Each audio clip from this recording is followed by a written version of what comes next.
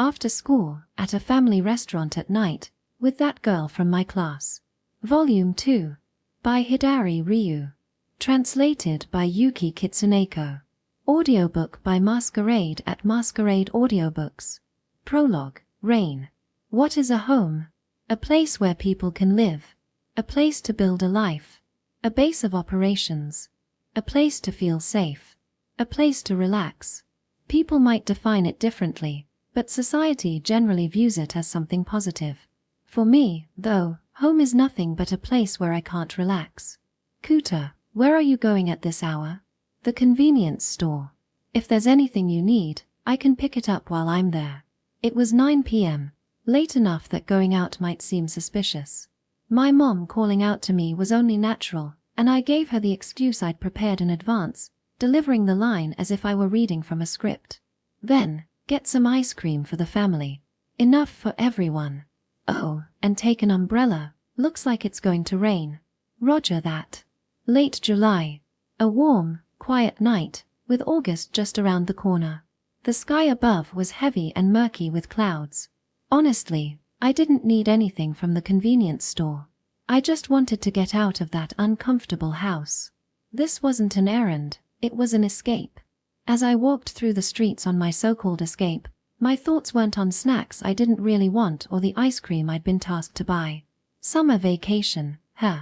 Normally, I'd be at least a little happy, but why am I already missing school? It was only the first day. No, scratch that. Classes had just ended earlier this afternoon. And yet, here I was, already longing for school, or, more accurately, for the time I spent with Kazemiya during the past semester. The first semester of my life as Narumi Kuta was, to put it mildly, a whirlwind of change. During spring break, my parents remarried, giving me a stepsister and a stepfather. My biological father, a strict meritocrat, had written me off as a failure for not meeting his expectations, which ultimately led to my parents' divorce. That experience left my mom overly doting, practically smothering me with concern. That didn't change even after gaining a new family, and it made home feel more suffocating than ever. To escape, I started hanging out at a family restaurant after work. It was there that I met my classmate, Kazemiya Kohaku. She, too, found her home uncomfortable and killed time at the same restaurant for the same reasons. Together, we turned the place into our mutual escape zone, dubbing ourselves the Family Restaurant Alliance. What started as an alliance of convenience slowly evolved into a genuine friendship. We even made plans to enjoy escaping together over summer vacation. Enjoy escaping, what a bizarre phrase. But, well, it's the truth. Rain, plop, plop. Raindrops started falling against my cheeks. Just as Mom had warned, it was raining after all. Thank goodness I'd brought an umbrella. Her micromanaging finally paid off. Section. As I lounged on the sofa, staring at the TV screen, the program I'd been half-watching ended, and a commercial started playing. My attention, Kazemiya Kohaku's attention, was instantly stolen by what came next, more so than anything that had been on before. This is the one I'm going to see with Narumi tomorrow. The commercial was for a newly released movie that was apparently smashing box office records left and right. The reason I ended up going? Narumi's mom had snagged 2 tickets from a friend and handed them off to him. 2 tickets. Honestly, he could have invited his childhood buddy, Inumaki. It's not like it had to be me. But he chose me. And that fact alone filled me with a level of joy that was frankly a little embarrassing. Why am I this excited? It wasn't like tomorrow was the first time Narumi and I were going to see a movie together. Yet for some inexplicable reason, my chest wouldn't calm down. My heart was racing like it was trying to set a personal record, and a warm, fluttery feeling spread through me. To top it all off, I couldn't sit still. As I sat there, practically vibrating with excitement, the sound of someone coming home echoed through the hallway. The steady rhythm of the footsteps was unmistakable. It was the sound of someone who lived their life as if following a strict operations manual. Welcome back, Mom. I'm just here to grab a change of clothes. What about my sister? She's filming a drama today. She'll be staying at the hotel with me. We'll be back in 3 days. My older sister, Kazemiya Kuan, better known to the world as the singer-songwriter Kyuan, wasn't just limited to music. No, she did it all: songwriting, composing, starring in dramas, and even appearing on variety shows. To make it worse, no, better, objectively, her acting was so good that people were starting to question if she was an actor first and a musician second. Earlier, she'd even shown up as a guest on the program I'd been half watching. I hadn't checked, but I'd bet my non-existent savings that her name was already trending on social media again. Kyuan was that kind of person, one of those overachievers who made you want to roll your eyes but also clap politely. I see. Everything about her, her success, her presence, her everything, felt like years away from me. My inferiority complex about her? Yeah, still thriving. Still kicking. But, whatever. It's fine. Right now, my mind was far too preoccupied with the impending Narumi movie date to care. What should I wear? Should I try a new hairstyle? We're watching the movie in the morning, having lunch after. Maybe we could even go somewhere else afterward. Somewhere fun.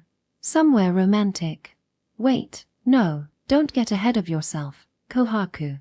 Kohaku. Stay home for the rest of summer vacation. What? My mom's words dropped on me like a piano in a cartoon. And just like that, every excited thought in my head was obliterated. Darkness. Nothing but darkness. Why? What do you mean? Kyuan is at a critical point right now. She's juggling dramas, commercials, and even film offers. We can't risk tarnishing her image. What? I had no idea what Mom was talking about. How was any of this relevant to me? Hey. Why? Why does Kyuan being busy mean I have to stay home? What's the connection? If you wander around carelessly, you might cause trouble for Kyuan. That makes zero sense. I mean, if you get involved in any kind of incident or trouble, it could hurt Kyuan's reputation. That might ruin her drama, commercials, or even her movie deals. You're in high school now, surely you can understand that much. Mom rattled off her explanation as if it were the most logical thing in the world. She never even glanced at me, too busy tapping away on her smartphone, probably texting someone from work. Even when she finished, she didn't look at me, instead shoving her clothes into a bag with impressive efficiency. Well, I'm heading out. With her bag packed, Mom turned her back to me and started walking away. I'm not doing it. But I stopped her in her tracks. What was that? I said I'm not doing it. Finally, Mom turned to face me. For the first time, her eyes met mine. I made plans to go see a movie with a friend tomorrow. I've got other plans, too, lots of them, for summer vacation. I'm not staying home the whole time. Do you even understand what you're saying? I should ask you the same thing. Excuse me? It's always the same with you. Banning me from working part-time, making all these decisions for me. You never trust me. You don't even try to. I'm giving you spending money instead of letting you work. What's the problem? It's not about the money, that's not the point. She didn't get it. She didn't even realize what she was saying. She was outright telling me she didn't trust me, and it didn't bother her one bit. Sigh. Kohaku. I don't care what your issue is, but this is for Kyuan's sake. Deal with it. I'll give you as much money as you want, but you're staying home this summer. There's no way. Just let me enjoy my summer vacation, then leave. Get out of the house. Right now. What? If you can't follow the rules of this house, then leave. Do whatever you want, but don't involve our family name if you get into trouble. We'll cut ties with you completely. She was looking me straight in the eye. And yet, I could tell. She wasn't really seeing me. Are you really okay with that, Mom? As long as you don't cause problems for Kyuan, I don't care. Fine. I'll leave. Go ahead. Let's see how long you last before you come crawling back. I couldn't look at her anymore. Grabbing my phone, I stormed out of the house with nothing but the clothes on my back. Even as I slipped on my shoes, even as I opened the door, even as I left the house. Mom didn't say a word. Why? I kept walking. Down the dark streets, aimlessly, as if trying to shake off my anger and sadness. I didn't know where I was going, but I just kept walking, desperate to outrun my feelings. It was supposed to be fun. Just thinking about it made me so happy. Even with my insecurities about Q-on, even with Mom ignoring me, I'd been so excited about tomorrow. Just imagining the time I'd spend with Narumi had made my heart race. Thinking about summer vacation had made me so happy. And now all that happiness had been snatched away. That's why I snapped at Mom. A tiny part of me had hoped that confronting her might change something. That she might actually listen for once. But it was pointless. She'd never even tried to see me. Maybe I should have expected that. Rain. At some point, it had started to drizzle. I didn't bring an umbrella. I'd forgotten it in my rush to leave. The cold rain soaked through my clothes, chilling me. Oddly enough, it helped cool my head, too. A nearby convenience store's light caught my eye, and like a moth to a flame, I drifted toward it. But I couldn't bring myself to go inside. I just stood there. This sucks. The rain washed away everything, my excitement, my happiness, even my frustration. All that was left was the heavy replay of my fight with Mom, looping in my mind. I had no plan. No destination. I'd left the house on impulse, bringing nothing but my phone. Maybe I could get by with mobile payments for a while, but I couldn't spend all of summer vacation like this. Eventually, I'd have to go back. But I didn't want to. I didn't want to go back. What do I do? What do I do? What do I? Kazemiya. The sound of his voice pierced through the rain and the darkness, cutting through the storm that surrounded me. Narumi. There was no way I could have mistaken it. His voice was unmistakable. What are you doing here? I wasn't feeling great at home, so I just wandered out for a bit. But what about you? This isn't exactly close to your place. That's not the point. Why is it that you always manage to show up exactly when I need someone the most? What happened? Why is it that you're always the one to hold out an umbrella for me, the one who washes away the storm in my heart? Sorry, Narumi. But I couldn't say that. I couldn't say what I really wanted to. I ran away. The rain kept falling, soaking me to the bone. All I could do was fight back the tears threatening to spill over, desperately trying to keep my expression steady. Chapter 1. Kazemiya Kohaku's ally. Kazemiya stood in the pouring rain without an umbrella, her figure motionless in the darkness. The girl before me, drenched to the bone and looking as though she might burst into tears at any moment, seemed to carry an invisible weight of pain, like she was riddled with wounds no one could see. There was no way I could just leave her there alone. Such an option didn't exist for me. I completely forgot the reason I'd gone to the convenience store in the first place. Silently, I held my umbrella over her and brought her back to my house. Leaving a poorly prepared Kazemiya to wander the dark streets at night was unthinkable. My house wasn't far, and besides, my parents liked Kazemiya. They'd surely welcome her without issue, even if I brought her in suddenly. And I was right. When I arrived home with a soaking wet Kazemiya, my parents and Sujikowa were all surprised, but upon seeing her dejected expression, they simply said, "For now, go take a bath," and let her inside. Once I'd managed to get the disheartened Kazemiya into the bathtub and settled her down, a petite girl with black hair came to my room. "Nii-san, can we talk?" It was Sujikowa Katomi, the girl who became my stepsister this spring after my mom remarried. She excelled at both academics and sports, even giving the representative speech at the entrance ceremony, a complete opposite to me.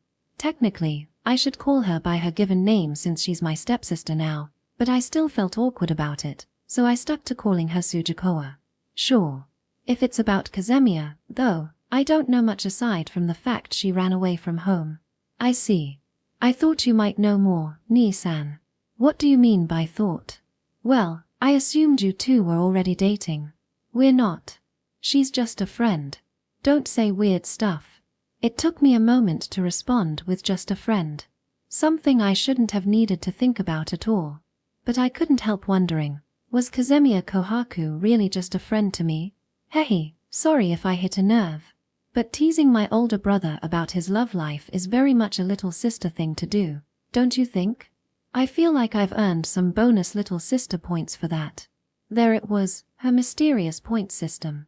I still had no idea what she planned to do with them. You seem to be in a good mood. Did something nice happen? It did. You brought Kazemiya-san home, Nii-san. As I puzzled over her words, Sujikowa continued with a cheerful tone. Knowing you, I thought it wouldn't be surprising if you ran away with Kazemiya-san. Her elegant smile delivered words that mirrored my own fleeting thoughts. For a moment, I'd considered taking Kazemiya and disappearing somewhere. If she had left home, I could have left with her. But seeing her standing there, soaked and vulnerable, I wanted to help her heal. And to do that, bringing her here was the best choice. In this house, she could warm up quickly, and we could talk calmly. I'm glad you didn't run away, Nii-san. Forget about me. I turned my gaze toward the bathroom where Kazemiya was. For now, it's about Kazemiya. Whether you comfort or encourage her, you should calm down first, Sujikowa said as she tapped the middle of her forehead. You're frowning. Are you angry? Maybe, just a little. The smile Kazemiya had shown me during the day was gone when I found her in front of the convenience store. Summer vacation starts tomorrow. She had been so excited when we made plans to hang out. Now, I could only feel growing frustration toward whoever had taken that happiness from her. It was like a fire smoldering deep inside me. But this wasn't the time to get angry. For now, Nii-san, you should relax. If you want to cheer Kazemiya-senpai up, leave it to me. Being supportive in times of need is a proper little sisterly duty, don't you think? Do you have something in mind? Yes, a secret weapon. For someone as accomplished as Sujikowa, the top student in her year, first in her class, and a student council officer, to say that so confidently piqued my curiosity. But I'll need your help, Nii-san. No problem. If it's for cheering up Kazemiya, I'll do anything. Thank you. In that case, please gather what I'm about to list as quickly as possible. Following her instructions, I hurriedly prepared everything she requested and handed it over. I had no clue what she planned to do with it, but for now, I decided to trust my stepsister. The preparations are complete. Great. Is there anything else I can do? For now, please wait in your room, Nii-san. That's it. That's it. Okay. Got it. As instructed, I waited in my room, but the lack of anything happening only made me more anxious. I had no idea what Sujikowa's secret weapon actually was. How exactly did she plan to cheer up Kazemiya? Now that I think about it, this might be the first time I've talked to Sujikowa this much. After my biological father abandoned me due to my lack of ability, my mom remarried and created new family rules without telling me. We weren't allowed to compare the abilities of the siblings. No praising my stepsister's achievements in front of me. Because of that, Sujikowa Kotomi never received the recognition she deserved. All of this was an overreaction to accommodate me, the inadequate child. It was uncomfortable. I hated being in this house. I felt guilty toward Sujikowa, too. As a result, I minimized the time I spent at home, which also naturally minimized my interactions with Sujikowa. If Kazemiya weren't here, this wouldn't have happened either. Lost in thought, I suddenly heard a voice from beyond the door. Narumi? Kazemiya? It was Kazemiya's voice. You're done with the bath? Yeah. Thanks. It helped. I see. Our conversation awkwardly trailed off into silence. What was this tension? And why was Kazemiya just standing outside my room without coming in? Talking through the door is weird. Come in.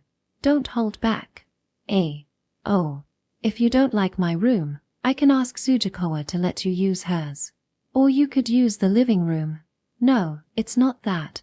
It's not that I don't like your room, Narumi. What was going on? Her voice sounded strange, off. It's about these clothes. Clothes. When she arrived, Kazemiya hadn't brought anything but her phone.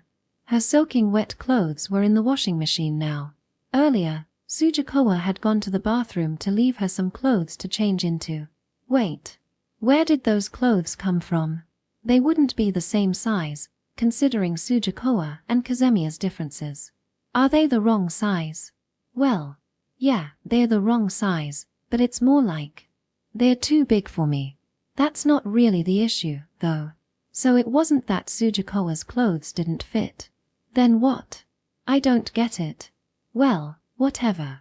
You'll look cute no matter what you wear. Just show your face, at least. Ah, wait.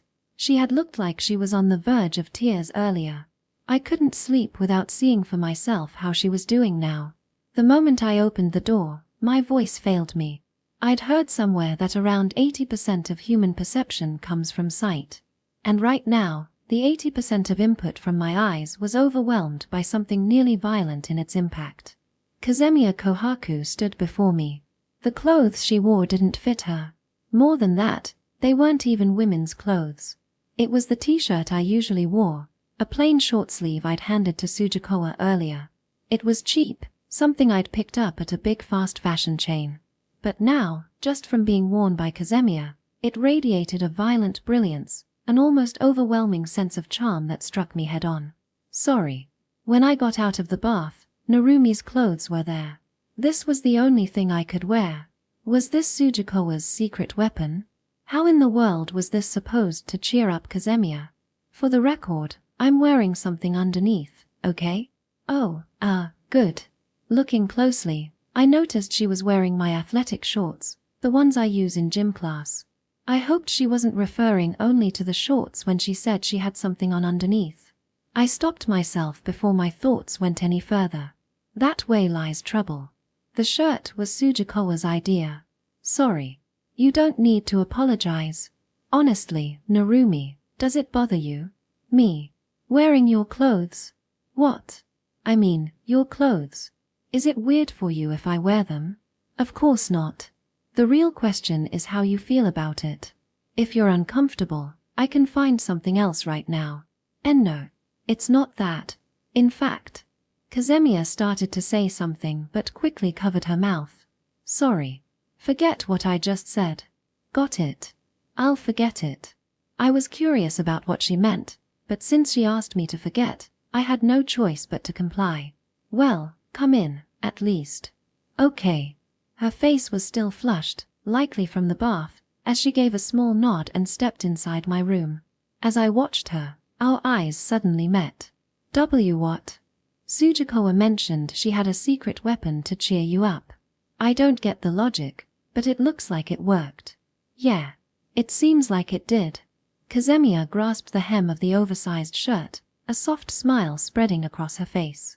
I'll make sure to thank your stepsister later. Yeah, she'll probably appreciate that. I think. Anyway, here, take the chair. You sit here. It's fine. I'll just sit on the bed. I'd rather not have you fall asleep on me the moment I turn my back. I'm not going to fall asleep. You already look like you're about to. If you're going to sleep, wouldn't another room be better? Why? It's my bed. A guy's bed. Wouldn't that bother you? It doesn't bother me. If anything. Kazemiya's quick denial was cut short as if she'd suddenly realized something, her momentum coming to an abrupt halt. After a brief pause, she lowered her gaze and mumbled quietly. It makes me feel safe. Safe? Yeah. Sorry. That was weird, wasn't it? It's not weird. If being here makes you feel safe, then I'm happy. If that's the case, then, yeah. If it makes you happy, I'll take you up on your offer. With that, I ceded the bed to the quietly mumbling Kazemiya.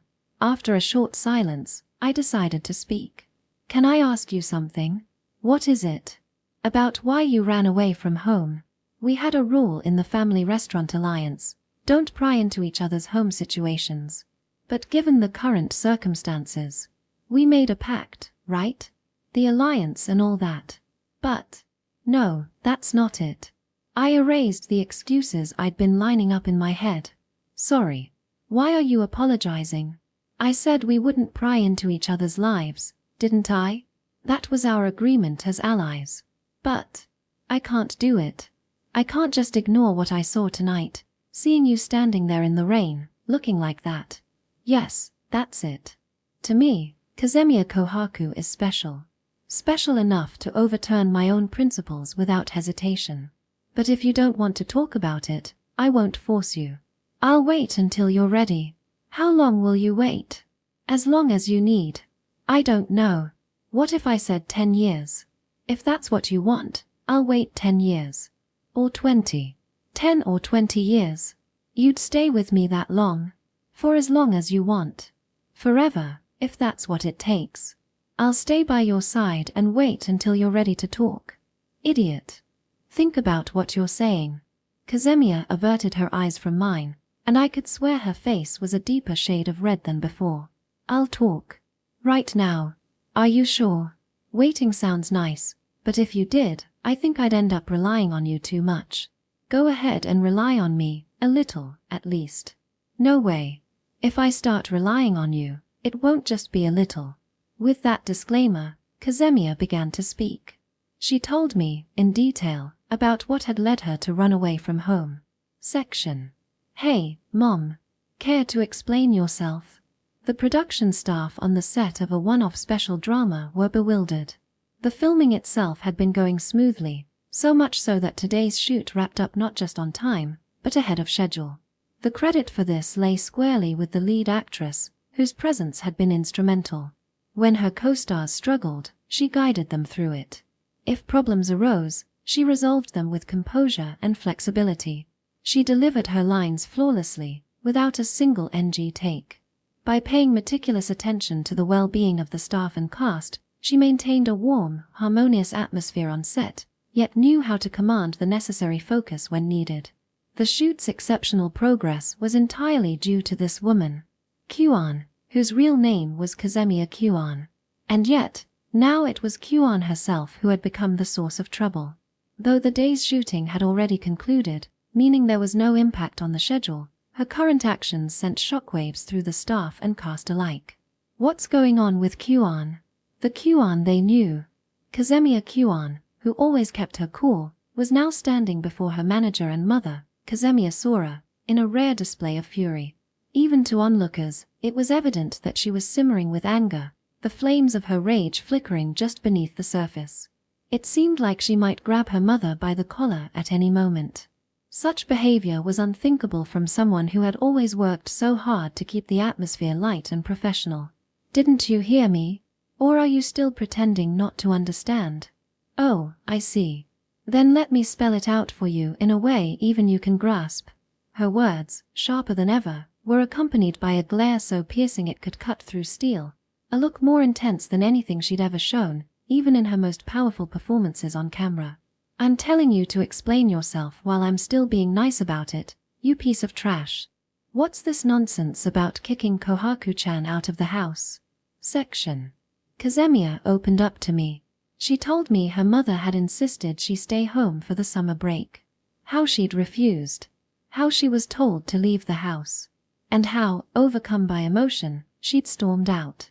I hate how childish I am. You are a kid. We both are. That's true, but that's not what I mean. I get it. Kazemiya curled up, looking like she was trying to shrink into herself, her self-loathing palpable. Was it selfish of me to hope she wouldn't hate herself like this? I get it, so just stay a kid when you're with me.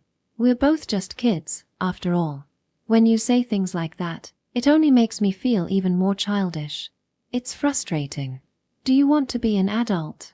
Maybe. At least as much as you are. I'm not an adult. You seem like one to me. What part of me looks like an adult? Well, you seem composed. I'm not composed at all. See? That's exactly what makes you seem composed. If I look like that, it's thanks to you. Thinking back, I realize I wasn't so composed at the start of the semester. The path back to this house felt like walking on razor blades. Just breathing here felt like filling my lungs with lead. My heart was exhausted by the weight of everyday life. But after meeting Kazemiya Kohaku and forming the family restaurant alliance, spending time with her little by little began to melt away that exhaustion. What's that supposed to mean? I'm the one who's been getting all the help. You don't need to understand. Just let me have my moment. That's why I've made up my mind. No matter what happens, I'll always be on Kazemiya Kohaku's side. So, Kazemiya, what are you going to do now? I don't know. I haven't decided yet. Do you want to go back home? I don't. She lowered her head, curling up and wrapping her arms around herself. She looked like a lost child trying to hold back tears.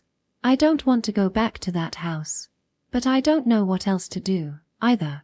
Part of me just wants to disappear somewhere far away. But that's such a childish, stupid thought.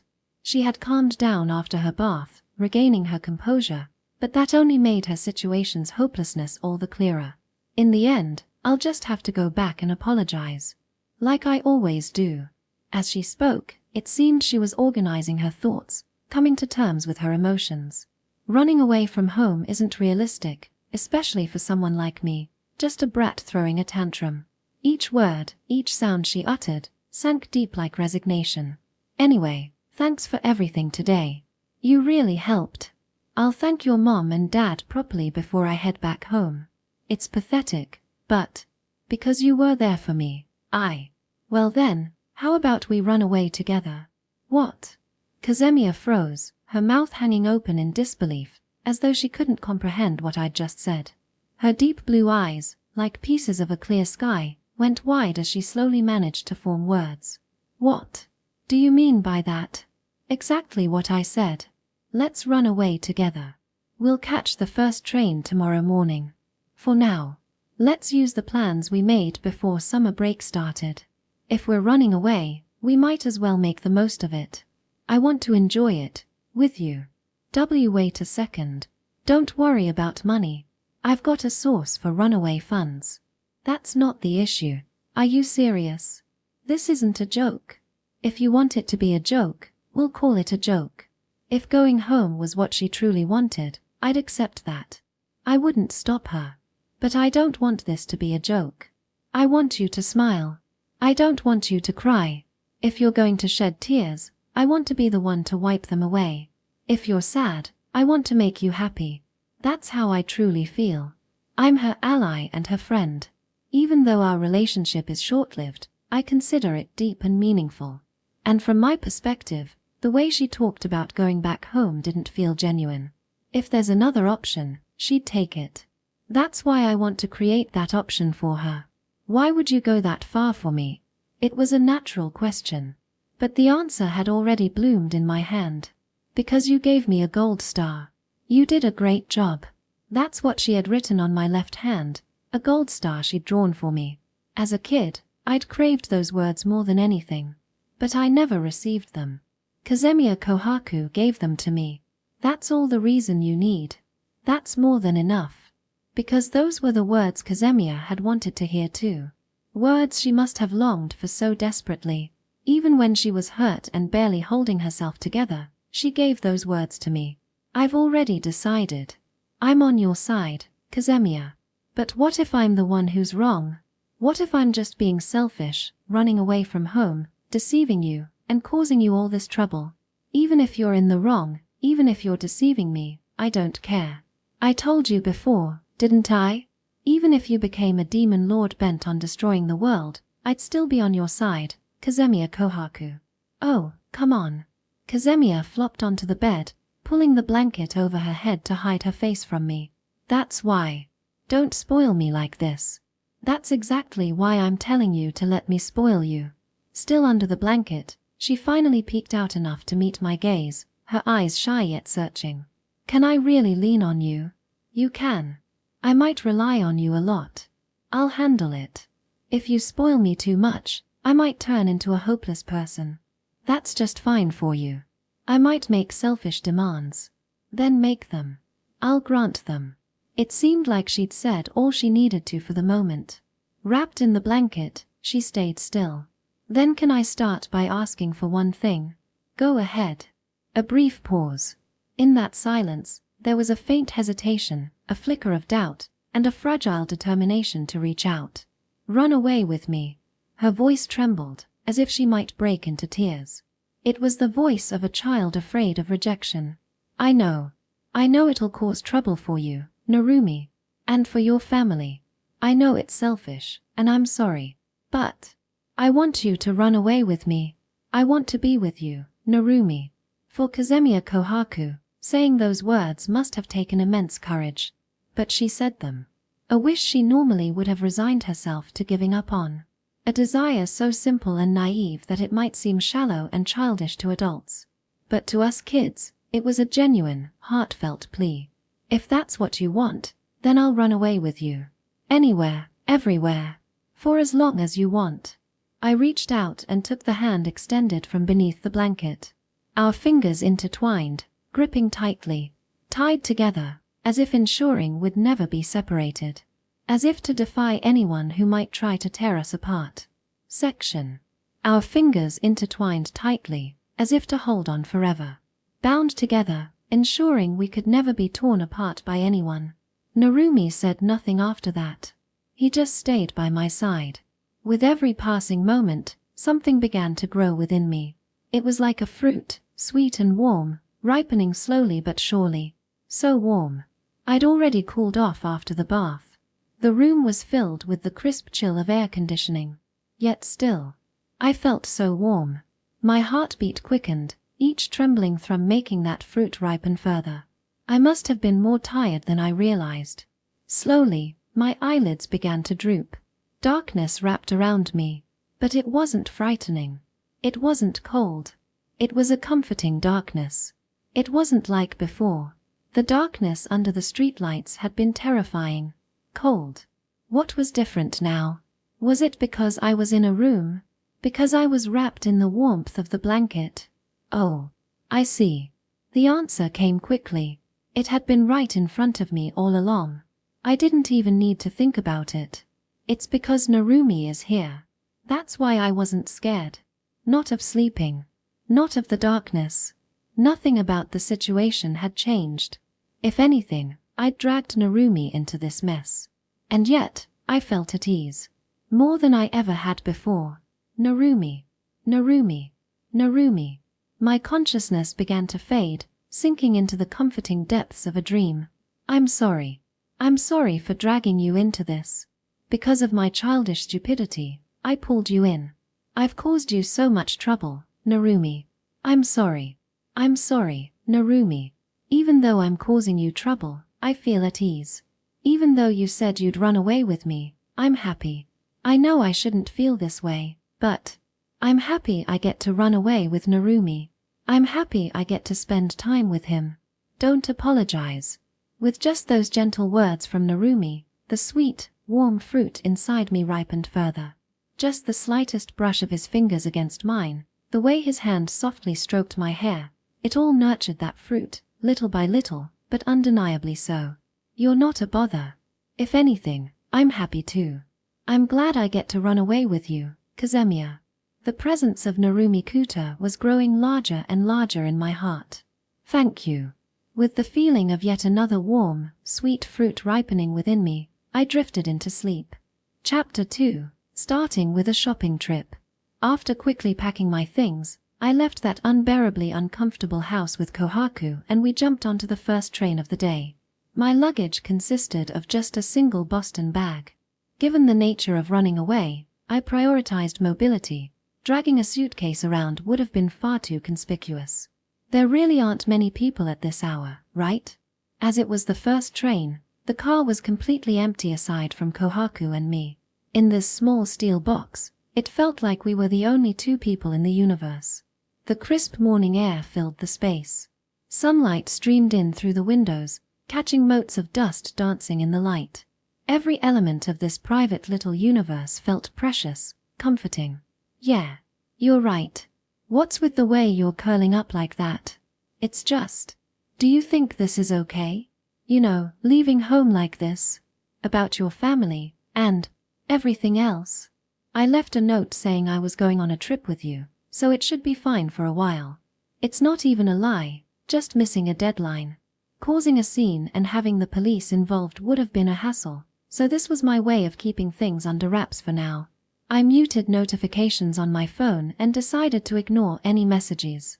Of course, if this runaway plan went on for too long, even that would reach its limits. Narumi, didn't I tell you to stop apologizing? What? How did you know I was going to say that? I know you, Kazemiya. She looked at me apologetically. She probably felt guilty for dragging me into her runaway plan. Come on, enjoy yourself. I'm having fun spending time with you, Kazemiya. I want to enjoy spending time with you too, Narumi. But isn't it weird, Enjoying running away? I don't even know how I'm supposed to have fun with this. Start with the scenery. The scenery. Urged by my words, Kohaku reluctantly began gazing out the window. I don't think I've been to this area before. The scenery outside wasn't anything special, just another ordinary part of the city. It wasn't like we were riding a bullet train to some far-off destination. But even that plain, unremarkable view was proof that we were putting distance between ourselves and home. There's a park over there. I didn't know that.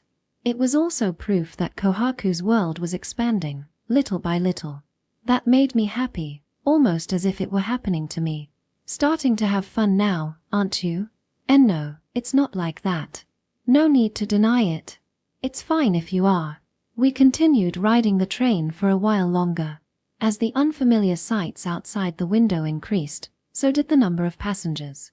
At that point, we got off the train. So, where are we going now? Where else? The usual spot. I glanced over at Kohaku, directing her attention to a familiar sign. Its friendly, welcoming font read, Family Restaurant Flowers. I mean, it's a chain, so of course the signs are the same. But seeing something familiar in an unfamiliar place, it feels comforting. I feel the same way. Let's go. They should be serving breakfast now, so let's start with some food. Even though it was a nationwide chain with identical signage and branding, the layout of each store differed slightly. While this wasn't the same usual spot we went to after school, the familiar atmosphere provided a sense of ease. I could see Kohaku relaxing a bit, her earlier tension fading. Order whatever you want. Go all out. Heck, order every dessert on the menu if you feel like it. Like I could eat that much. You could if you were being your usual self. Usual self? Are you trying to say I'm some gluttonous kid? Recently, I've realized I like watching you eat a lot. That makes no sense. Honestly, I don't really get it either. But I enjoy it. WL, stop watching me when I'm eating. Embarrassed, Kazemiya turned her face away. Sharing banter like this in a family restaurant made it feel like an ordinary after-school outing. Putting aside whether I watch you eat or not, we have a lot to do today. So eat up and stockpile some energy. A lot to do? I'll explain after we order. Eventually, we both ordered the scrambled eggs breakfast set. Kazemiya chose toast as her side, but also added pancakes. I don't usually come for breakfast, and I'd been curious about these for a while. The way she tried to justify her choice was adorably endearing, though I kept that thought to myself. If I said it aloud, she'd probably get mad at me for treating her like a kid again. Then again, even her annoyed face was cute, making her practically unbeatable. Alright, about our rough plan moving forward. I placed my phone on the table so Kohaku could see it. Displayed on the screen were the words, Summer Vacation Itinerary. Like I said yesterday, I think we should stick to the plan we made before summer break. That plan is just for fun, though. And we've already veered off course on the very first day. Don't sweat the details. The main goal is to have fun, right? As long as we're enjoying ourselves, it's all good. Besides, the plan was originally based on our summer rewards list, a way to treat ourselves for putting effort into studying for final exams. It was a reward for fulfilling our roles as students, so there's nothing wrong with it. Even if we're technically on the run. Anyway, we've already checked off one item from the list. I tapped my phone screen to open the Flowers official app. The screen displayed bright, cheerful fonts advertising the family restaurant Flowers 300-store milestone summer stamp rally. The event was simple. Collect one stamp from each store you visit, and after 5 stamps, you could redeem them for prizes or coupons. The app had a stamp card interface, and presenting it at checkout after spending a certain amount would add stamps to your digital card. Oh, I see. That's why we came here. We've got 1 stamp from this store, so we're down to 4 more. We've already made progress. It's a great start. Now then, today's itinerary involves this. I lightly tapped a specific point on the screen where the plan was displayed. Shopping. Exactly. Shopping. Looking at it now, it's pretty simple, isn't it? Well, it just says shopping. No details or anything. That's because we hadn't decided what to buy yet. We exchanged glances and couldn't help but chuckle. What a vague plan. Whoever made this must have been really excited. Seriously. Looking at it now, I can tell we were totally hyped for summer break. Totally hyped. Thinking about it again, I'm still so mad at my mom. She ruined the summer vacation I was looking forward to so much. Good. Kohaku seemed to be getting her energy back. Coming to the family restaurant first thing had been the right call. Even though the shopping part of the plan had no specifics before, things have changed now. We know exactly what we need to buy. We do. Yeah. You still don't realize? What? It seemed she really didn't. Kohaku tilted her head, confused. I pointedly looked at her and said just one word. Clothes. Oh. Yesterday, I'd lent her my shirt, but now she was wearing the outfit she had on when she left home, a loose, casual set of loungewear, a t-shirt and shorts. There was no way she could keep wandering around outside dressed like that. Oh, right. I'm still wearing these clothes. Fortunately, it was early morning, so there weren't many people around. But as the day went on, the streets would get busier, and people would start noticing. Staying in such casual clothes wasn't an option. Getting her some new clothes was an urgent priority, though it seemed Kohaku herself hadn't realized it. Kazemiya, you can be surprisingly oblivious sometimes. Shut up. Now that she was aware, a faint blush crept into her cheeks. The sight was so naturally endearing that I couldn't help but admire it.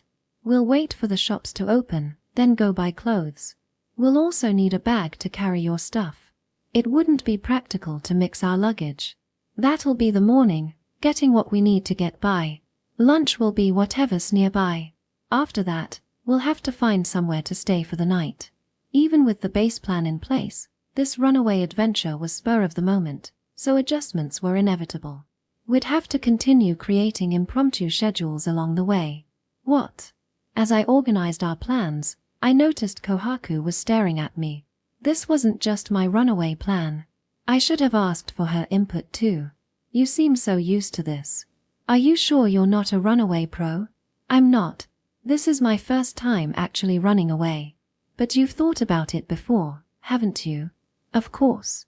When you feel like escaping home, running away pops into your head as an option. What it would be like, how you'd do it. All kinds of things. You've thought about it too, haven't you? Yeah. I've imagined it.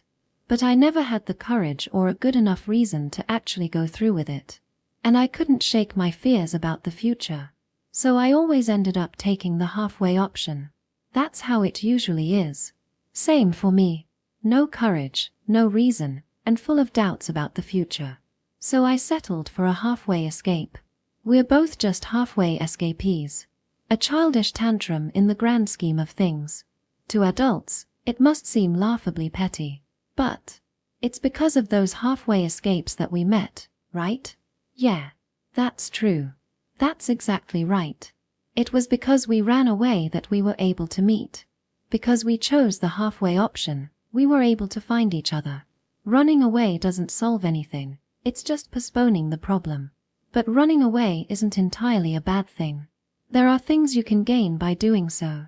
For us, that was our bond, the Family Restaurant Alliance.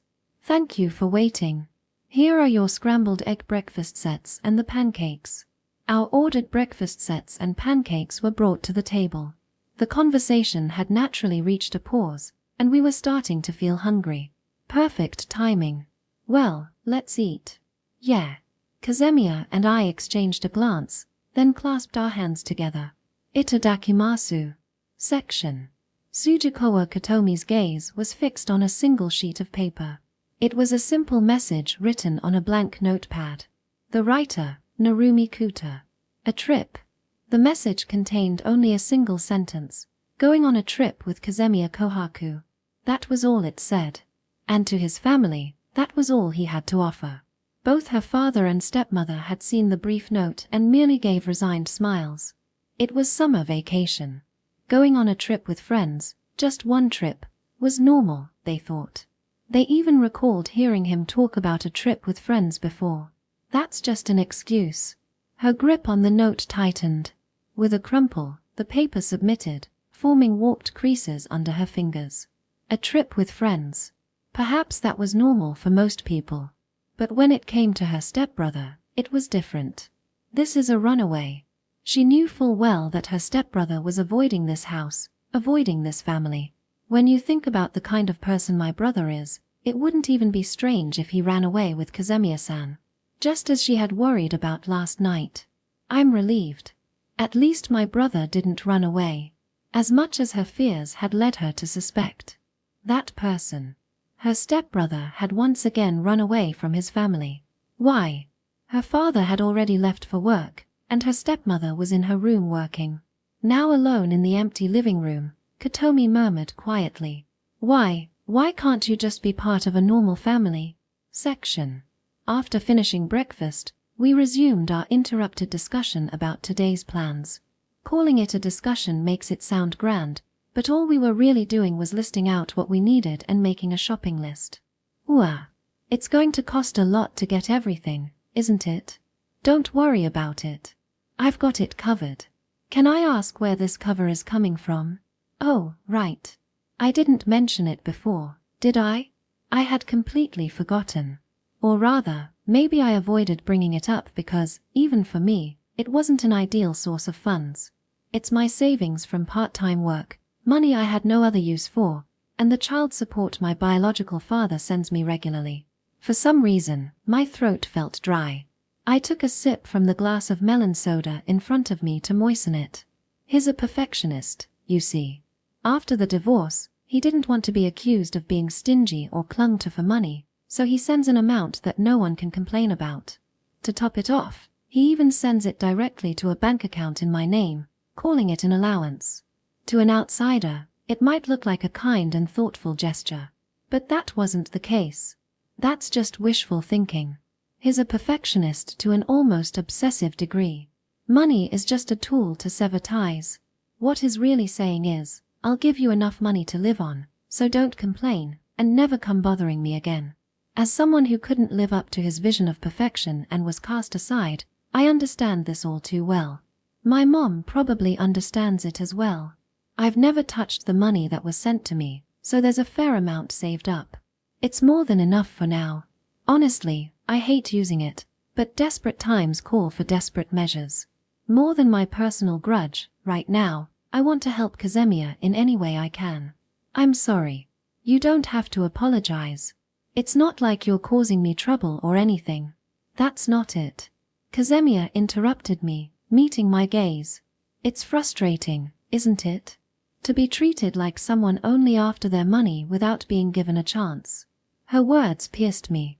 It was as though she had scooped them directly from my heart. The resentment and bitterness that had been stewing inside me came rushing back. They make assumptions, silence you with money. It's frustrating, isn't it? You don't want to use that money, do you? So, I'm sorry. Just hearing you say that makes it worth it. Really, why is it? How does Kazemiya always know exactly what to say to ease my heart? It's almost unfair. She makes me want to do everything I can to make her happy. Actually, I think this is the perfect opportunity. The more that money piled up, the worse I felt about it. So maybe it's a good thing to use it all at once here. I mean it. Even if it's money I despise, if it can bring a smile to Kazemiya's face, then it's worth it. If you feel bad about it, then please, don't hesitate to use it. Let me use it for you. Is that okay? Yeah. If that's okay with you, Narumi, then it's okay with me. Of course it's okay. In fact, this might be the most satisfying way to use it. So, with that settled, there's no need to worry about our funds for now. The next thing to figure out is our plans for tomorrow and accommodations. Minors staying at hotels need a parent's consent form, right? Yep. And we're not getting one of those, an ultra-rare item, for sure. A parent's consent form.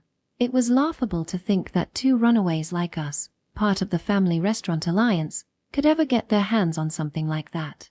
Well, if we really need to, we could find hotels that don't require a consent form. Some places don't check, and others have unmanned check-ins. If we ask Natsuki, I'm sure he could compile a list of those for us, but that's a last resort. Avoiding trouble is our top priority.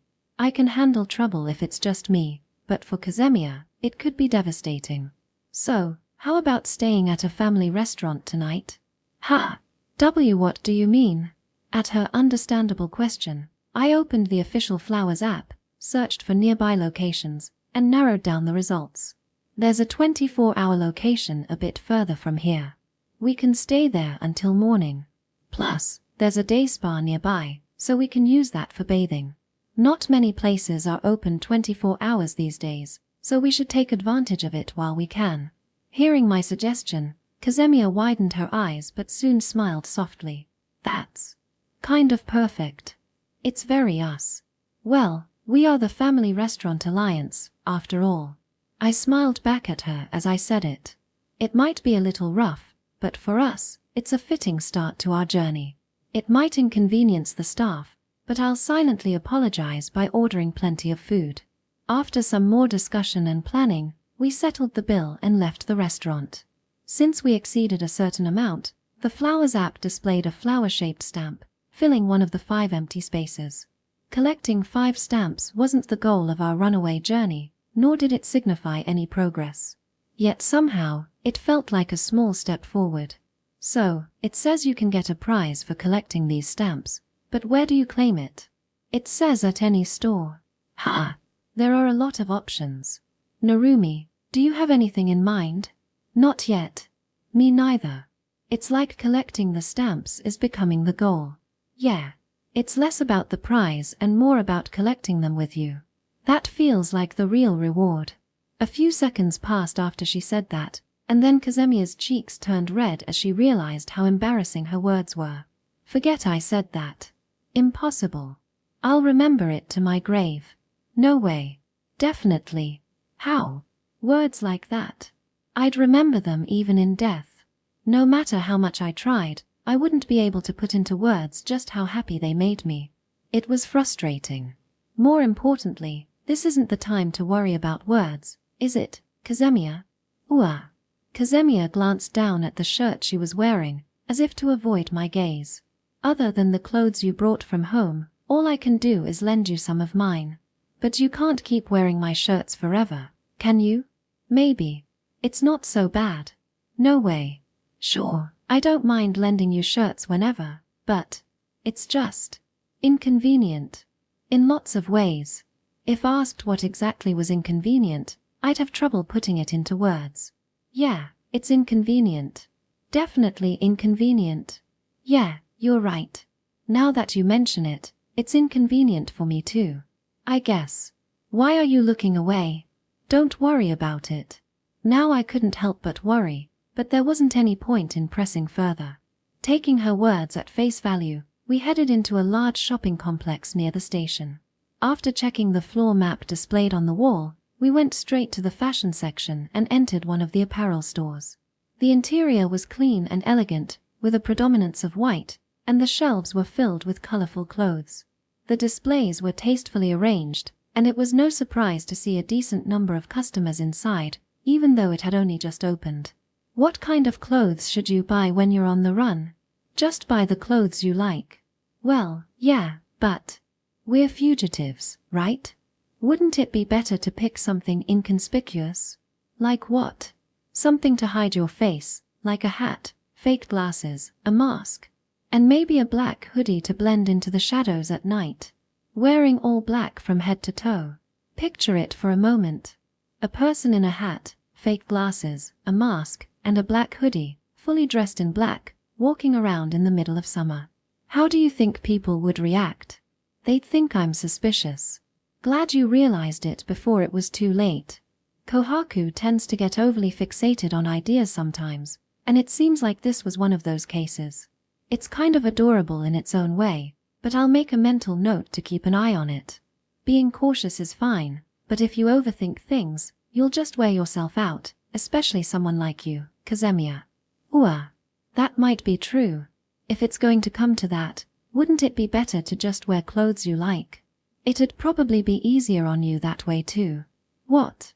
Narumi, I feel like you understand me better than I understand myself. Maybe I do. What's with that smug look? I'm happy, so I'm smiling. The fact that I'm getting to know Kazemiya better makes me incredibly happy. What is this feeling?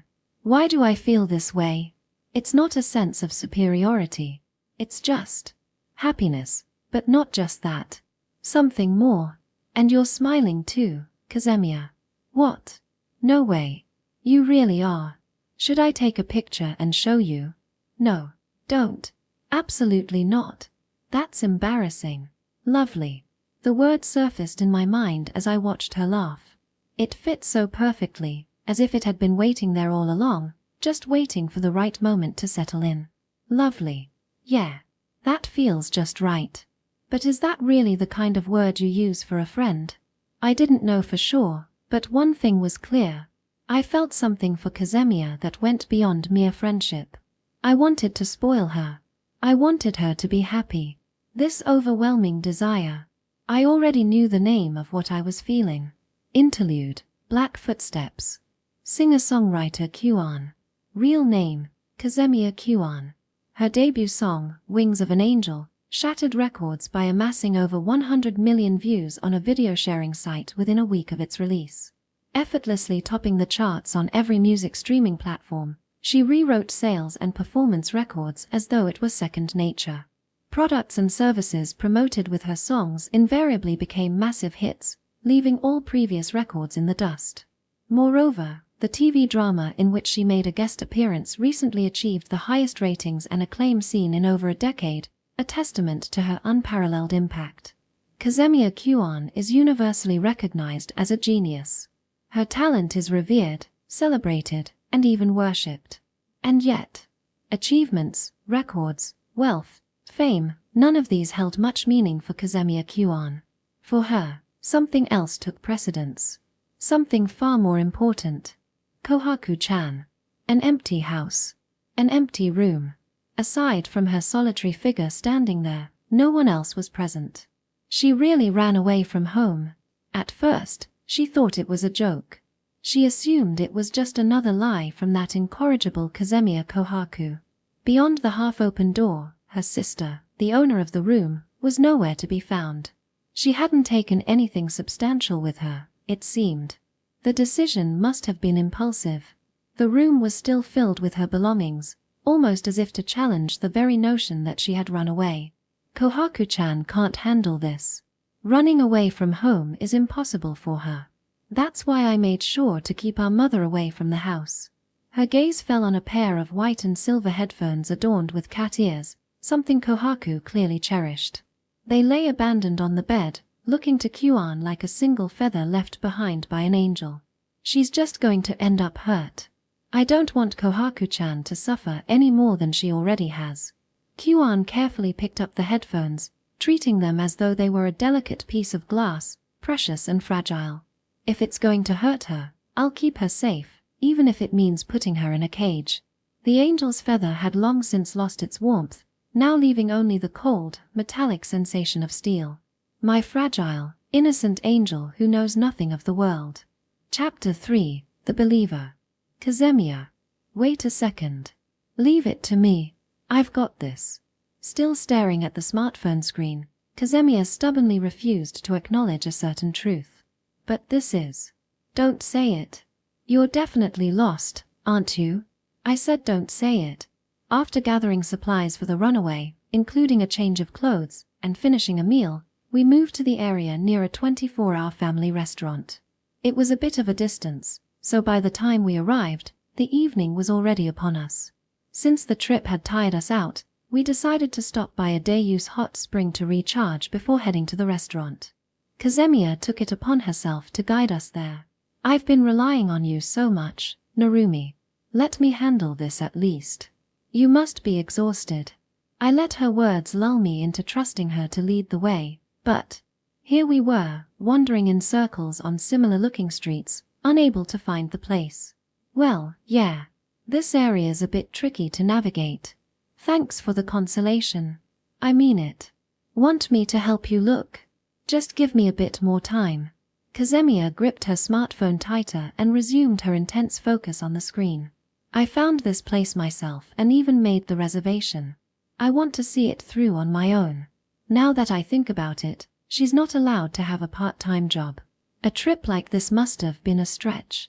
For someone like her, even stepping out and traveling with a friend like this was probably a brand new experience. Everything must have felt fresh and exciting. That's why she was determined to succeed on her own. I guess it's one of my bad habits. When I watch Kazemiya, I always feel the urge to help, to support her. But maybe that's not always a good thing for her. Even this whole runaway situation is proof of that. From an outsider's perspective, it might seem trivial or foolish. They might see it as a pointless stunt. Even so, Kazemiya was trying to move forward. Even if she was floundering, even if her progress was small or misguided, she refused to stop. Watching her struggle to take steps towards something, anything, made her shine in my eyes, unbearably so. All right. I'll leave it to you. Understood. The roads in the area were confusing, and nearby construction didn't make things easier, but thanks to her efforts, we eventually arrived at the Dayus hot spring. Good work. Thanks for guiding us. You're welcome. She must have felt like I was treating her like a child, as she pouted slightly, her lips jutting out. It was so endearing that I almost chuckled, though I knew saying so would only irritate her. Having left our large luggage in a nearby coin locker earlier, we stored our remaining belongings there and paid for 2 tickets at the front desk before entering. This hot spring boasted a natural spring as its main attraction, but it also featured dining options, relaxation spaces, and reclining chairs for resting, plenty to enjoy beyond just the baths. Our plan was to stay until closing and then head to the family restaurant. First, the bath. Let's meet up at the relaxation area afterward. Got it. With that, Kazemiya headed toward the women's bath but came to an abrupt stop. What's wrong? Do they have private rooms here? There are private spaces for women, but... Did you want to soak alone? That's not it. Looking directly into my eyes, she flashed a mischievous grin, like a playful child up to no good. If they had mixed baths, I was thinking I'd go in with you. I'd hate it with other guys, but if it's you, Narumi, I wouldn't mind. What? Don't be ridiculous. What are you even saying? Haha. That's payback for treating me like a kid earlier. See you later. With that, she skipped away lightly toward the women's bath. Seriously. Don't joke around like that. It's bad for my heart. I watched her disappear before taking a deep breath to calm myself and heading to the men's bath. After undressing and locking up my clothes, I stepped into the bath. As I washed up and poured water over myself, I could feel not just the grime but also the fatigue slowly washing away. Soaking up to my shoulders in the hot spring, I let out a sigh. When was the last time I visited a hot spring? I never cared much for them, but this wasn't bad at all. Sitting alone in the warm water, my thoughts began to swirl. I've really done something reckless. Taking Kazemiya and running away like this. What was I even thinking?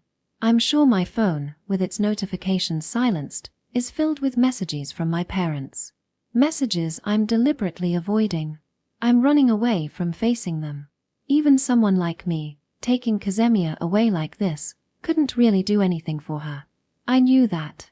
I knew it, and yet, I couldn't just leave Kazemiya there, standing in the rain. Her cheeks were so wet with rain, or maybe tears, that I couldn't even tell which it was. And now I'm just bumbling around like this. How pathetic. Seriously. Without parental consent, staying at a hotel could lead to us being picked up by the authorities. If it were just me, I wouldn't care. That would be fine. But if Kazemiya were caught, the consequences for her would be far worse. That's why I couldn't take that route, and instead, we ended up in this half-baked situation, spending the night at a family restaurant. I wanted to help her properly, to really be there for her. I wanted to be someone she could rely on. She says I'm an adult, but that's far from true. I'm just a kid. A powerless, helpless kid. I thought I had grown used to this sense of helplessness. Back when my father was still around, when I was doing my best in those days, I felt it every day. But I hadn't grown used to it at all. Feeling this powerless, knowing I don't have enough strength to truly help Kazemiya, made me angrier, more frustrated, than I ever thought possible. Kazemiya. Is she okay? Despite my own helplessness, I'd taken her away. I couldn't shake the thought that I was just dragging her around pointlessly, exhausting her for no good reason. What could Kazemiya be thinking right now? What kind of feelings is she holding on to? Even if it's a fleeting thing, one that will inevitably fade someday. At the very least, for now, I hope she's having a good dream. Section. This feels so relaxing. When was the last time I soaked in a hot spring?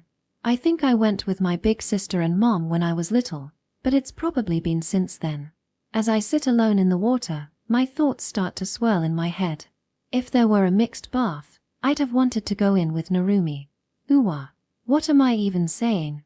It was supposed to be just a little payback, but I ended up saying something completely outrageous. Am I some kind of pervert? And Narumi. I must have made him so uncomfortable. Yeah, he looked uncomfortable. Of course he did. Any guy would feel awkward if a girl his age said something like that to him. I wouldn't have minded, though. If it were anyone else, I'd absolutely hate it. But if it's Narumi, I don't mind. That was how I really felt. It'd be nice if Narumi felt the same way. But he looked troubled. I made him feel that way. I'm such an idiot. Running away from home without thinking. Relying on him for money. Getting lost. The more I think about it, the more it feels like I don't have a single redeeming quality. I'm just causing Narumi so much trouble. Even though we're friends. I'm being so much of a burden, he must be getting sick of me. Friends. That word feels strange. It doesn't feel like it fits anymore. Narumi Kuta has become so much more than just a friend to me. Would my sister have been a better companion? That's why I end up comparing myself to her. Because Narumi means so much to me, my sister's face suddenly comes to mind. If it were her, she wouldn't have gotten lost. She wouldn't have had to rely on Narumi for money. She wouldn't have run away from home in the first place. If it were my sister, I'm sure. Even though the hot spring eased my body, the clouds looming over my heart refused to clear. I was the one who dragged Narumi into this. Because I'm weak. Because I'm powerless. But at the very least, even if just a little, I hoped that this escape would be enjoyable for Narumi too. I couldn't help but wish for that. After getting out of the bath, I headed to the relaxation area where we agreed to meet. Narumi wasn't there yet. My phone had a message from him. Going shopping. I couldn't bring myself to relax in a reclining chair alone, so I sat on a two-person sofa instead. The facility was quiet, likely because of the time of day. With nothing better to do, I opened a video app on my phone out of habit. The recommended section showed Kyuan's new music video, Snow Wings. It had already surpassed 100 million views within a day of release. She's someone from an entirely different world, so far beyond me that even comparing us feels ridiculous. Amazing. The MV, which my sister apparently storyboarded, had earned an overwhelming number of likes worldwide. In a sea of astronomical comment counts, finding a single negative one would be a challenge. Most impressive of all was her singing. It was so powerful, it stirred your heart just by listening. No matter how many times I replayed it, the music always felt fresh, as if it directly reached into my soul and gripped it. I really do love my sister's songs. I couldn't even count how many times I had replayed this MV. The same went for her other songs. Starting with her debut track, Wings of an Angel, there was Sugar Sheep, Marshmallow Declaration, Bone World, Sakura - Red, and so many more. I've listened to all of her songs, even from before she debuted as Kyuan. If Narumi were to meet my sister, that thought slipped into my mind. I didn't want to think about it, but I couldn't stop myself. Narumi has never met my sister. Maybe he thinks of her as someone far away in another world. But if my sister were to appear in front of him, if he compared me to her, there's no way I'd stand a chance. Narumi would definitely. What's that about? War. You scared me. I turned around to see Narumi standing there, fresh from his bath. He wasn't wearing the facility's loungewear but a casual shirt, his hair still slightly damp and his skin faintly flushed. There was something undeniably charming about it. Something on my face. That's weird. I just checked in the mirror. No, nothing. I wasn't staring or anything. All right then. Want one of these? Narumi handed me a bottle of coffee milk he must have bought from the store. Unlike the paper cartons at convenience stores, this one was in a glass bottle, as you'd expect from a hot spring facility. Yeah, thanks. I accepted it, trying to hide my pounding heart, and quickly gulped it down. The cold, sweet taste somehow helped calm me down. While I drank, Narumi sat next to me, sipping on his own coffee milk. Watching something. Oh, Snow Wings MV, huh? Ah, yeah. I was watching my sister's. He saw. I should have turned my phone off. I didn't want him to watch it, didn't want him to hear my sister's songs. My sister is someone amazing, far beyond me. It's incredible, isn't it? 100 million views in a day. You've seen it before? Yeah. Since she's your sister, I checked it out when it first came out. My sister. Those words felt oddly comforting. Normally, people referred to me as Kyuan's little sister. But Narumi said your sister. That difference eased my heart. This song is so impactful. Both the visuals and the singing, it just hits you right in the heart. Yeah, my sister really is amazing. We sat there, silently watching the MV together. She used to be so bad at singing, though. The words slipped out before I realized it, bringing back old memories. Bad? You mean her singing? Yeah. She was terrible. Practically noise. Narumi's eyes widened in surprise. Of course he'd be shocked. Anyone who knows Kyuan would never believe it. Some might even think I was just jealous of her. But it's true. Back then, I was a better singer than she was. My sister could do anything as a kid, but singing was her one weakness. I remember being so surprised. So, she loved singing even back then? Yeah, she seemed to love it. Even though my mom and every adult around us told her to quit because she was so bad. But I always loved her singing. Even though she was bad at it. She was terrible at it. It's the truth. Only I, my mom, and a few adults from back then know how bad she was. Just so you know, it's not like I was happy that my perfect sister had a flaw or anything. I really, genuinely loved her singing. I get that. But I'm curious, why? Because she looked like she was having so much fun. The answer came easily, without needing to dig through my memories. It was just there, as natural as could be. My sister has always been able to do anything, but she never seemed to enjoy herself. The things I envied her for didn't look like things she genuinely loved doing. But singing was different. She looked so happy when she sang. Even if her rhythm was all over the place, and her pitch was a disaster, she looked like she was having so much fun, and that feeling came through in her songs. As I listened, I couldn't help but feel happy too. I always looked forward to my sister's singing. These are precious memories to me, but they make my chest ache so much that I've tried not to think about them. Still, with Narumi, I feel like I can share them. I can talk about them without tarnishing them, with a light heart. My sister is amazing. She read books, asked adults for advice, and practiced every single day. She worked so hard, over and over again. Even when she didn't see results, even when people told her to give up, she just kept going. I supported her through all of it. Sure, I felt jealous sometimes. I had doubts too. Like, why was she continuing something she wasn't suited for? She could do anything else, so why singing? But, in the end, I always cheered her on. I loved her songs, and I wanted her to do what she loved. I wanted to see her smile, not that bored look on her face. So, when her hard work finally paid off, I was really happy. My sister is a genius. Most things come effortlessly to her. But singing was different. I can proudly say I was Kyuan's very first fan. I know just how much effort she poured into it. Thinking about it again, my sister really is incredible. She's nothing like me. Yeah, she's amazing. My chest tightens. Narumi's eyes are fixed on the MV playing on my phone. Knowing that his gaze is directed at my sister's song makes me feel unbearably anxious.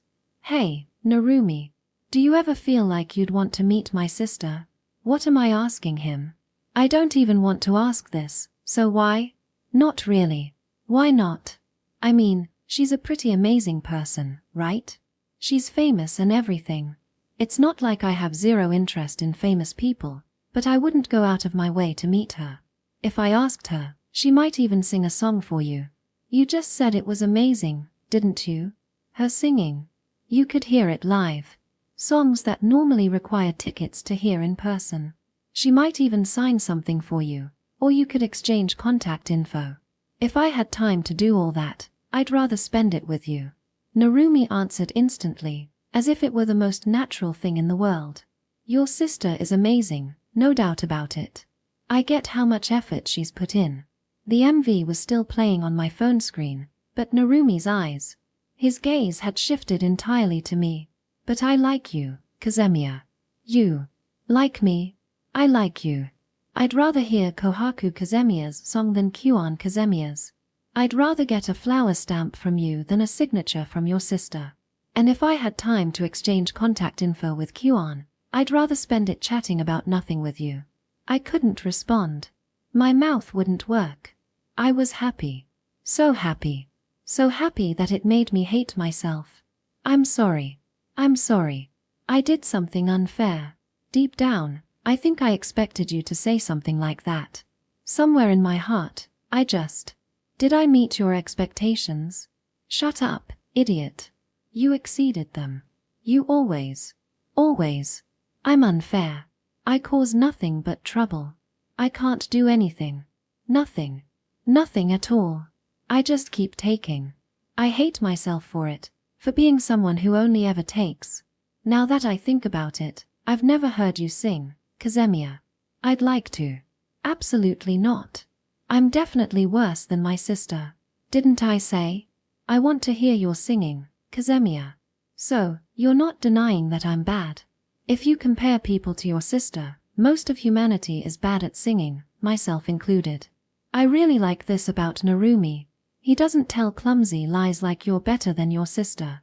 He's fun to be around, easy to talk to, and yet, sometimes, no, often, he makes my heart race. I keep falling more and more for him. Falling for him. I'm starting to step out of the boundaries of just being friends. This feeling of mine. This feeling is. Do you go to karaoke, Narumi? Sometimes. Mostly when I'm with Natsuki. But when we go, I usually just listen. That guy's insanely good, especially with theme songs from his favorite shows. That's surprising. But not really. I can picture it. What about you, Kazemiya? Do you go to karaoke? Yeah, I go. I like singing, though I'm nowhere near as good as my sister. I love her songs. Whenever she releases a new one, I check it out and practice singing it. Now I really want to hear you sing. Let's find some time to go to karaoke together. Then, would you sing with me? The theme song from that movie we watched recently. It's a duet, right? Maybe it's because I feel relieved, but suddenly, I feel so sleepy. Sure. Let's make it a duet marathon and sing all the songs we can find. That sounds great. Honestly, I've got a lot of songs I want to sing. I can't. I shouldn't fall asleep here. But maybe just a little. Because right now, I want to be with you, Narumi. More. Because right now, I feel like I could dream the happiest dream. Section. Sitting next to me, Kazemiya had already drifted off to sleep, her breathing soft and steady. Well, we did start early this morning. Plus, with all the traveling we've done today, it's no surprise she's exhausted. Falling asleep like this was inevitable. Ideally, I'd have let her rest in a proper bed, but I couldn't manage that. It's my fault. Maybe this is my punishment for that. Still asleep, Kazemiya unconsciously leaned against me as though it were the most natural thing in the world. Since we planned to head to the family restaurant later, she wasn't wearing the facility's loungewear, but instead the shirt she'd bought earlier today, just like I was. It was a casual outfit, almost too casual, making it hard to know where to look. And then there was the fact that we'd just gotten out of the hot spring. A faint warmth radiated from her, mixed with the subtle scents of soap and shampoo, carrying an unexpectedly sweet aroma. Narumi. Narumi. She murmured my name in her sleep, her words a quiet assault on my composure. Like a cat seeking affection, she nuzzled her face slightly against me, her cheek brushing my arm. It tickled, both physically and emotionally. It was sweet, intoxicating. I felt like my head might just short-circuit. Honestly, you could be a little more cautious. Seriously. I mean, I am a guy, after all. Go, of course, I couldn't bring myself to say that out loud. In the end, all I could do was sit there quietly, careful not to disturb her angelic sleeping face, until the facility's closing time. Section. When the facility was about to close, I gently woke Kazemiya, and we moved to the family restaurant. As expected of the late-night hours, there were barely any customers around. Our plan was to stay here until morning, so after ordering the drink bar, we began a long night of movie marathons. Using our smartphones, we synced up and started the same movie with a ready go. Naturally, to avoid disturbing the other customers, we used headphones. Since Kazemiya had left her usual cat-ear headphones at home, we bought a pair of wired earphones from a convenience store before starting. We watched one movie and shared our thoughts afterward. Taking breaks to wash our faces, brush our teeth, or use the restroom to stay awake, we cycled between watching movies and chatting until morning arrived. Ooh, I'm so sleepy. Want me to grab some coffee for you from the drink bar? A cafe latte, please. Got it. She must have been really exhausted. Normally, she'd start with tea, but today, she went straight for a latte. At the drink bar, I grabbed a transparent glass, filled it with ice cubes, and selected cafe latte from the familiar machine. Unlike regular drinks, where she'd usually fill the glass about 80%, the machine's preset dispensing volume meant I couldn't add more even if she preferred it that way. Here you go. Thanks. She took a sip of the latte. While caffeine doesn't kick in immediately, it seemed to perk her up a bit. After a couple of sips, her expression started to look like her usual self again. Yesterday was pretty fun, right? Yeah. Watching a whole series with someone is way more entertaining. It was a trilogy of blockbuster action movies. They were light and easy to watch, which made it hard to stop at just one. It really was fun. It really was fun. Apparently, Kazemiya felt the same, reminiscing about last night with a similar sentiment. You look like you don't want it to end, but yesterday wasn't the last time. There's plenty more fun to come, today, tomorrow, the day after, and beyond. Even though we're technically on the run, that's what makes it great. True. She smiled, a soft, angelic smile that brought me relief. The girl who once stood aimlessly in the rain, looking lost and forlorn, was no longer there. So, Narumi, where should we go today? Let's see. First, we should probably find a place to nap during the day, and after that, maybe we could actually go watch a movie. Let's do it. I wonder if anything good is playing nearby. I'll check. Oh, and I'll also look for places where we can nap. Good idea. I really need some sleep.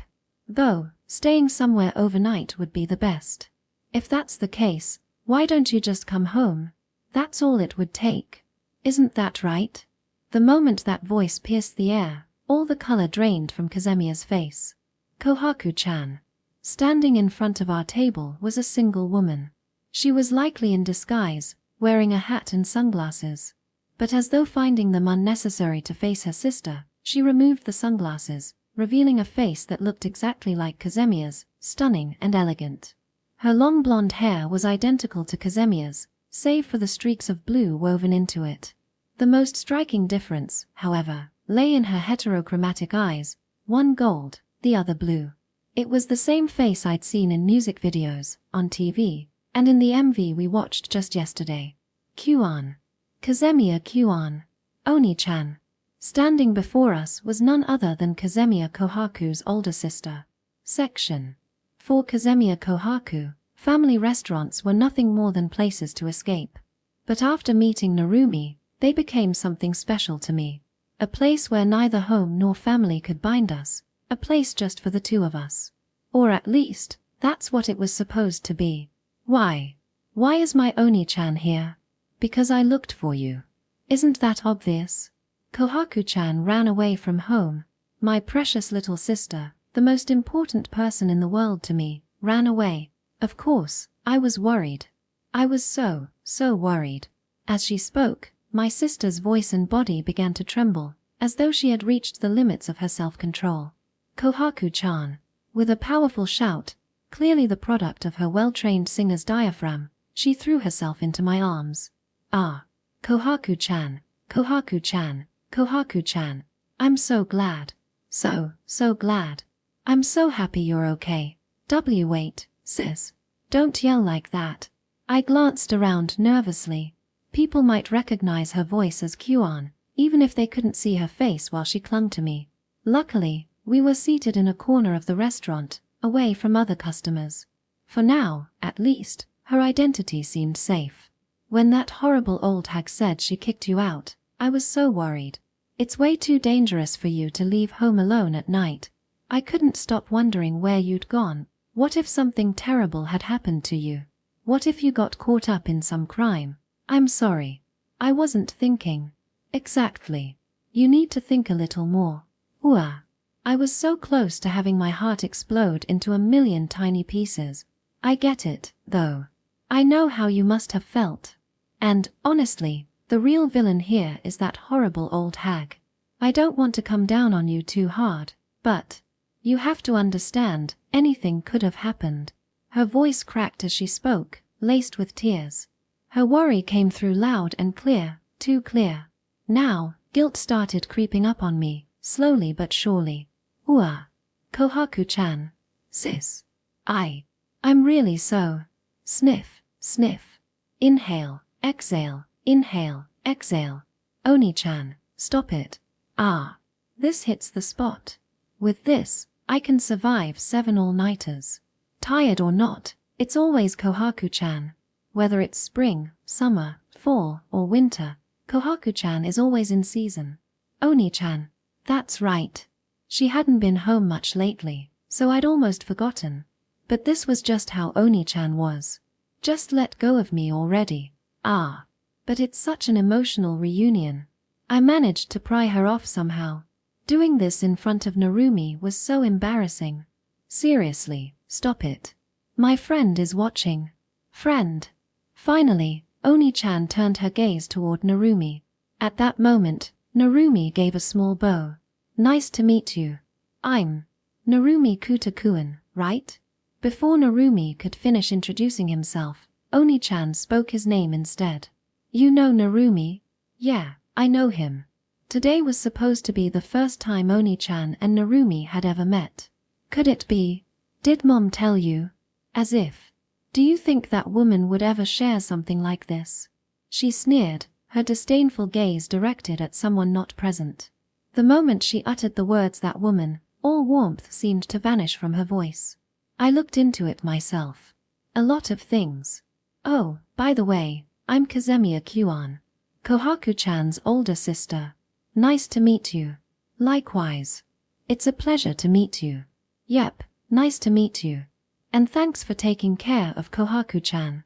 I didn't protect her or anything. I just wanted to stand by a friend. Aha. I like that. It's good to hear. I feel relieved knowing Kohaku-chan has a friend like you. So different from Shiori-chan. I like this vibe. Oni-chan nodded with satisfaction as she looked at Narumi. Her smile was dazzling, like stars twinkling in a pitch-black night sky. Then, with that same unchanging smile, she clapped her hands together as if she had just finished reading an enjoyable book. All right. Let's wrap up this little runaway game. Time to head home.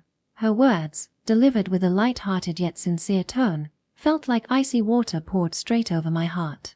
I'm not going. I managed to squeeze out the words.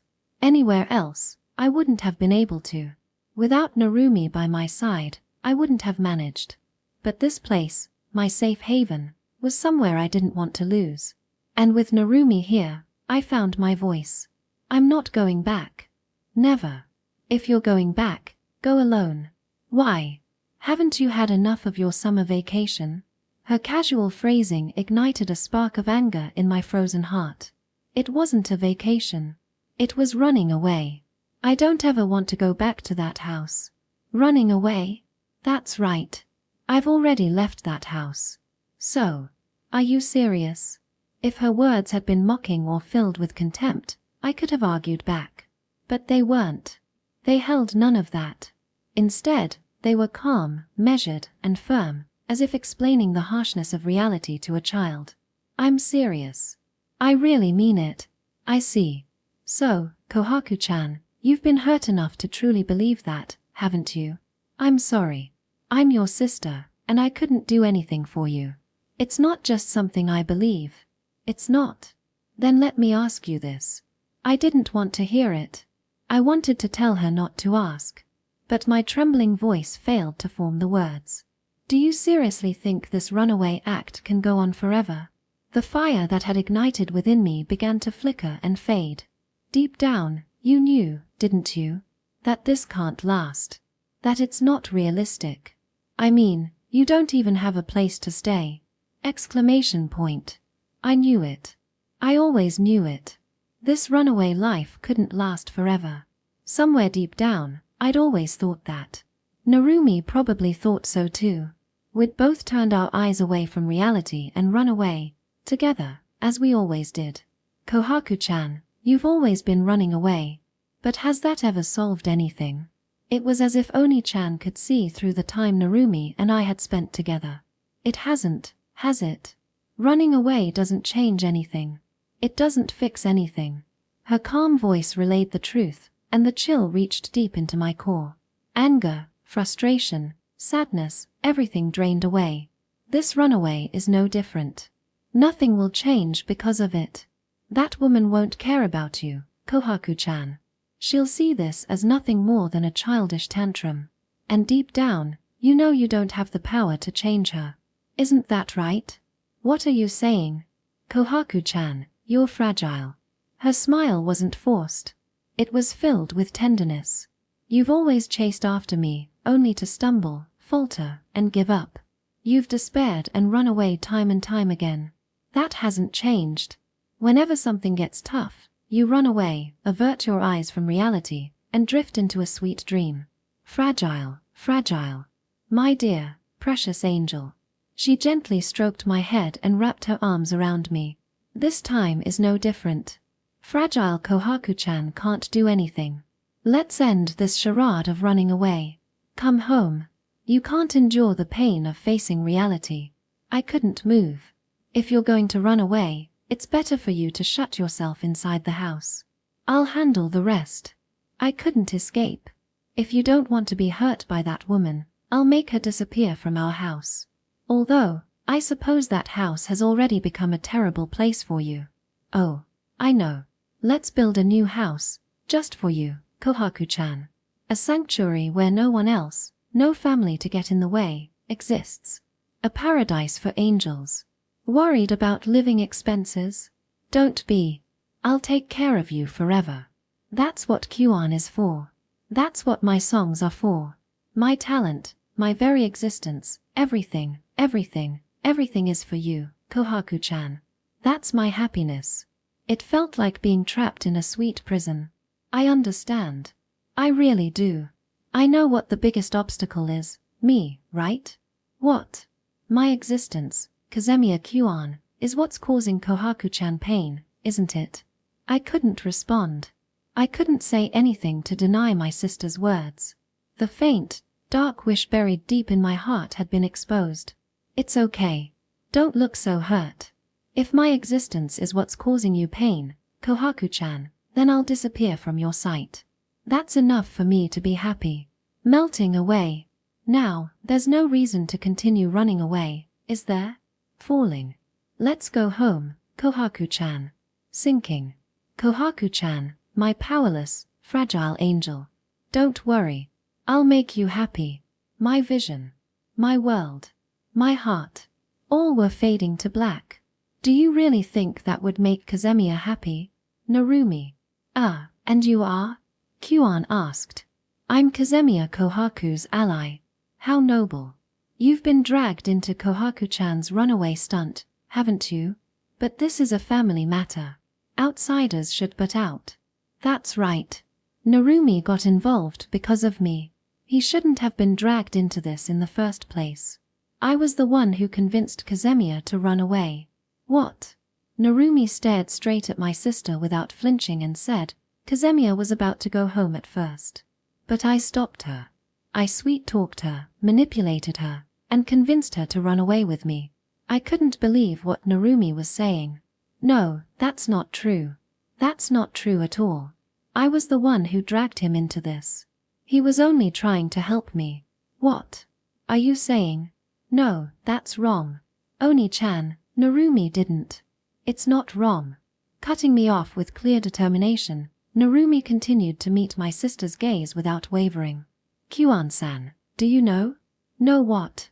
What kind of face Kazemiya was making the day she left home? The torrent of black emotions pouring out of my sister halted. That day, Kazemiya looked like she was about to cry. Even if she didn't cry outwardly, even if she held it back, I think she was crying inside. I wanted Kazemiya to smile, like she always does. That's why I convinced her to run away. If she'd gone straight home, she wouldn't have smiled. My sister said nothing, silently listening to Narumi's words. Although, there was another reason, a more selfish one. A more selfish reason? I wanted to monopolize Kazemiya's time. What? Monopolize? My voice slipped out in a strange squeak. And Narumi, what are you saying? Don't joke around at a time like this. I'm not joking. I mean it.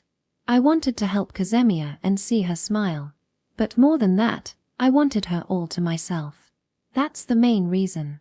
Sorry for dragging you into my selfishness. What is this guy saying with such a straight face? That's not how it went. I was the one who barged in on him. Why is Narumi taking all the blame on himself like this? Heh. I'm starting to like you. Go on. If you're going to take Kazemiya back, you'll have to deal with me first. You think there's no other way to bring her home? Or would you rather involve the police? You said earlier this was just a summer vacation trip, right? That's correct. This is a trip. I told my family as much when I left home. Ah. The letter he left behind when he left. If this is just a vacation, involving the police would only cause unnecessary trouble. And in the end, wouldn't it be you who'd face the backlash? After all, you're the famous singer-songwriter Kyuan. For a brief moment, silence filled the air. The chatter of the restaurant was the only sound as Kyuan and Narumi glared at each other without moving. Interesting. You're the first person to stand up to me like this. And for Kohaku-chan, no less. I like that. After observing Narumi for a while, my sister quietly stood up. Well, as for that woman, I wouldn't be troubled even if this caused a scandal. There's nothing in this world more important to me than Kohaku-chan. I couldn't care less about anything else. But then, Oni-chan continued, gazing down at Narumi from above. I'll let this go for now, for your sake. Narumi Kuta-kun. Well, thanks for that. Turning her gaze away from Narumi, Oni-chan pulled out a pair of white and silver headphones from her bag. They had cat ears attached, a favorite of mine that I'd left back at the house. Wait. Those are mine. There's something you need, aren't they, Kohaku-chan? These headphones were my tool for rejecting the world's voices. A way to block out unpleasant things. A means of escape. Oni-chan placed them on the table, then picked up the check as if to replace them. I'll overlook this for now, thanks to Narumi-kun, but you do understand, don't you? This runaway game can't go on forever. And Kohaku-chan, you're only causing Narumi-kun trouble. I'll be back tomorrow, so be ready.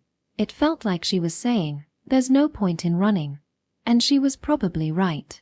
I didn't know how, but she had managed to find us. Kyuan-san, Narumi called out to her back as she started to leave. What? You said Kazemiya was weak, didn't you? That's right. Kohaku-chan is weak. She's a fragile angel, so I have to protect her. I couldn't deny her words. I'd always shut my ears, turned my eyes away, rejected reality, and run away. I was weak. Kazemiya Kohaku is strong. Strong enough that she doesn't need you to protect her. Their gazes clashed again. After a moment, Oni-chan glanced at me briefly, said nothing, and finally disappeared from sight. Even after she left, all I could do was hang my head. Her words were still deeply engraved in my mind. I'll overlook this for now, thanks to Narumi-kun, but you do understand, don't you? This runaway game can't go on forever. And Kohaku-chan, you're only causing Narumi-kun trouble. Kazemiya! Exclamation point. While I'd been sitting there with my head down, Narumi had gotten up and gone to the drink bar. In his hands were a clear glass filled with melon soda and a white cup filled with tea. A warm scent wafted from the cup. It seemed to be hot tea. It's summer, though. Doesn't matter. The air conditioning is strong in here, and this suits you better right now. Thanks. You're welcome. Narumi placed the cup on the table, then, instead of taking the seat across from me, he sat down next to me. Why are you sitting next to me? Felt like it. If you don't like it, I'll move. I don't dislike it or anything. That's unfair. Asking like that. As if I could ever say I disliked it. Since sitting down, Narumi hadn't said anything. He just silently stayed by my side. A moment ago, I couldn't imagine putting anything to my lips, but now, for some reason, my hand reached for the cup of warm tea. It's warm. It felt like the ice inside me was gently melting away. See? Even in summer, hot drinks aren't so bad. You'll want to talk while drinking melon soda. It's summer, after all. You'd drink that in winter too. Definitely. I drink it all the time. Figures. We looked at each other and couldn't help but laugh. Sitting next to him made Narumi's face feel much closer. I could see his smiling face clearly. I really like Narumi's smiling face. Chem. What is it? And nothing. What am I even thinking about at a time like this? This isn't the moment for that. By the way, weren't we supposed to see a movie today? Let's quickly pull up some options. Narumi pulled out his phone and started searching for movies like nothing had happened. As if the exchange with Oni-chan and all the words we'd spoken had never existed. But, Narumi, I'm sorry. It's fine now. I couldn't keep causing trouble for Narumi any longer. Oni-chan was right. This runaway can't go on forever. You pushed yourself to help me. You didn't even get any sleep last night, did you? It had felt like a dream. Everything Oni-chan said was true. I was the one who dragged you into this. Normally, I'd have stormed out of the house, only to crawl back like always. It was nothing more than a childish tantrum, a selfish outburst. I'm sorry. Thank you. I'll be fine now. Narumi had run away with me. He pulled me out of the darkness. Let's go home. Back to our houses. I'll apologize to your mom for everything. I'd already been given more than enough, a sweet, wonderful dream. It's okay. I'll be okay. Because I don't want to trouble Narumi any more than I already have. I don't want to go home. But I just said I'll be fine. Didn't I? I don't care about that, Kazemiya. What? I don't want to go back to a house where I don't feel comfortable. That's why I want to keep running away. That's all. This has nothing to do with you. There's no way it has nothing to do with me. Maybe he doesn't want to go home, but that's not all there is to it. Narumi's lying. He's a kind liar. Then that's fine. I'll go back by myself. If I forced myself to go home, then surely Narumi would. That's not happening. As I tried to stand, Narumi grabbed my hand. Didn't you say this has nothing to do with me? It doesn't. But we're part of the Family Restaurant Alliance, right? So, help me out. That's unfair. Saying it like that. Unfair. So unfair. If he puts it that way, there's no way I can pull away. I don't care if it's unfair. If it's for Kazemiya's smile, I'll do anything. Why? Because I like seeing Kazemiya smile. We're the same. I like seeing you smile too, Narumi. Guess we're on the same page. Yeah. Same page. When we first started talking at the family restaurant, we had a similar exchange. This time, the roles were reversed. I wonder if Narumi is thinking the same thing I am. It's reversed, right? Compared to back then. Yeah. He remembered. Narumi remembered. That makes me happy. Hey, Kazemiya. Do you really want to go home? I don't want to go home. The feelings I'd been holding back spilled over. The door I'd kept shut was gently opened by Narumi. I don't want to go home. I want to keep running away with you. That's how I really feel. Running away with Narumi. That's my true feeling. That's how I honestly feel. There's no mistaking it. But I also think Oni-chan is right. That's also how I feel. I let out a self-deprecating laugh as the words left my mouth. I'm weak. I chased after Oni-chan on my own, only to fail, give up, despair, and run away from her. I've always been a child, throwing tantrums and causing trouble for Mom. And for Narumi too. I hate that weakness. More than anyone, I hate it. I hate it so much it makes me sick. Admitting my own weakness felt like stabbing my heart with a knife, over and over. The words poured out in a flood. Oni-chan hasn't said anything wrong. I'm just a weak little kid. Kazemiya, you're strong. Why? Why does Narumi keep denying the weakness I've already admitted to? How? You even told Oni-chan that, but I still don't get it. Kazemiya, you always listen to your Oni-chan's songs. You check out every new release and even go to karaoke to practice them. Well, yeah. I like her songs. They're all great. That's exactly what I'm talking about. I could never do that. You don't like karaoke? That's not what I mean. Apparently, I'd completely missed the point. Narumi gave a gentle smile and continued. If I were you, I probably couldn't even listen to her songs. I wouldn't check out her music or anything like that. It'd hurt too much. I'd just bury it all and pretend it didn't exist. Honestly, I've never even touched the money that bastard of a father sends me. That's nothing special. I was just listening to her songs. It is special. Maybe you don't see it that way, Kazemiya, but to me, it's a big deal. No matter how much you try to run away or how hurt you get, you've never run away from your sister. His gentle and sweet words made me want to surrender to them. But even so, something still tugged at my heart. I couldn't deny what Oni-chan said. I understand. I really do. The biggest obstacle is me, right? My existence, Kazemiya-kuan, is what's causing Kohaku-chan pain, isn't it? I've always thought it would be easier if Oni-chan disappeared. She'd seen right through me. I wonder how she felt knowing that. If she just disappeared, things would be easier.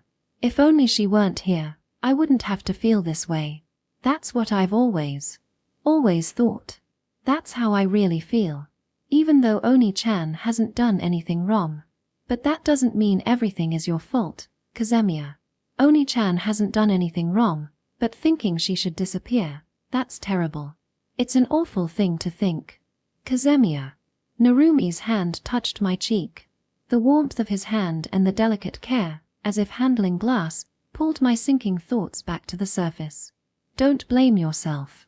Don't decide that everything is your fault. Why? Why would you say something like that? Because I know that's not the only thing you feel. Narumi's fingers gently brushed my cheek, as if wiping away tears. Even though I wasn't crying, even though no tears had fallen, it was as if he could see something invisible to me. That's not all I feel.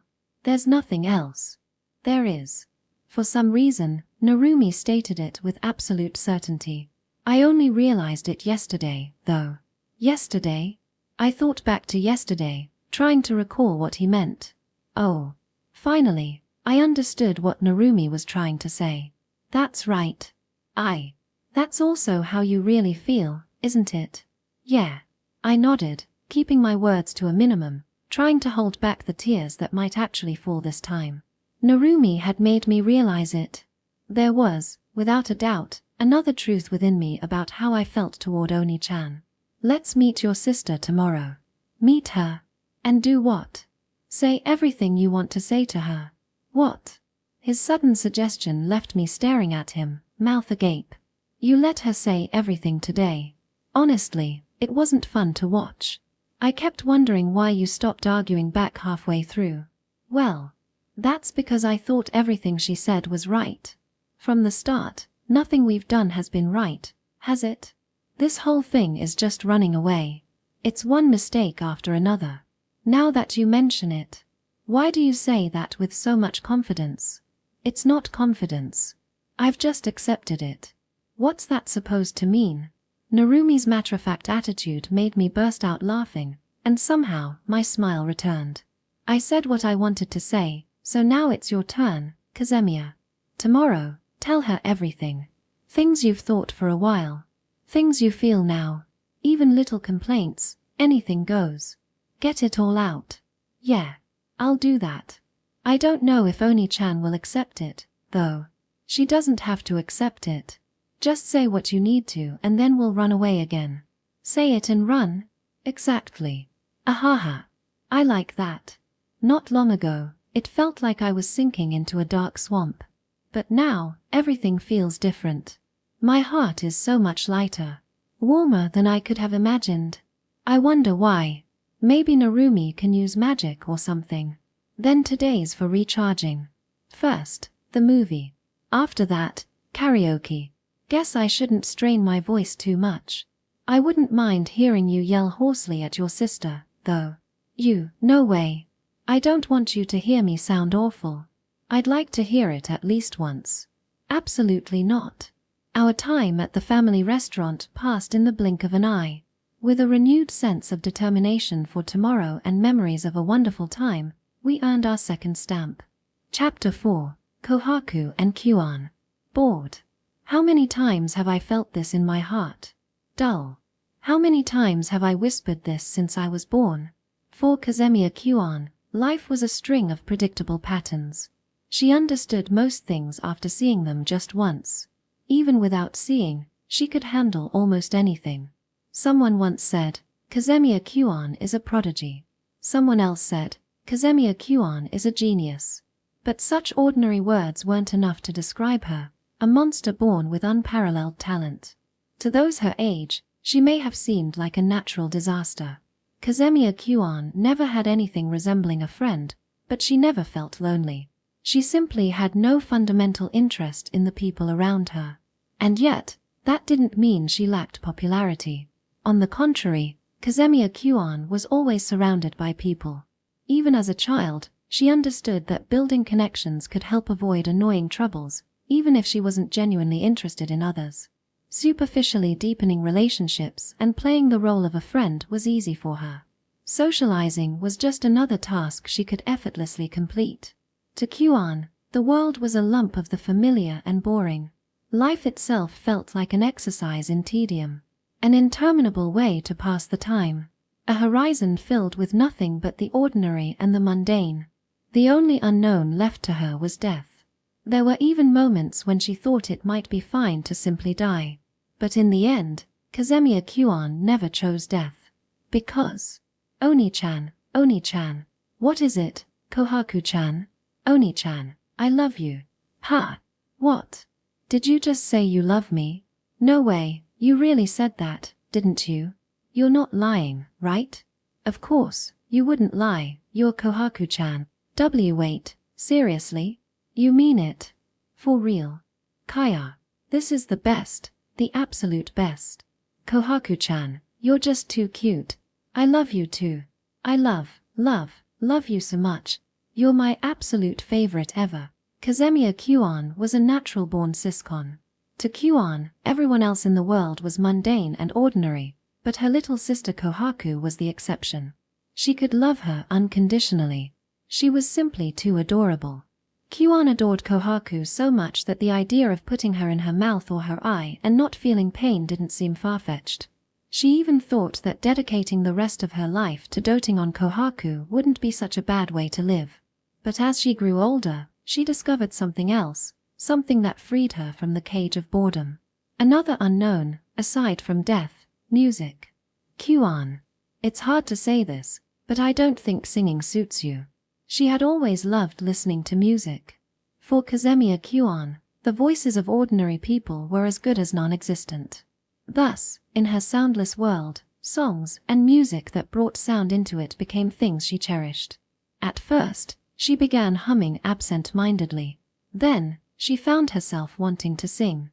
But as it turned out, unbeknownst to her, she was tone-deaf, a fact her mother uneasily revealed one day. It doesn't suit me. Singing. Are you saying I'm bad at it? Yes. To be honest. Watching her mother grimace awkwardly, Kyuan's face broke into a smile. That's amazing. She immersed herself in singing. For the first time in her life, She knew what it was to put effort into something. She grew to love singing more and more. Not being able to do something was fun. There was an unknown she had been yearning for all her life, right there in front of her. Even though her efforts didn't yield results, she enjoyed herself. But those around her didn't approve. Stop singing. You're not suited for it. Wasting your talent on something as trivial as music is ridiculous. It's a misuse of your gifts. It's a loss to the world. There's no guarantee you'll make a living in music. Stop it. Stop it. Stop singing. Stop it. She started hearing them, the voices of the ordinary world, which she had never noticed before. She hadn't known the world could be so loud. It was unbearable. Day after day, the voices threatened to shred her eardrums.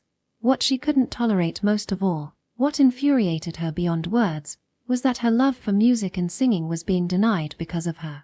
It felt as though music itself was being tainted, sullied by her existence. If that's the case, she might as well quit. If her singing was the cause of music's defilement, then it would be better to give it up entirely. I like your singing, Oni-chan. Her little sister, Kohaku, had said those words. So please don't stop singing, Oni-chan. Those words pulled Kyuan back from the brink, keeping her on the path of music. In the storm of relentless rejection, her sister had appeared like an angel. And when Kyuan sang with her sister in mind, it was strange, astonishing, even, how well she could sing. Wonderful. You're a genius. Your talent belongs to music. It's as if you were born to sing. Amazing. Amazing. Amazing. Kyuan's talent blossomed completely. Kazemiya Kyuan's potential awakened fully. She could now sing to her heart's content, dedicating her life to music. She was indescribably happy, overwhelmed with joy and gratitude. She was elated, truly, deeply elated. But she couldn't understand. The sister who had given her this happiness was constantly in pain. Chasing the back of the monster that was Kazemiya Kyuan, Kohaku stumbled, faced defeat, and endured endless comparisons. She must have hated Kyuan. She must have hated her with all her heart. So why? Why had Kohaku helped her stay on the path of music? Kyuan understood. Kohaku wasn't the kind of person who would mock her sister's off-key singing. She'd meant every word. She truly, sincerely supported Kyuan, wanting her not to abandon the singing she loved. Kyuan knew this, and yet she couldn't understand. Why? Why had Kohaku pushed the back of the person she should have hated? Kazemiya Kohaku was the one hurt most by Kazemiya Kyuan, the one most deeply wounded by her. Ah, I see. I can't understand because I'm thinking with human logic. No matter how much she thought about it, the answer wouldn't come. But as she kept thinking, Kyuan finally reached a conclusion. I get it now. Kohaku-chan is an angel. Kazemiya Kohaku wasn't just her little sister, she was an angel descended to this world. Within Kyuan's mind, that was the only explanation. You gave me the gift of song. You're an angel, aren't you? And so, Kazemiya Kyuan became a believer in her angel. For the sake of her angel, she would defy even the creator gods themselves if necessary. She didn't want Kohaku to be hurt. She wanted to protect her. She loved her deeply. But at the same time, Kyuan understood her sister's fragility, the way she would get hurt, stumble, and run away. Kazemiya Kohaku was fragile, like a delicate angel who might break at the slightest touch. That's why I have to protect her. Kyuan began to distance herself from home. If she stayed nearby, she would only continue to hurt her sister. She also pulled their mother away from the house because she, too, was a source of pain for Kohaku. It was fine if Kohaku left the house temporarily to escape. That was an act of self-preservation, and in the end, she would return home. Yes, as long as she eventually came back, it was okay to run. But leaving home permanently, that was unacceptable. Out in the world, in the ugly lower realm, her delicate angel wouldn't survive. Kohaku-chan might hate me, but that's okay. If she got hurt where Kyuan couldn't see, Kyuan wouldn't be able to help her. As long as I can protect Kohaku-chan, that's enough for me. A self-deprecating smile crossed her face. She wanted so badly to protect Kohaku, but she knew she was the one hurting her most. It's okay, Kohaku-chan. The Kazemiya Kyuan you hate will disappear for you. The words, which tore at her chest just by saying them, were carried away by the wind on the rooftop of the building. You disappearing on your own would be a problem for me. And the wind brought back the words of an angel. What's with that look? Standing before Kazemiya Kyuan was the angel she thought to be so fragile. Honestly, I'm surprised. I didn't think you'd come to me, Kohaku-chan. How did you find me? You've always liked high places, Oni-chan. I figured you'd be somewhere like this. Narumi's friend helped me a lot, too. Narumi Kuta was nowhere in sight. He was probably close by, but Kohaku had come alone to face Kyuan. So, are you ready to come back home, Kohaku-chan? I'm not going back. The answer was the same as yesterday. Kyuan wasn't surprised by it. She'd expected as much. What surprised her was the newfound strength in Kohaku's voice. Are you still playing your little runaway game? That's right.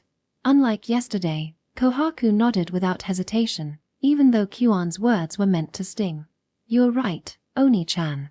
This runaway act can't last forever. I know that. I know I'll have to go back eventually, but that time isn't now.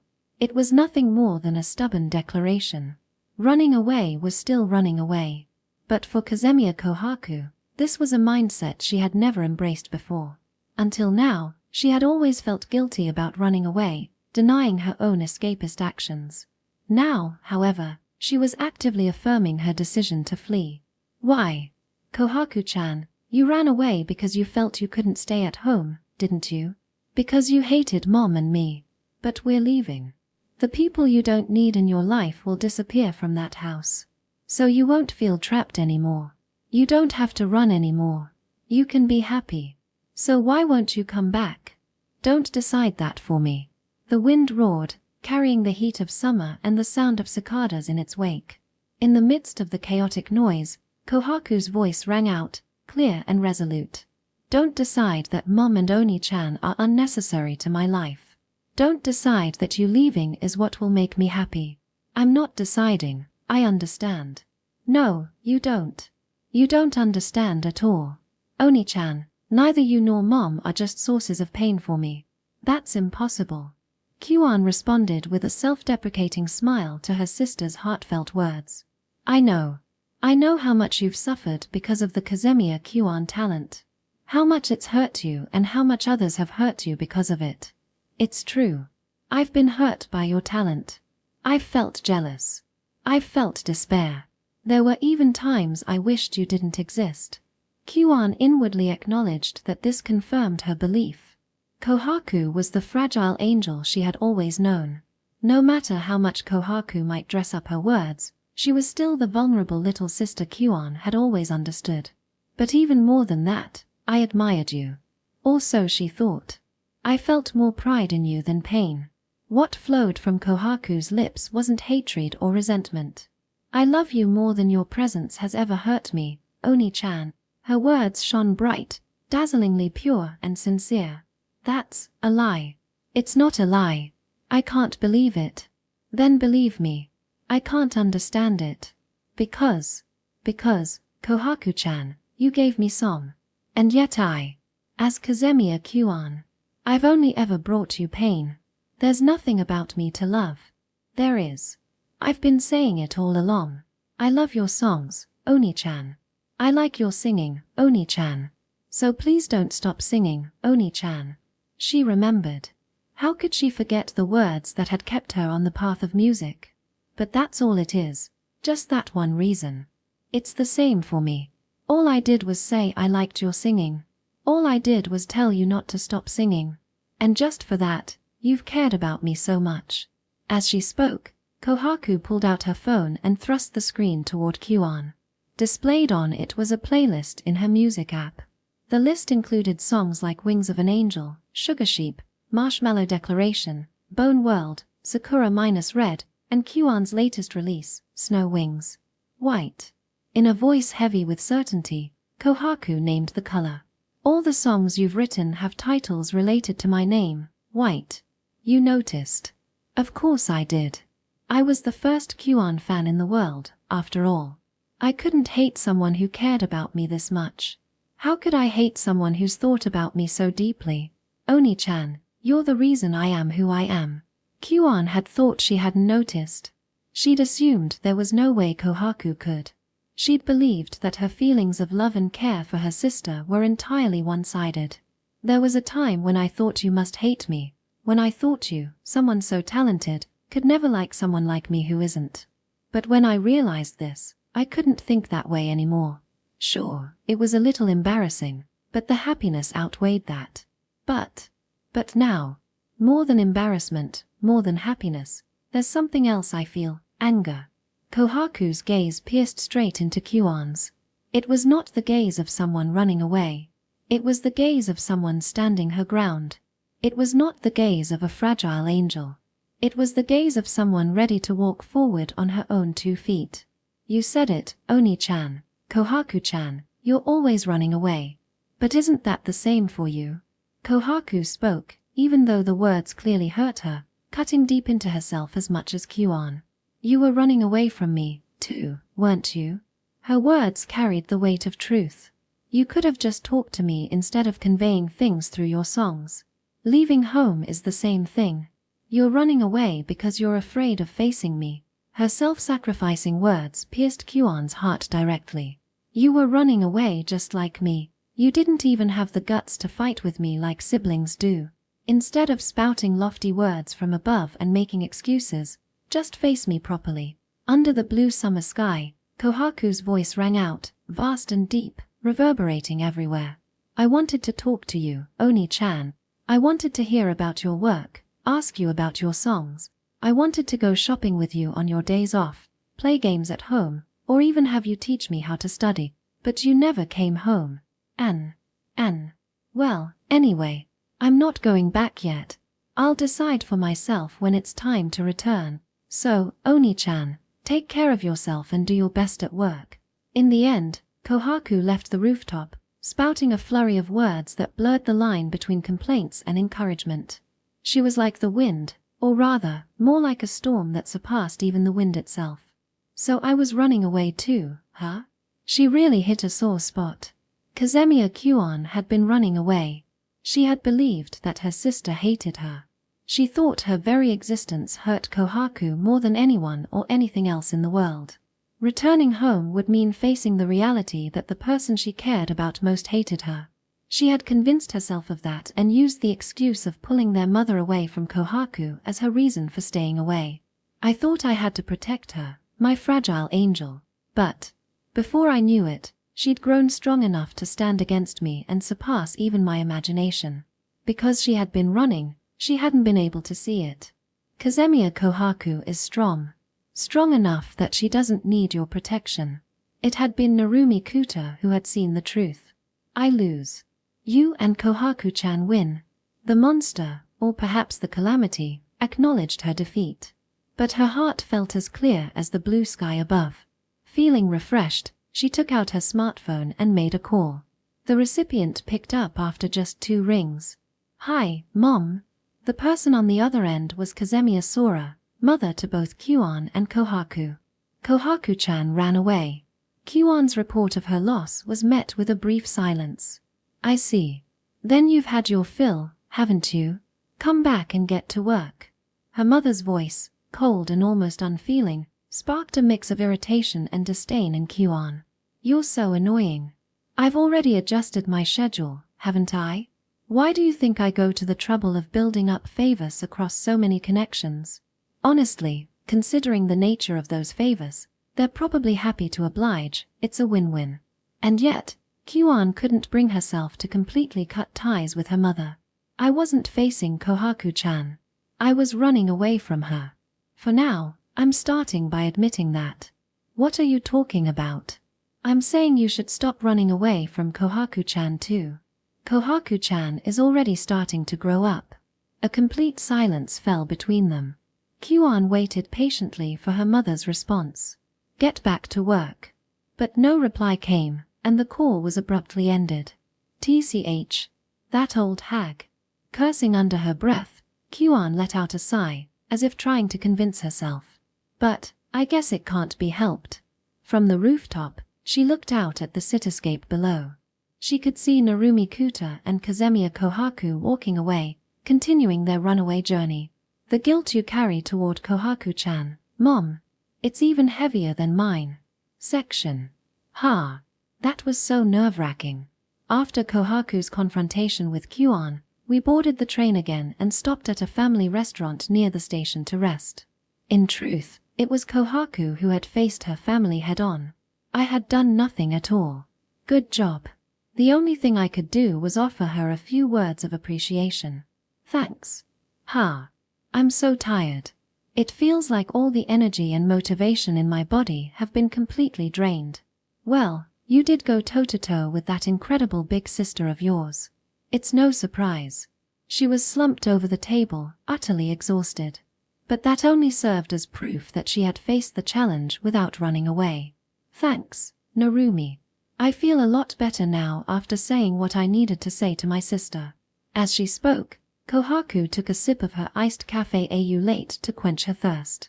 Now that I've actually said it, and after reflecting on it a bit, I realized something. I've never really argued with my sister before. What's your impression after your first fight? Tiring. But then she added, still. It wasn't so bad. That was something I couldn't quite understand. Kohaku had confronted her sister, while I was still running away.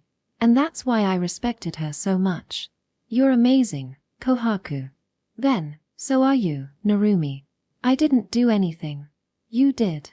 You've done so much for me. More than you realize. Have I, really?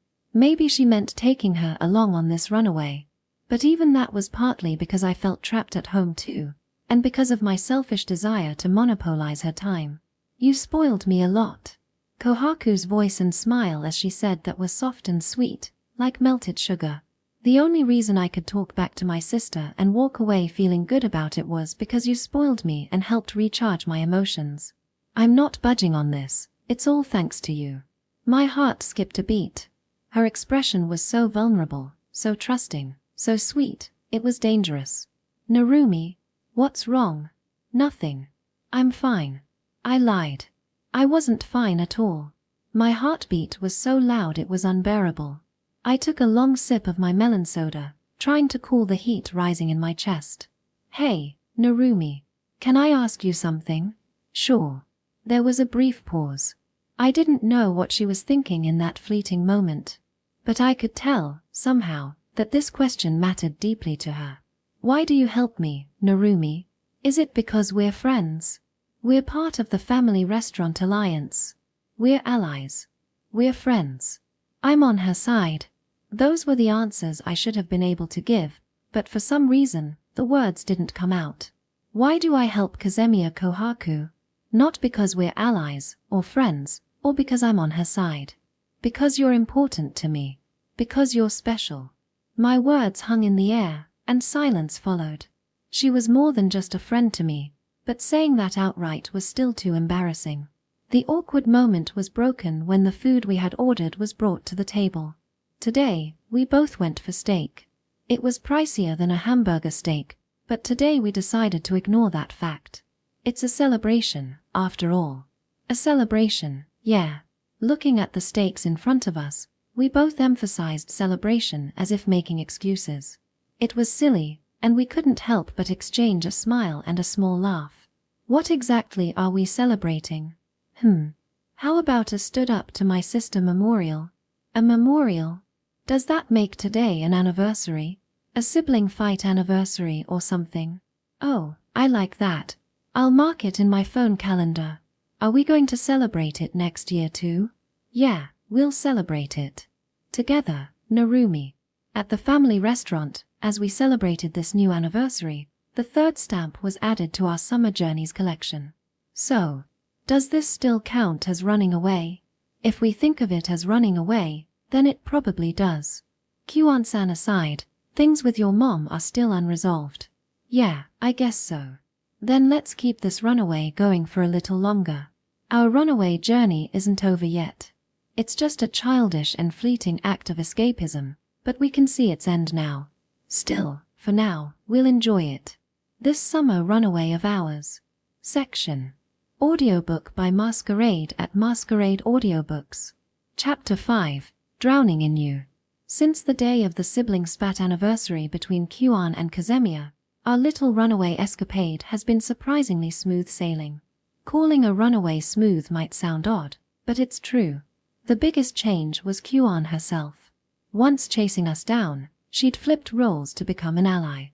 She brought Kazemiya necessities like clothes from home and even contacted my family to keep them informed.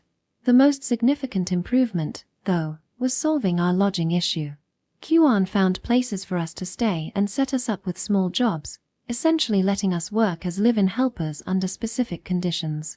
If anything happens to Kohaku-chan's health, I'll sink you somewhere, and then follow you. Those words were delivered to me with a sharp glare. Just to clarify, where would you sink me? The ocean? No. I'm feeling the mountains right now. Somewhere so hot it melts flesh sounds more appropriate. A volcano? It seemed she wasn't talking about the sea but magma. Lovely.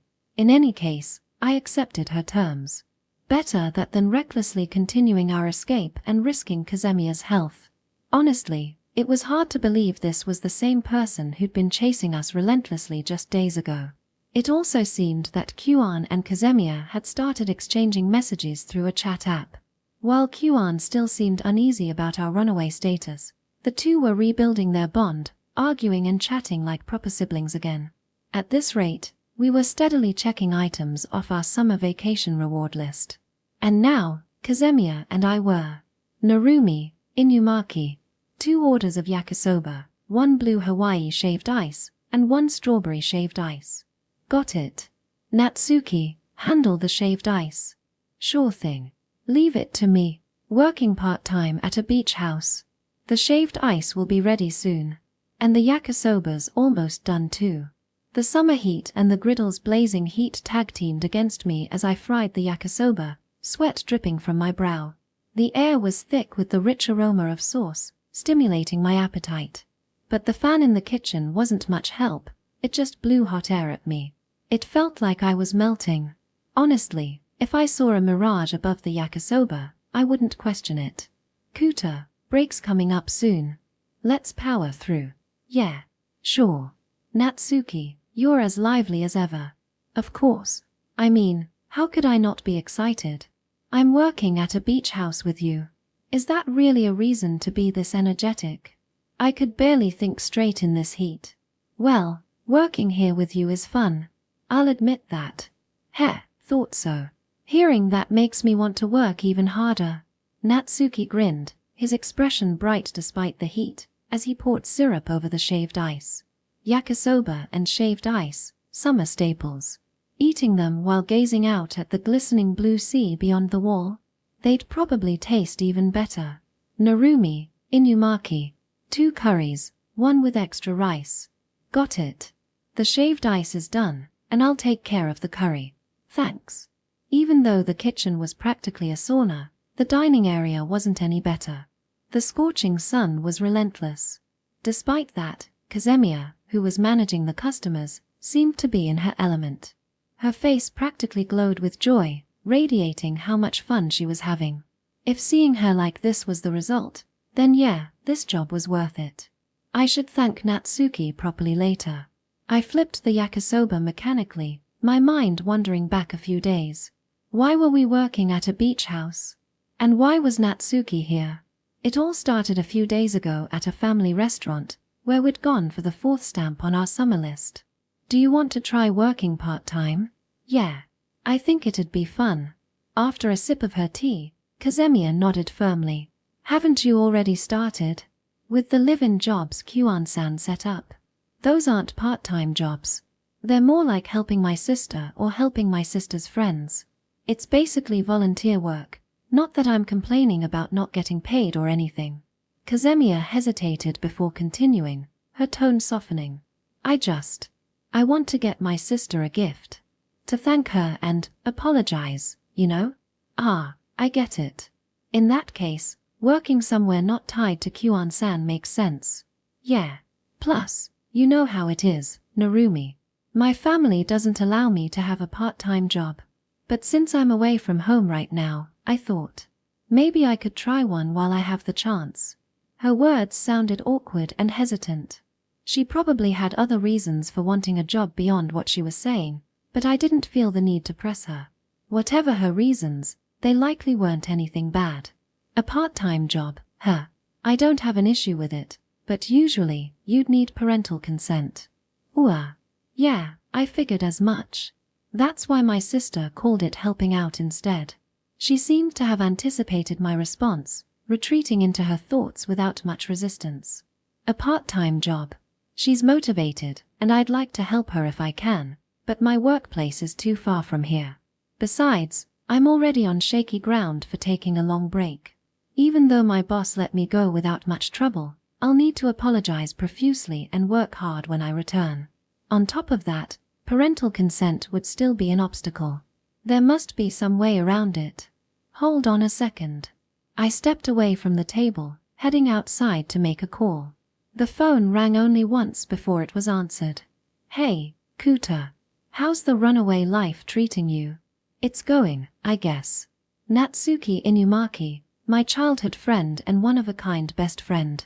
Natsuki was well connected, with a vast social network that seemed almost unbelievable.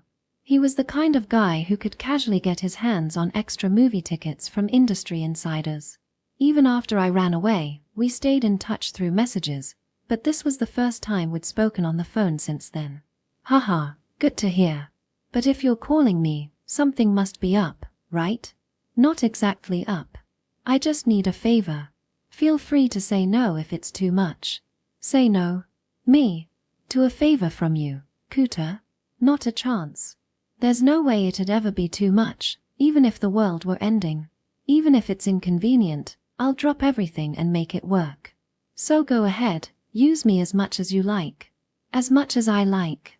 I'd never take advantage of my best friend like that. What kind of person do you think I am? Maybe it was because of my recent clash with Kyuan, but something about Natsuki reminded me of her. Not that I could ever feel uneasy around Natsuki. In fact, he was nothing but dependable. This might take a while to explain. That's fine. The longer, the better. More time to chat with you. With that laid-back response, I gave Natsuki a quick summary of what was going on. Kazemiya wanted to try working a part-time job. She likely wouldn't get parental consent. Got it. If that's the case, I think I can help. Seriously? Yeah. I know someone who runs a beach house. Some of their scheduled staff called out sick, so they're looking for extra help. If I recommend you, they'll skip the interview process and hire you on the spot. What about the parental consent issue? No problem. High schoolers technically don't need consent to work part-time, though there's a risk the contract could be cancelled later. But considering Kazemiya's mom is a manager in the entertainment industry, I doubt she'd want unnecessary trouble. Once the job starts, it should be fine. I'll explain everything to my contact at the beach house, and if the school has any complaints, I'll handle that too. Impressive. This was classic Natsuki, reliable as always. Still, I couldn't help but worry. Natsuki. Tchem. I know I can't match up to you, but if you ever need help, just say the word. I'll have your back, no matter what. Natsuki. There was no response. Maybe the connection was bad. Sorry, I just lost my breath there. That was so unexpectedly touching. It felt like getting a personal shout-out from my favorite hero at an event. My heart is still trembling. You're exaggerating. He was probably just trying to make me laugh. Can you send me the details about the job? I'll pitch it to Kazemiya. Sure thing. I'll send it over right away. I checked the info Natsuki sent. Live-in position, meals provided, 20,000 yen per day.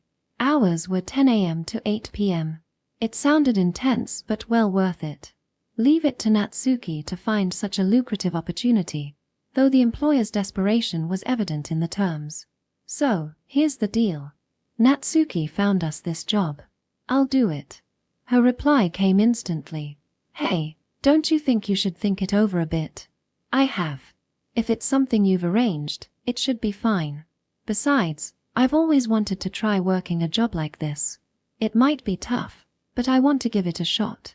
Her eyes sparkled with determination. She must have really wanted this. I was a little worried, but since Natsuki would also be working there, and I'd be with her too, it felt safer than letting her do it alone. Technically, it's thanks to Natsuki. He'll be there too, so make sure to thank him. Got it. I'll thank him properly. She nodded enthusiastically, no longer resembling the lone wolf persona she'd maintained throughout the first semester. If the Kazemiya of the classroom was a solitary wolf, then the Kazemiya in front of me now was a playful puppy wagging her tail. And so, thanks to these events, we ended up working part-time at a beach house. Kazemiya worked the hall, while Natsuki and I manned the kitchen.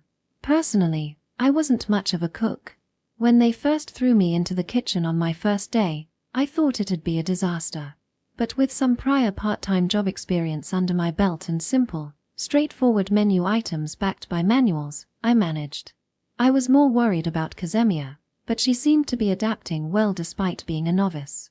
Naturally skilled, she'd already become fairly smooth at taking orders and interacting with customers, even if her service had been awkward at first. Relieved that my worries were unfounded, I focused on handling the relentless stream of orders alongside Natsuki. The sheer volume of requests felt like hell, but working with a dependable childhood friend like him made the workload bearable. If anything, the chaos was starting to feel fun. Kuta, we're good to take a break now. Already? I hadn't even noticed the time until Natsuki pointed it out. We switched out with the returning staff members and headed to the break room. From the fridge, I grabbed 2 bottles of Ramune, pushed down the stoppers, and was greeted by the satisfying sound of fizz. Together, we quenched our thirst and finally caught a moment to relax. By the way, what about Kazemiya? She should be swapping out in about 5 minutes. Hall shifts are staggered from ours. Got it. Don't worry. Kazemiya's doing fine. Catching me glancing in her direction, Natsuki gave me a wry smile. Honestly, I was a little worried since it's her first time working. But she's surprisingly capable. Hardly makes any mistakes with orders, and while her service is a bit stiff, she's getting the hang of it. Yeah, you're right. Maybe I've been overprotective. Kazemiya was fine now. She wasn't the fragile girl standing in the rain that day anymore. The wounds in her heart were healing. If anything, she'd become strong enough to stand up to her sister, Kyuan, with confidence. I knew that better than anyone. Overprotective, her. What do you think that means? What? Why do you think you're so protective of Kazemiya? That's... The question caught me off guard, and I couldn't respond immediately. What is she to you, Kuta? She's important to me. As a friend. Natsuki's perceptiveness struck a nerve. Leave it to my childhood friend to read me like an open book. Come on, you wouldn't run away from home for just any friend, would you? It's a little unfair. I'm starting to get jealous. More than a friend, but not quite family. Not just a best friend, either. To me, Kazemiya Kohaku was... What's with the sudden interrogation? Trying to dodge the topic, I took another swig of Ramune. My pace was faster than usual, but not because of the summer heat or dehydration. The marble rolled inside the bottle, and bubbles rose and popped, disappearing, just like the answer that had surfaced in my heart, only to be suppressed. I'm worried you'll end up bottling up your feelings, Kuta. Call it meddling, but that's my job as your childhood friend. You're impossible. I can't ignore it when you're the one meddling. It wasn't just because he was my childhood friend. Natsuki had been with me through thick and thin, when I failed, when my parents divorced, when I was a mess. He never lectured or tried to fix me, he just stayed by my side. He was my irreplaceable childhood friend, my closest confidant, and, in a way, family. That's why his rare moments of prying hit harder than anyone else's. Ever since your dad left, you've been keeping people at arm's length. Back in elementary school, you had tons of friends. Now, I'm pretty much the only one you hang out with. You're scared of being let down, aren't you? Leave it to you to figure me out, right? I've been watching you for a long time. You've always been my hero, Kuta. You're as dramatic as ever. Maybe so.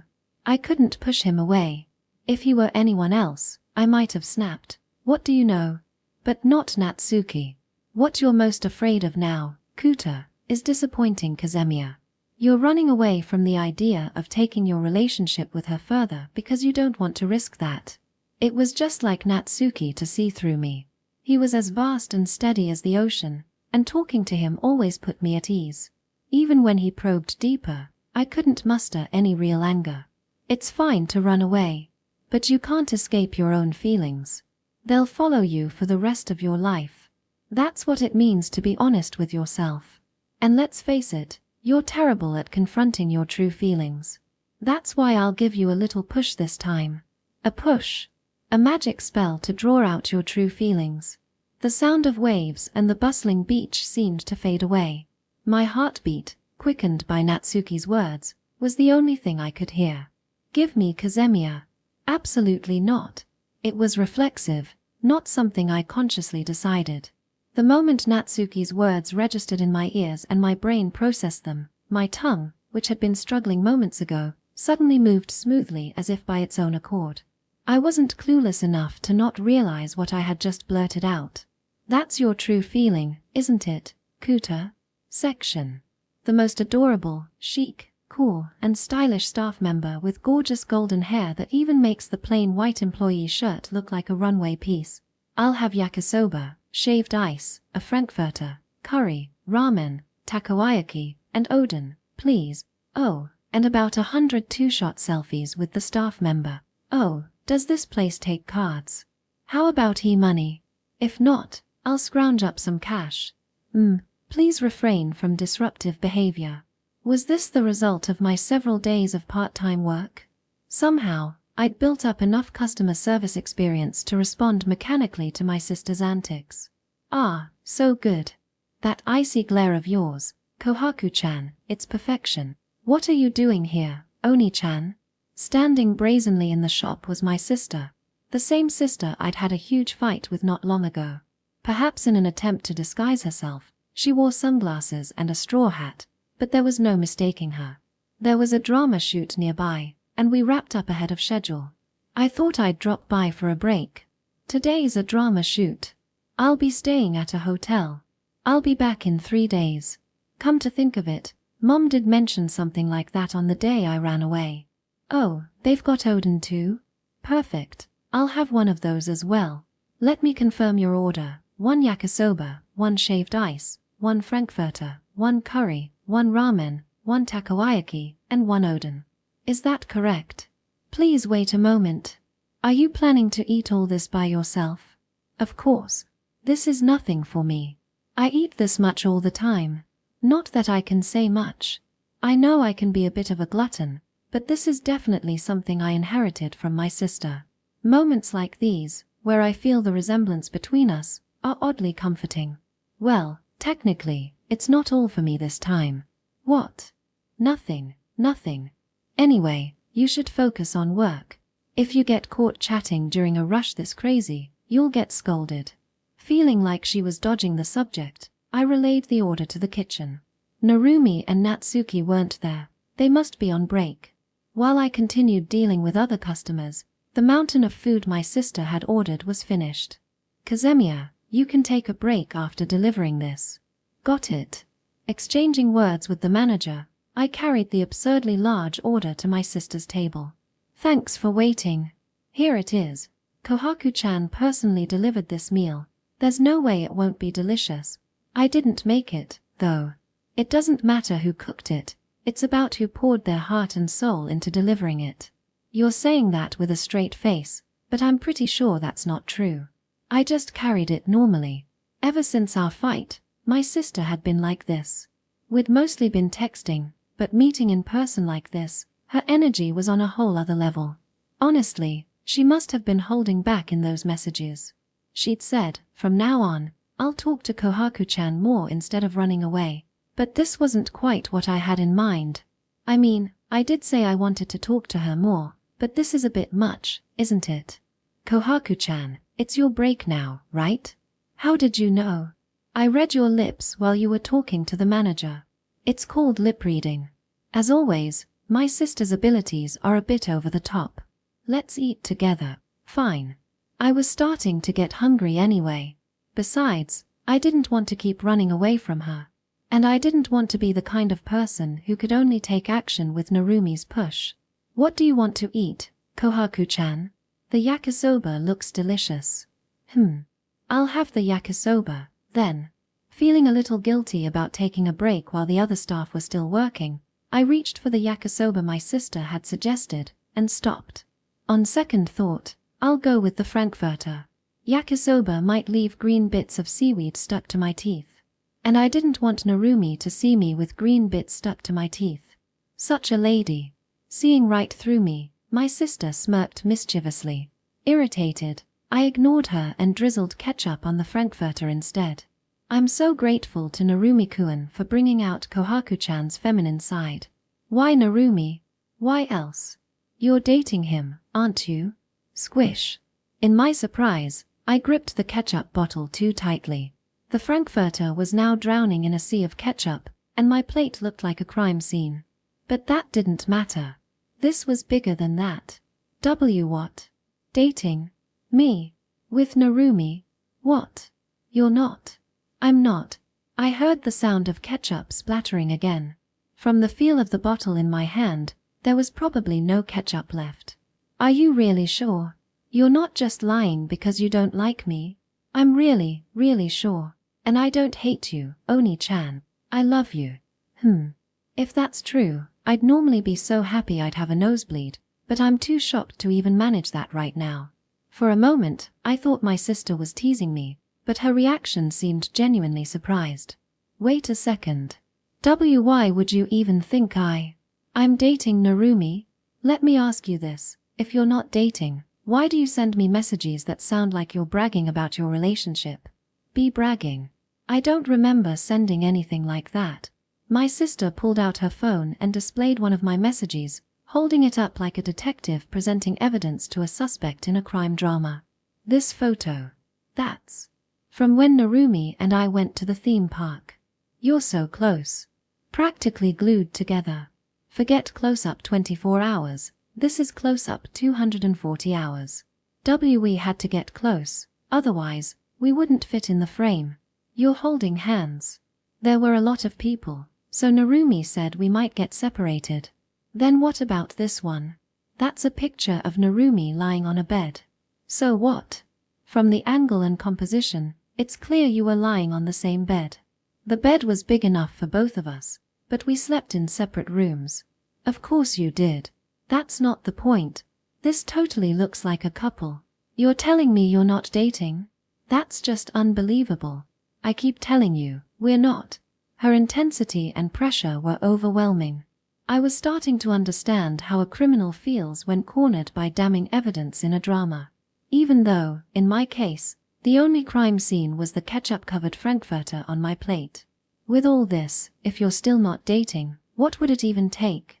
Like I said, Narumi and I aren't. Okay, but how do you feel about him? Her question stopped me in my tracks. What do you think of Narumi? Is he just a friend? Just a friend. I couldn't say it. To me, Narumi Kuta was not a friend. The relationship I'd been defining all this time had already changed. No, it had probably changed a long time ago. I can't think of Narumi as just a friend anymore. Or even as an ally. I'd been avoiding it, not wanting to confront or touch upon that reality. Because I like Narumi. My feelings had long since left me without an escape route. So that's it. You like Narumi, right? As I forced the words out, my sister gave me a gentle smile. I thought so. Oni-chan, did you come here for this? I just came to see my adorable little sister. It's not like I planned this, it was just a bonus. She dodged the question with a shrug and took a bite of her shaved ice. But, yeah, I'm relieved. Without me even realizing it, Kohaku-chan, you fell in love. Don't say it like that. It's embarrassing. Yeah, I was in love with Narumi Kuta. There was no mistaking that, but hearing it spelled out like that made me feel self-conscious. I always thought you were the type to run away from everything, Kohaku-chan. You can't fall in love if you keep pushing people away. Knowing that you've grown past that is a huge relief. You've gotten stronger, Kohaku-chan. She stopped eating her shaved ice and averted her gaze from me. So now, you need to take your seat at the table. I followed her line of sight and felt my breath catch. Mom. It wasn't our table. No, it was my sister's table. But standing there was our mother. Kohaku. Why are you here? Her cold gaze pierced through the lenses of her glasses, her voice dripping with disapproval, as if rejecting my very existence. Nothing had changed. She was the same as she had been the day I left home. I'm working here. I'm on break right now, though. I answered matter-of-factly. Mom's eyebrows furrowed at the mention of a part-time job. I don't recall giving you permission to work. No, that's beside the point. You haven't caused any trouble, have you? Please, I beg you, don't drag Kyuan's name into anything. From the very start, she spoke as if assuming I was bound to cause problems. It was exhausting. And yet, somehow, it didn't bother me at all this time. I get it. I won't cause trouble for you, Oni-chan. Sure you won't. Her dismissive reply, laden with disbelief, didn't faze me. Honestly, the fact that I could stay calm surprised me more than anyone. Kyuan. Haven't you had enough of a break? I just started. Look at this curry, it looks amazing, and I haven't even taken a bite yet. Besides, you haven't eaten lunch either, have you? Why don't you sit down? If we all eat together as a family, we can save some time, right? She must have figured I wouldn't leave until she'd worked through her mountain of orders. For the first time since that day, the day I ran away, or maybe for the first time in what felt like forever, the entire Kazemiya family sat at the same table. This oden's pretty good. I wasn't sure how it'd fit in at a beach house, but I'm impressed. Kyuan focused on eating, probably on purpose. I quietly nibbled on my ketchup-drenched frankfurter, glancing at Mom. Mom hadn't touched her food. She was glued to her phone, typing out messages while occasionally checking the time. Her actions used to make me feel rejected, but now, I felt nothing. If anything, you've lost weight. That's none of your business. She cut me off without even looking at me, and yet, her tone didn't evoke anger or sadness within me. Was Mom always like this? The person in front of me looked far more exhausted than the Mom I remembered. Her once sleek black hair was dull and lifeless. Dark circles peeked out from beneath poorly applied concealer. Her hands were rough and chapped. She lacked the imposing presence of Kyuan. There was no intimidation, no fear. Only someone worn down, far smaller than the Mom in my memories. Has Mom always been this small? While I was away, there hadn't been a single moment where I hadn't thought about her. If anything, I'd often wondered what I'd say when we finally met again. But now that she was here, I couldn't say anything. All done. Time passed in silence until I noticed Kyuan had polished off every dish laid out on the table. Everything was delicious. Well then, we should get going. If we don't leave soon, we'll be late for the next shoot. Yeah, I know my schedule. In the end, Mom didn't touch her food. I wondered, when did she last eat properly? Mom, I couldn't let it end like this. Even if no words came to mind, I still wanted to say something, anything. Play your little runaway game as much as you want. I don't need you at home. That was all she said. Without sparing me a glance, she walked away. Her retreating figure seemed even smaller, even more fragile than I remembered. Far from reassuring, it looked as though it might crumble at any moment. She's pathetic. Oni-chan.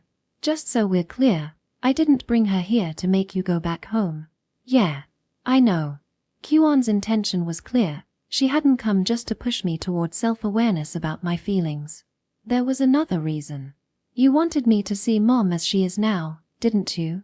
That's all I needed to get across. See you around. With only that, Kyuan walked off.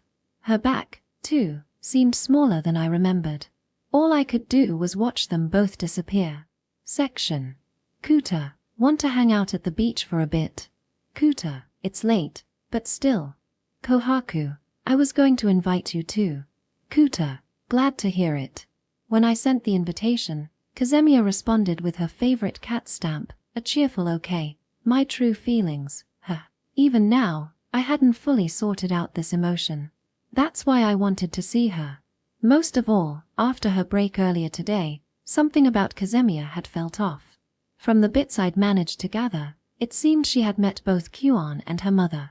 Natsuki would probably call me overprotective again, and I'd deserve it, but I didn't want to leave Kazemiya alone tonight. Natsuki, could you hold on to my phone and wallet for me? Sure. Are you heading to the beach with Kazemiya? Yeah, something like that. Want to come? No way. I wouldn't dream of getting in the way. Leaving my valuables with Natsuki, I stepped out from the shared dormitory into the summer night and made my way toward the beach. Despite it being the summer season, the late hour meant the shoreline was devoid of people. The night sky, sprinkled with shimmering stars, looked like a treasure chest filled with glowing jewels. The salty, warm air of the summer sea wasn't unpleasant. Sorry for making you wait, Narumi. While I gazed at the ocean from the sandy shore, Kazemiya came jogging toward me. She wore a casual shirt and a pair of shorts, her hair tied up in a simple ponytail. The sight of her bare neckline sent my heart racing, pounding so hard it felt like it might leap out of my chest. It's fine. I wasn't waiting long. You didn't have to rush. I just felt like running. Her long, golden hair, tied back, swayed brilliantly in the night breeze. Kazemiya's figure, standing there by the sea, was breathtaking, like a dream conjured by summer. Yet, my heart stirred uneasily. Watching her beautiful hair be so casually tousled by the wind felt strangely irritating. Swimming at night isn't safe, right? Yeah, it's too dark. Probably best to avoid it. Thought so. I did wear the swimsuit my sister sent me, though. But, oh well. Guess I'll just take it off. Before I could respond, the golden strands of her hair that had been playing in the breeze disappeared beneath her shirt.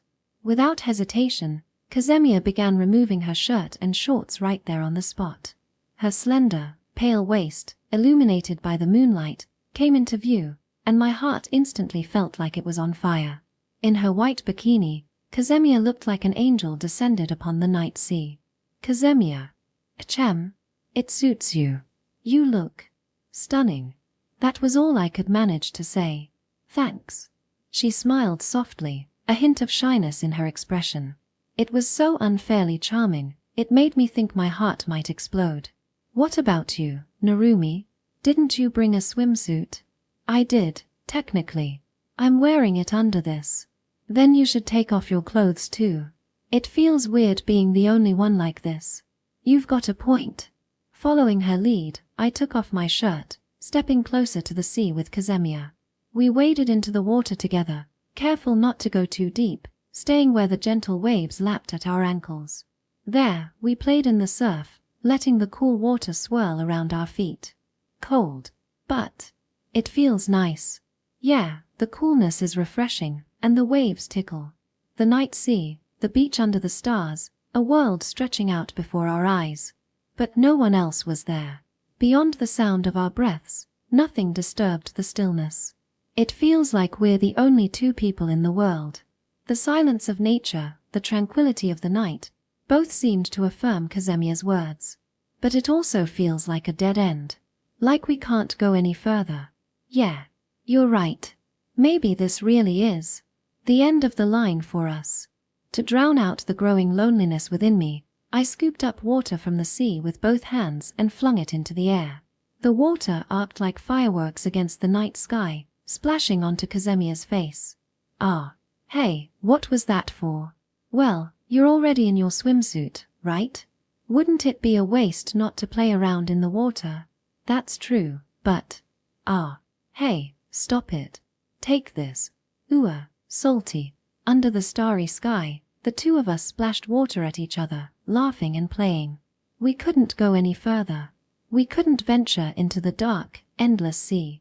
So, at this dead end, we played. We had fun, savoring the bittersweet anticipation of an inevitable end. Wow, this is fun. When was the last time I played in the water like this? Kazemiya, catching her breath, spoke again. You have something you want to talk about, don't you? What? The reason you invited me to play. It feels like there's something on your mind. Natsuki isn't here either. Well, I had been worried about Kazemiya. I didn't want her to be alone. That was why I'd asked her to meet. At least, that's what I'd told myself. But now, standing in front of her, my reasoning felt hollow. My words failed me. You met Kyuan-san and your mom earlier, didn't you? I didn't want to leave you alone after that. I see.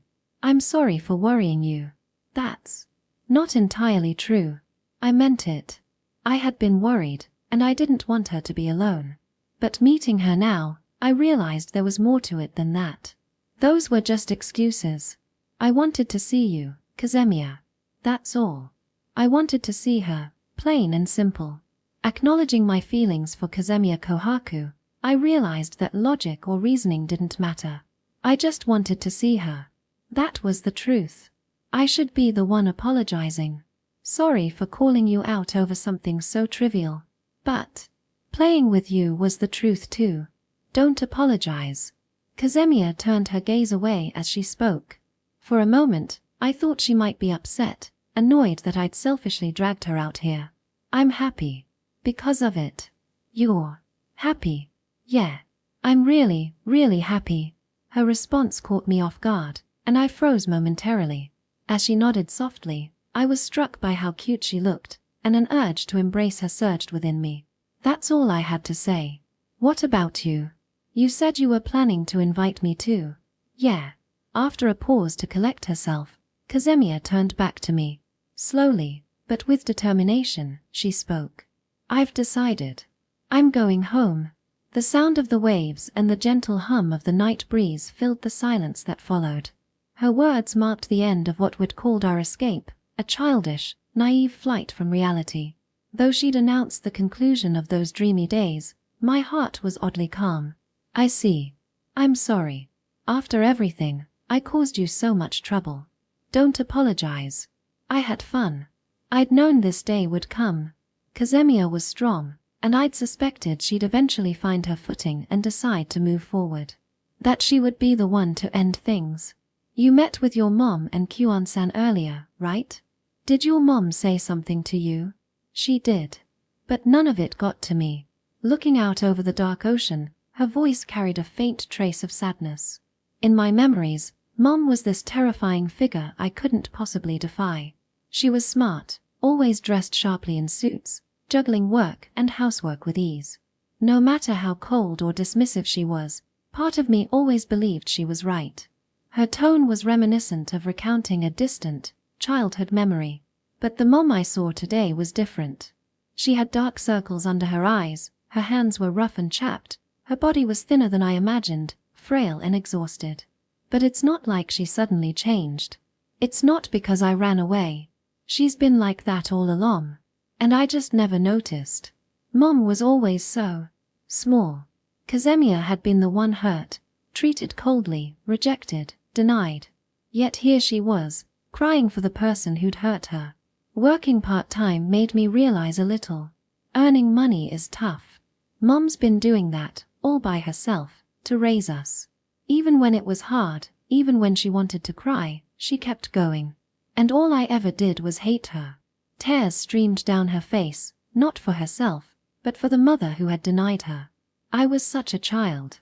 Her voice broke as sparkling tears, like jewels, fell one after another. It wasn't wrong, it was simply inevitable. The truth was, we were still kids. No matter how much we cared or regretted, there were things we couldn't change. But Kazemiya didn't let things end with "it can't be helped." She grieved for her past self, shedding tears for someone who had hurt her. Was that really the behavior of a child? To me, she didn't look like one at all. That's why I decided to go home, to apologize to Mom. Kazemiya, who had been resolute about facing the future, now looked down, tears falling. I have to go back. I have to really see Mom.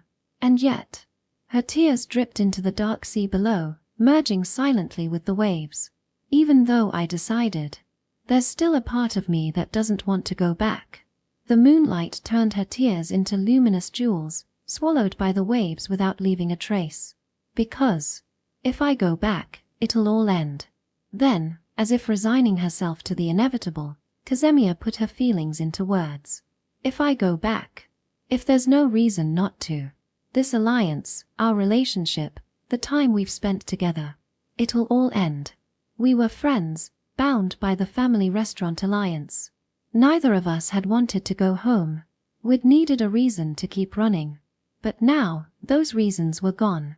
By the time the sun rose, this escape would be over.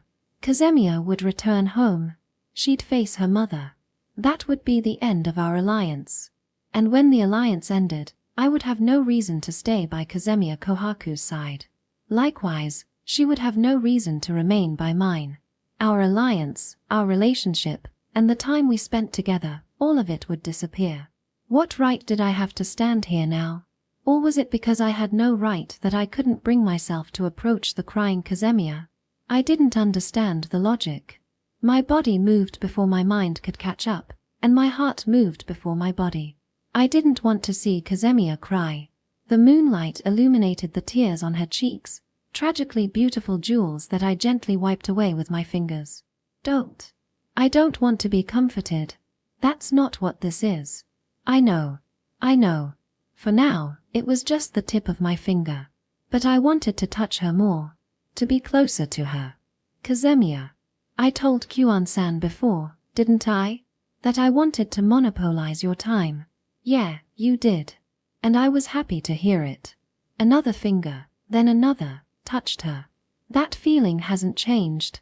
But the only reason I've been able to monopolize your time was because we were allies, friends. We were partners in this escape. If that's gone, if you stop running and go home, then there's no reason left. You're right. Our alliance, our relationship with a name, it'll end. And that's probably the right thing. Running away forever isn't right. The number of fingers brushing against her increased. But even so, I want you, Kazemiya Kohaku.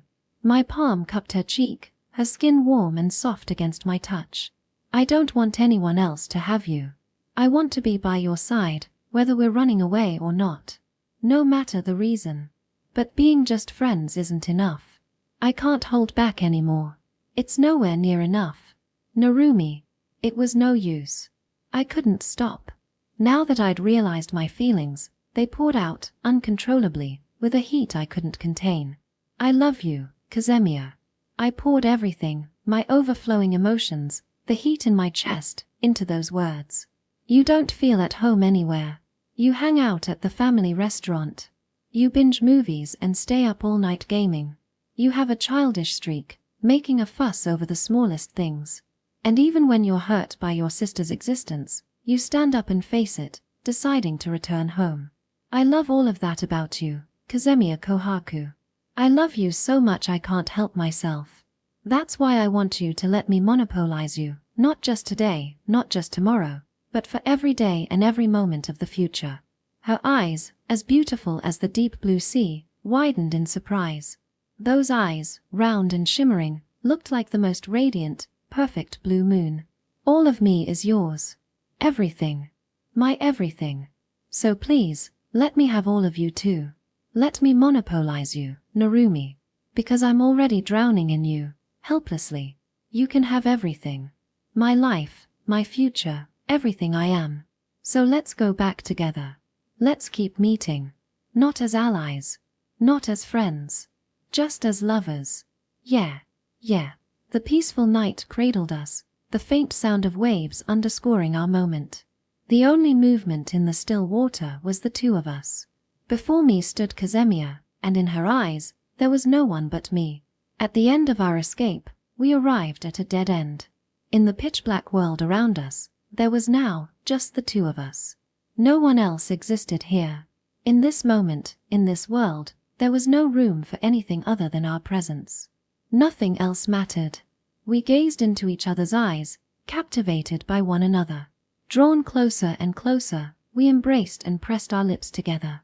The contact lasted only a moment, but the electrifying, sweet heat that coursed through my body from my lips lingered, etched into me as though it would last forever. Ah! As we parted, a breathy, sweet sigh escaped from Kazemiya's lips. My heart was racing, burning. I couldn't tell if the pounding sound was mine or hers. By now, the boundary between us was blurred, indistinct. We kissed. It feels so perfect, it's like a dream. Maybe it is a dream. Should we check? That's my line, isn't it? Our bodies remained entwined. Neither of us made any effort to let go. Kazemia's dreamlike expression tugged at my heart. I wanted to hold her tighter, to claim her as mine, to keep her from even the light of the moon. Driven by that possessiveness, I sealed her lips once more, as if to shield her from the moonlight. It's not a dream. It can't be. If it were, I'd have woken up already from how happy I am. I'm still not sure. Her voice, languid and yearning, melted into the night. Her shimmering eyes, soft and full of emotion, locked with mine. The rhythmic, sweet beat of her heart, transmitted through her chest pressed against mine, resonated deeply within me. It's not enough. Tell me more. Show me that this happiness isn't a dream. I will. Until you're convinced this happiness is real. Yeah. Show me. Let me drown in you, Narumi. More and more. The third kiss lasted far longer than the ones before. How much time I spent teaching Kazemiya that this was reality, only the moon, silently watching over us in the night sky, would know. Chapter 6. The someday Kazemiya Kohaku hoped for. After completing all the originally scheduled shifts, our summer job came to an end. The shop owner thanked us warmly and even added a little bonus to our wages before we left the beachside shack. Natsuki, did you have something to do with this? Nope. From what I overheard, their sales were better than usual this year thanks to the media coverage. Plus, I think Kazemiya-san played a big part in that. Me. There was quite a buzz about the beautiful girl working here. She drew in a lot of customers. Come to think of it, there were plenty of customers who were clearly just here to see Kazemiya. Not that it mattered to her, she kept up her trademark frosty demeanor, effectively shutting most of them down. Still, Kazemiya's charm was undeniable. I knew it was only natural for guys to be drawn to her, but… Narumi, you look kind of scary. Kazemiya-san, this is what a jealous boyfriend looks like. Is that so? Yes. That's exactly what it is. I answered without hesitation, and my adorable girlfriend blushed, quickly looking away in embarrassment. On the night we became a couple, I told Natsuki about our new relationship. It wasn't just because I was happy. I owed Natsuki a lot. If it weren't for him, I might never have been able to confront my feelings.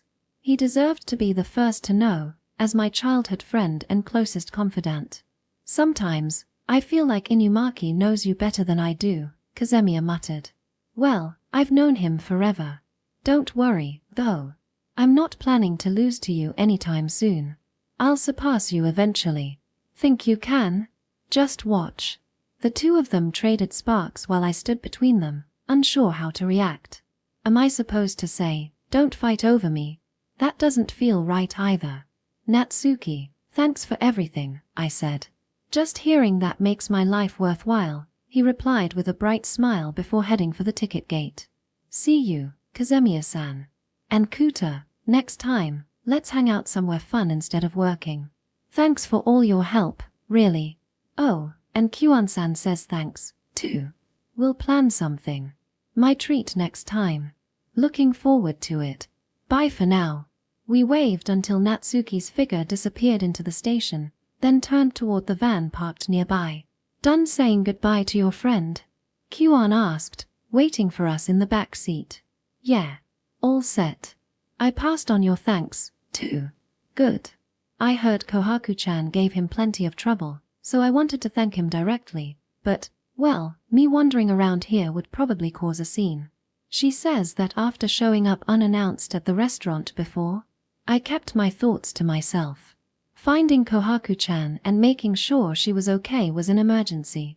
Who cares about appearances during a crisis? Kyuan's remark seemed almost like she'd read my mind, which honestly wouldn't surprise me at this point.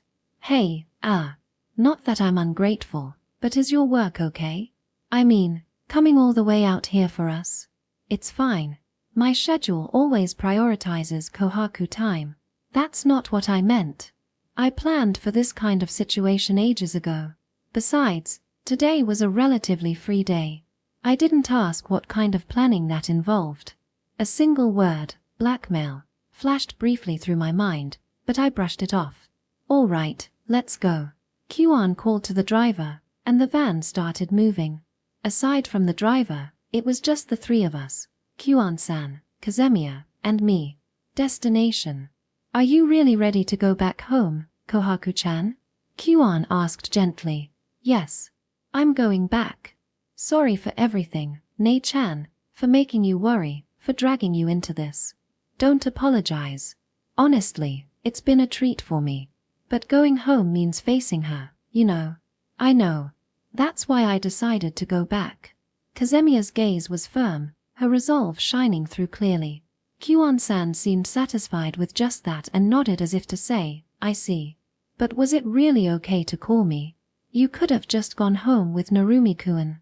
After deciding to go back home, Kazemiya contacted Kyuan-san and asked her to pick us up. Of course, we could have taken the train back like we did when Kazemiya first ran away.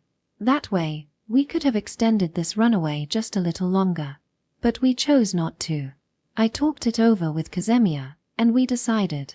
It's time to stop dragging this out. Our runaway ended the moment we reached that dark ocean that night. That was the dead end for the family restaurant alliance. We could either stay there or turn back. Those were our only choices. And we chose to turn back. To go home. To face her mother. From the moment Kazemiya resolved to do that, accepting the end was inevitable. Besides, I wanted to hear from you. About Mom. I see. You've come far, haven't you? They say, a boy grows after 3 days of separation, but in Kohaku-chan's case, it's more like, an angel grows after 2 seconds apart. That's absolutely not true. Even Confucius would be amazed. Nei-san, please be serious. I'm begging you. With a wistful expression like that, anyone would want to respond to her. In fact, Kazemiya's reaction was quite commendable. Don't worry, I'll talk. But I'm not exactly eager to do it. Why not? Because it will only hurt Kohaku-chan. From our seat, we couldn't see Kyuan's face. I had no idea what kind of expression she wore, what kind of emotions she held inside. That's okay. Even so, are you really sure? You might end up saying you don't want to go home after all. I won't. And what's your reason? Because I have my boyfriend.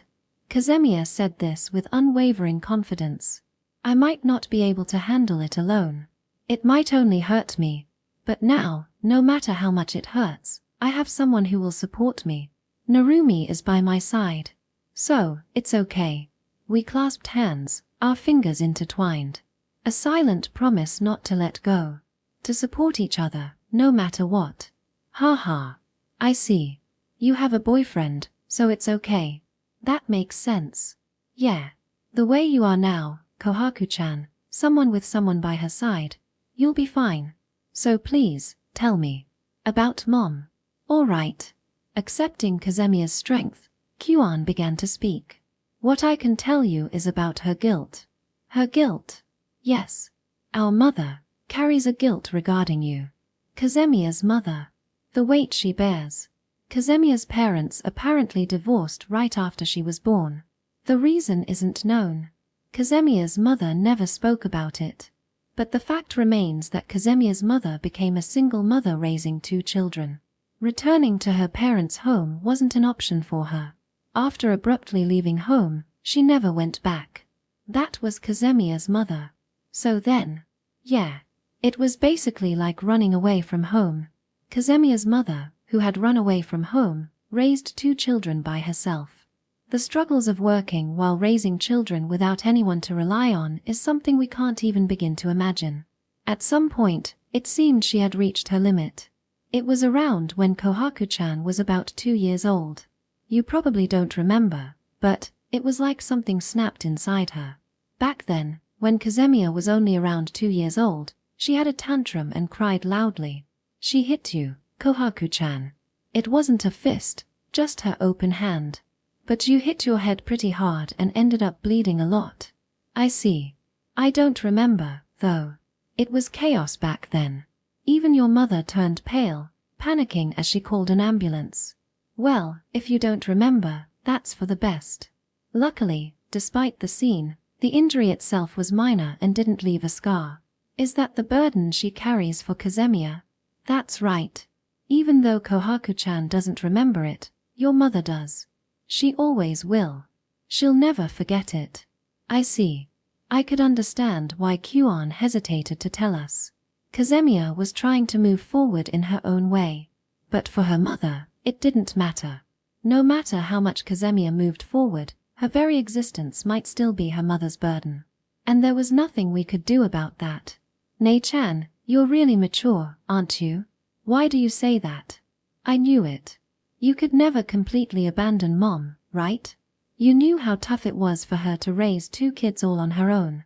Yeah, she's still our mother, after all. Even if she hurt you a lot because of it, Kohaku-chan. It's all right. Nei-chan, thank you for telling me. No, I'm the one who should be apologizing for keeping it from you.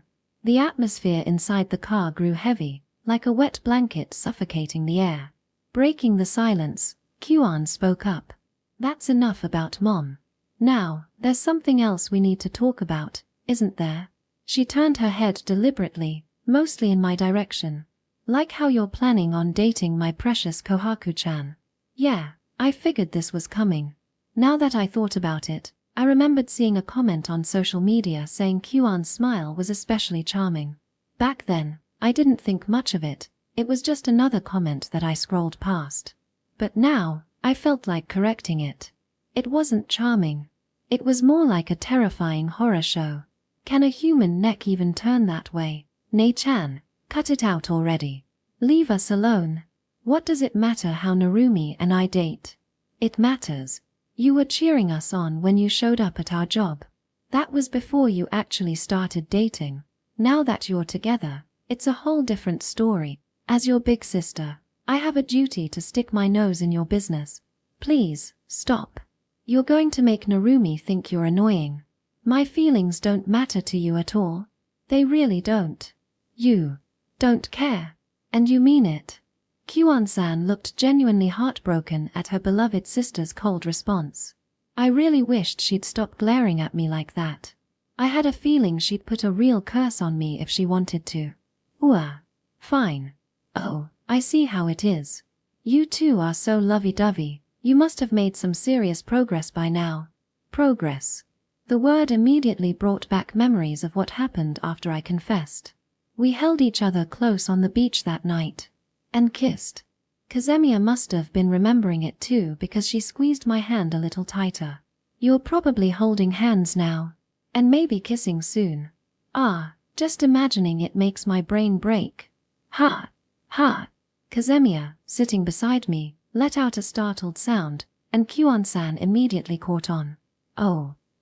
Yeah, that's right. Kazemiya tried to cover it up, but she was clearly remembering that night at the beach. Her face turned a bit red, and Kyuan's expression went completely blank. How far have you really gone? Do I really have to tell you? You've kissed her 100 times, haven't you? That's the face Kohaku-chan's making right now. We haven't kissed 100 times. We kissed a few times after we confess. I don't remember the exact number, but I did end up asking for a lot of them myself. But it definitely wasn't 100 times. Yeah. Maybe, at most, it was just in the double digit. Yeah. Oh, she's broken. Kazemiya's desperate attempt to explain herself led Kyuan to let out an insect-like wail as she squirmed around in distress. So, that's what happens when your brain breaks. Humans are really something. Sorry for making so much noise. It's okay. I'm used to Kyuan-san's antics when it comes to her sister. The driver seemed used to this kind of situation. I couldn't help but feel a little sorry for him. No way. I'm not ready for this. As her big sister, I can't approve of this. No. Nothing. Absolutely not. Nei-chan. I'm not listening. I refuse to hear any of this. I'm calling off the return home right now. You're being annoying. With a sigh, Kazemiya delivered her ultimate blow, and her sister fell completely silent. Since it was around lunchtime, We decided to grab a bite to eat before heading to Kazemiya's house. We stopped at a family restaurant called Flowers. Kyuan-san, however, still hadn't recovered mentally, and considering the risk of another outburst, we decided it'd be better to split up for now. The driver, who turned out to be someone from Kyuan-san's agency, stayed with her. Apparently, there were also private dining rooms nearby, so they decided to eat there instead. Honestly, I think the driver was just being considerate of us. Sorry about my sister. No, not at all. I was actually really happy to see you and Kyuan-san having that kind of back and forth. Why? Wasn't it just annoying for you to be dragged into all that? It felt like seeing a close pair of sisters. It was nice. Kazemiya had suffered because of her sister's presence, yearning for the concept of family even while being pained by it. But now, here she was, casually interacting with Kyuan-san as an ordinary sister would. Watching the person I love most in the world live out a scene she had always wanted, and fought so hard to reach, made me happy beyond words. Thank you. Kazemiya, sitting beside me, leaned against me as if she was giving in completely. Normally, we'd be sitting across from each other with a table in between, but now we were sitting side by side. This gentle weight on my shoulder made me realize the difference in our relationship. This wasn't about alliances or friends, it was the closeness of being lovers. It's thanks to you, Narumi. I could mess around with my sister like that, and I could finally face my mom. I didn't do anything. You faced Kyuan-san all by yourself. That's why it's thanks to you, Narumi. Because you spoiled me so much, because you gave me strength. You accepted me, embraced me, ran away with me when I needed it. But that was your strength, Kazemiya. No, it was all because of you, Narumi. Realizing we were arguing over something silly, we both let out a small laugh. Alright, let's say it was thanks to both of us. Yeah, let's go with that. Kazemiya's voice was sweet, so vulnerable that it almost made me nervous. I wanted to keep this voice, this warmth, all to myself. I wanted to cover the ears of everyone in the world so that only I could have this sweet, trustful voice. Still, for now. Are you okay? I asked. With what? With your mom. The burden Kyuan-san had told us about, the one Kazemiya's mother carried. Thinking about how Kazemiya might feel about it made my own selfish desires fade into the background. What am I supposed to do? She murmured, still leaning against me. I decided to face Mom, just like I faced Nei-chan. I thought I'd stop running and go back home. But, just by being there, I make Mom suffer. What am I supposed to do about that? Kyuan-san seemed to be struggling with the same thing. To Kazemiya Kohaku, the presence of Kyuan was a source of pain and hardship. That's why Kyuan-san chose to distance herself. She left home to avoid causing Kazemiya any more pain. Yeah, I guess to Mom, I'm like how Nei-chan was to me. But it's different. At least even if it was painful sometimes, I still loved my sister. For a moment, there was a pause, as if she were trying to hold something back. Mom doesn't love me. I don't think that's true. I denied Kazemiya's words instantly. I didn't want her to think that. I didn't want her to believe it.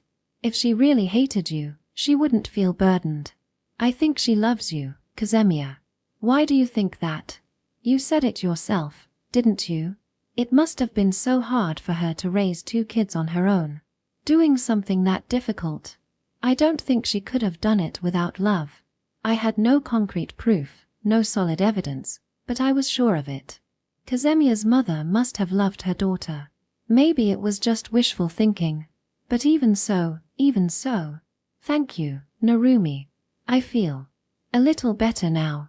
Even so, I wanted that wish to be real. And I believed it could be. After that, our food arrived, and we had our lunch, gathering the energy we'd need to head home. It felt strange to be gathering energy to go home, but for us, that's how much resolve it required. Especially for Kazemiya. This is the 5th stamp, Kazemiya said, holding up the stamp card. Yeah, the last one. Getting the 5th stamp just as our runaway was ending, it felt like a fitting conclusion. Come to think of it, we still haven't decided what to exchange the stamps for. Nope, still undecided. But you did say that just collecting them with me was enough of a reward, so I didn't think we needed to decide. Hey, don't bring that up. I told you to forget it. I said I'd remember it even in my grave. Ah, nostalgic. We had that exchange right at the start of our runaway. Of course, I remembered. Don't worry. We'll share a grave. What? Do you mean? I think you know exactly what I mean. Ah, my girlfriend is just so cute. Her face was bright red, and she was flustered beyond measure. I felt a bit bad for Kyuan-san, but honestly, I wanted to keep her all to myself. Anyway, let's decide on what to get as our prize. She changed the subject in the most obvious way. But even that was adorable, and I couldn't help but smile to myself as I leaned over to check the screen with Kazemiya. There's a lot to choose from. Clear files, lunchboxes, tote bags. It'd be nice to get something we can use together. But there's only one lunchbox or one tote bag. Oh, the clear files come in a set of 5. Let's see if there's anything else that comes in a set like that. Not that I minded the clear files, but since it was a keepsake from our summer memories, I was hoping for something a little more special. What about this? She suggested. A 2-piece strap set? Kazemiya pointed at a strap shaped like a flower. Oh, looks like we can pick the colors too. Yeah, you're right. There's white and red. We exchanged glances, smiling. Without needing to say a word, we had made our decision. After we made the purchase, we showed our 5 completed stamps to the store clerk, and we picked out the red and white straps as our reward. You want the white one, right, Kazemiya? Outside the shop, I handed Kazemiya the white strap we had just gotten. Thank you. Seeing her hold the white strap so delicately, it made my heart swell with warmth. The obstacles Kazemiya would soon face were daunting, and there wasn't much I could do. That was frustrating beyond words, and it pained me. Narumi, I have a favor to ask. Is that okay? Kazemiya asked. Of course. I haven't even said what it is yet. If it's a favor from you, Kazemiya, I'll do it. What if it's something weird? Weird? Like what? Well, like a kiss or something. PFF. Why are you laughing? I just thought it was cute. Are you making fun of me? Quite the opposite. It's a compliment. Absolutely not. She must have desperately tried to think of something weird to ask, and the result was just adorable. Besides, if she had asked me for a kiss, there would be no reason for me to refuse. She didn't even seem to realize that, and that made her even cuter. So endearing, I couldn't stand it. So, about that favor. What do you need? I asked. When I go to see Mom, will you come with me? Kazemiya's request was a bit of a surprise. I thought you'd go alone. That was the plan. But, after hearing what Nei-chan said about Mom, I realized that I probably can't handle it on my own. She continued, her head down and her arms wrapped around herself. You said it before, Narumi, that maybe Mom loves me. I hope so too. But, it's not just love or affection. I think there are also a lot of painful, difficult feelings mixed in. Facing Mom means facing all of that, and the thought of doing it alone scares me. The arms wrapped around herself seemed like they were there to keep her body from trembling. It's different from when I faced Nei-chan. Nei-chan. There was a lot of love in how she felt about me. But with Mom, it's different. More than love or affection, it's the painful feelings, the resentment, that weigh more heavily. And I'm scared to face that on my own. Sorry. It's pathetic, right? I put on such a brave face, but now I'm shaking. I'm really just. You're amazing. The words came naturally. So did wrapping my arms around her. You're amazing, Kazemiya. Absolutely amazing. At the very least, I still kept running away from my problems. Kazemiya was different. Even though she was scared, she was ready to confront what she had been running from all this time. That was incredible. It had to be. So please, let my feelings reach you. Through words, through touch, just let them reach you. I'll be right by your side. I'll support you. So you can face your mom without fear. Just go for it. But what if I want to run away again? I'll hold you like this and stop you. Funny, really. I'd been the one running away with Kazemiya, And now here I was, promising to stop her if she tried to run. I told Nei-chan, didn't I? That maybe I couldn't take it all on my own. That maybe I'd just end up hurt. But I have someone now, someone who will support me no matter how much I get hurt. You, Narumi. You said it. You weren't wrong. As long as Narumi-kun is with me, I can face anything. It's the same for me. As long as I have Kazemiya Kohaku in my life, I'm sure I can face anything.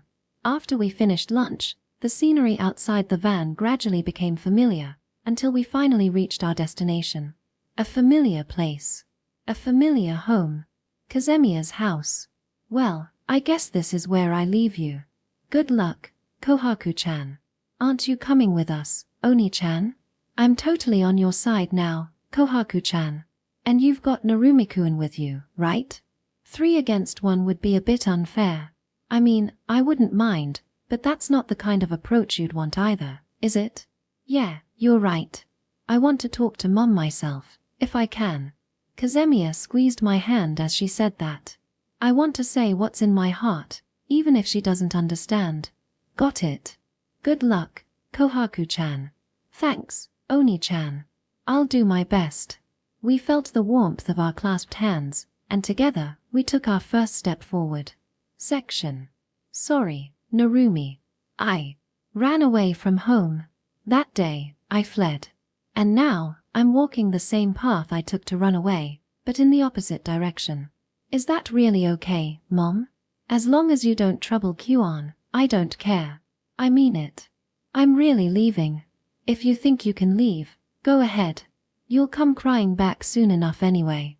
Looking back, I was just a selfish child seeking attention. Just remembering it fills me with shame. How pathetic. Honestly, I want to run away right now. But there's someone who accepts even that pathetic part of me, someone I can't even bring myself to accept. And because of that, I found the courage to choose this path. To come back to the home I ran away from so many times. With the most important person in the world by my side. If anything happens, just say the word. Like what? Like when you feel like crying in your boyfriend's arms. Yeah, right, idiot. I probably will feel like crying. Right here, in these arms. I took a deep breath, exhaled, steadied myself, and opened the door with the key. I returned to the home I'd run away from. We walked down the dimly lit hallway together, the only sound being our footsteps. My heart pounded harder with each step. The light in the living room was on. I paused for a moment, then opened the door and stepped inside. I'm home. The sound coming from the living room was the tapping of keys. Ignoring everything else, the person staring at her tablet screen was my mom. Mom, I'm back. She didn't respond. She didn't even glance away from her screen. I didn't say anything more. I waited patiently, my hand still firmly holding Narumi's. The room's air conditioning had cooled my body from the outside heat, but our hands still felt warm. So that's what Kyuan meant when she asked me to stay home. She must have realized I wasn't budging. Mom spoke, her voice cold, still staring at the screen. The mechanical sound of her typing hadn't stopped. She wouldn't even look at my face. And, what did you come back for? Didn't you leave this house already?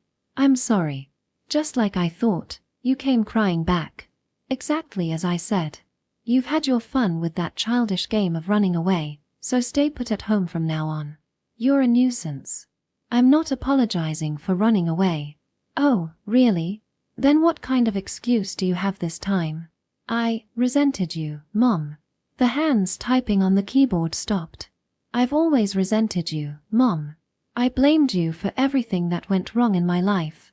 I blamed you for my lack of talent. But it wasn't your fault. It was because I was weak. I couldn't accept my own weakness, so I always blamed someone else. I never even considered how hard it must have been for you to raise us. Mom didn't say anything. She wouldn't even look me in the eyes. But that was fine. All I could do was apologize. Working part-time, earning a salary, I got a small glimpse of just how difficult it is to earn enough money to support a family and raise children. And that's all thanks to the person beside me right now. Narumi. I had Narumi by my side, and he supported me. But you didn't have anyone to rely on, did you? You were alone, with no one to turn to, and yet you raised us. And despite that, I always resented you. If Narumi hadn't been there for me, hadn't supported me, I would have run back home crying right away. And I would have blamed everything on you all over again. But because I didn't do that, I know I'm very lucky and blessed. That's why. I'm sorry. I'm sorry for resenting you without knowing anything. From now on, I'll face my own weakness. I'll face you too. Even if it's hard, I want to fight properly with you. Be quiet. A faint, simmering anger filled the air. Don't say things you don't mean. You heard from Kuan about me, didn't you? About how I raised my hand against you. You must still resent me. You must still hate me. You must think I'm unforgivable. And yet, an apology. How insincere. You're right. I resented you. I was hurt. But I don't resent you as much as I used to. I told you to stop lying. The sound of her fist slamming against the table echoed. My body tensed, and I struggled to find words. Narumi squeezed my hand slightly, as if to stop the tremor running through me. Because of that, my shaking stopped. I could speak. I could still stand my ground. I'm not saying I don't resent you at all, but the feeling of gratitude outweighs the resentment. The desire to apologize is much stronger now. That's how I really feel. Liar. Liar, liar, liar, liar, liar, liar. Of course it's a lie. She didn't believe me. She wouldn't even look at me. Still. Please believe me. Look at me, Mom. Look into my eyes. Just look at me. Even if it's just for now. No. The words squeezed out of Mom were of rejection. No. Absolutely not. Do you know why? It's because I hate you. I know. No, you don't. The rejection was relentless, no matter how many times I reached out. Every time I see your face, I feel like I'm being blamed. Every time I see your face, I remember the blood. Every time I see you, I'm reminded of my mistakes. Mom covered her ears, rejecting all the sounds of the world. It was just like how I used to reject the world around me in the classroom. I never should have had you. Kuan would have been enough. If it was just her, my world would have been perfect. Cold silence filled the room. The only sound was my mom's shallow breaths, gasping for air. Yeah, I guess I kind of knew. I relied on the warmth of Narumi's hand to stay conscious. If I had been alone, I'm sure everything would have gone dark by now. But I could still stand. I could still speak. A warm, red light illuminated me, supported me, even in this darkness. Even so, I didn't want to accept it. Because if I did, I'd really lose my place here. But I won't run anymore. I'll accept this reality. I exhaled, steadying my breath. One beat of silence. The words I was about to say felt like a ritual. A ritual to accept reality. Mom hates me. My existence has always hurt her. Just a painful confirmation of reality. That's right. That's right. I'll say it as many times as it takes. Every time I look at you, every time I see those eyes, I feel like I'm being accused. So disappear. Get out of my sight. Out of my perfect world. Since I heard about Mom from Oni-chan, I knew she would say this. It wasn't some vague feeling somewhere in the back of my head. If I were in Mom's position, without Narumi by my side, I'd have said the same thing. You know, I kept hoping. I knew in my head, but right up until I came here, I hoped. That maybe you, Oni-chan, and I could stay here as a real family. I hoped. I kept hoping. But it really is impossible, isn't it? Not right now. Don't cry. I knew this would happen. That's why I came here to apologize today. Because at the very least, I wanted to apologize for everything up to now. That's why I chose to come back. Yes, I chose to come back. Fully aware that I would have to bear both wounds and pain. Even so, is it really no good? Can't I stay in this house? With determination and resolve. I know it's selfish to want to come back now after running away just because I felt uncomfortable. I'm sorry. But even so, right now, I want to come back home. No matter how pathetic it might seem, I'm here with the resolve to resist. I always thought family was just a hassle. I thought it'd be easier if I could just forget everything. But I couldn't forget. I couldn't forget about Oni-chan or Mom. I kept thinking about both of you, lingering at the edge of my heart. Family really is a pain, isn't it? I talked about it with Narumi once. Yeah, family really is a pain. Even with all the hatred directed at me, I can't let go of what's in my heart. It's a connection that's existed since the beginning of my life. I don't mind if you hate me for now. Even so, someday, I want you to like me. After all, I don't remember. I don't remember being hit by Mom. But there are so many other things I do remember. There were times when Mom had high hopes for me. She held my hand so I wouldn't get lost. Even when I threw a tantrum, she sometimes gave in and bought me a toy. She never forgot my birthday, not once.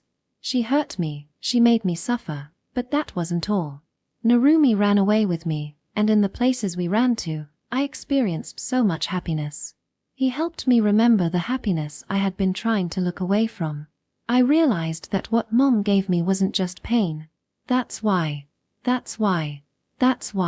Fine, stay here if you want. Mom, I'll leave instead. Those were the last words Mom directed at me. She roughly stuffed her things into a bag and left the living room. She was about to leave the house.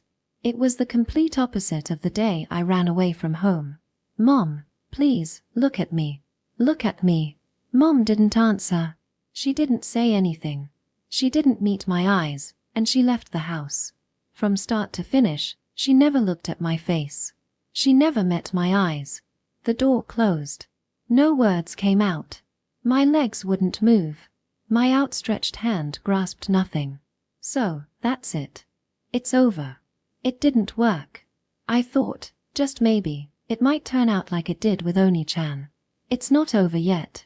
Narumi, who had been holding my hand, was now standing in front of me. It's no use, you saw it, right? Mom, she ran away. She chose to run away from this house, from me. So now, there's nothing left. We ran away too, didn't we? Are you saying that this is just what happens when our actions catch up to us? No.